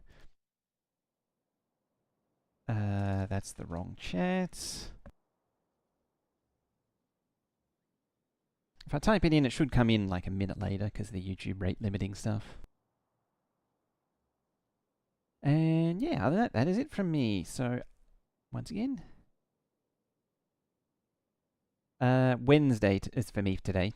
So, not tomorrow, but the day after. So, 48 minus 4 hours. 44 hours from now is the next stream. I'll put the link up on YouTube anyway, so you'll be able to see. I need to figure out how to do the calendar stuff. I need to do the event thing on Discord. That could be a way of doing it. But anyway, as I say, I need to get out of here.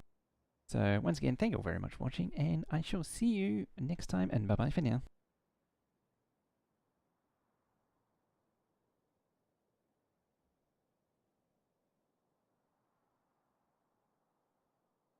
G-O-G-G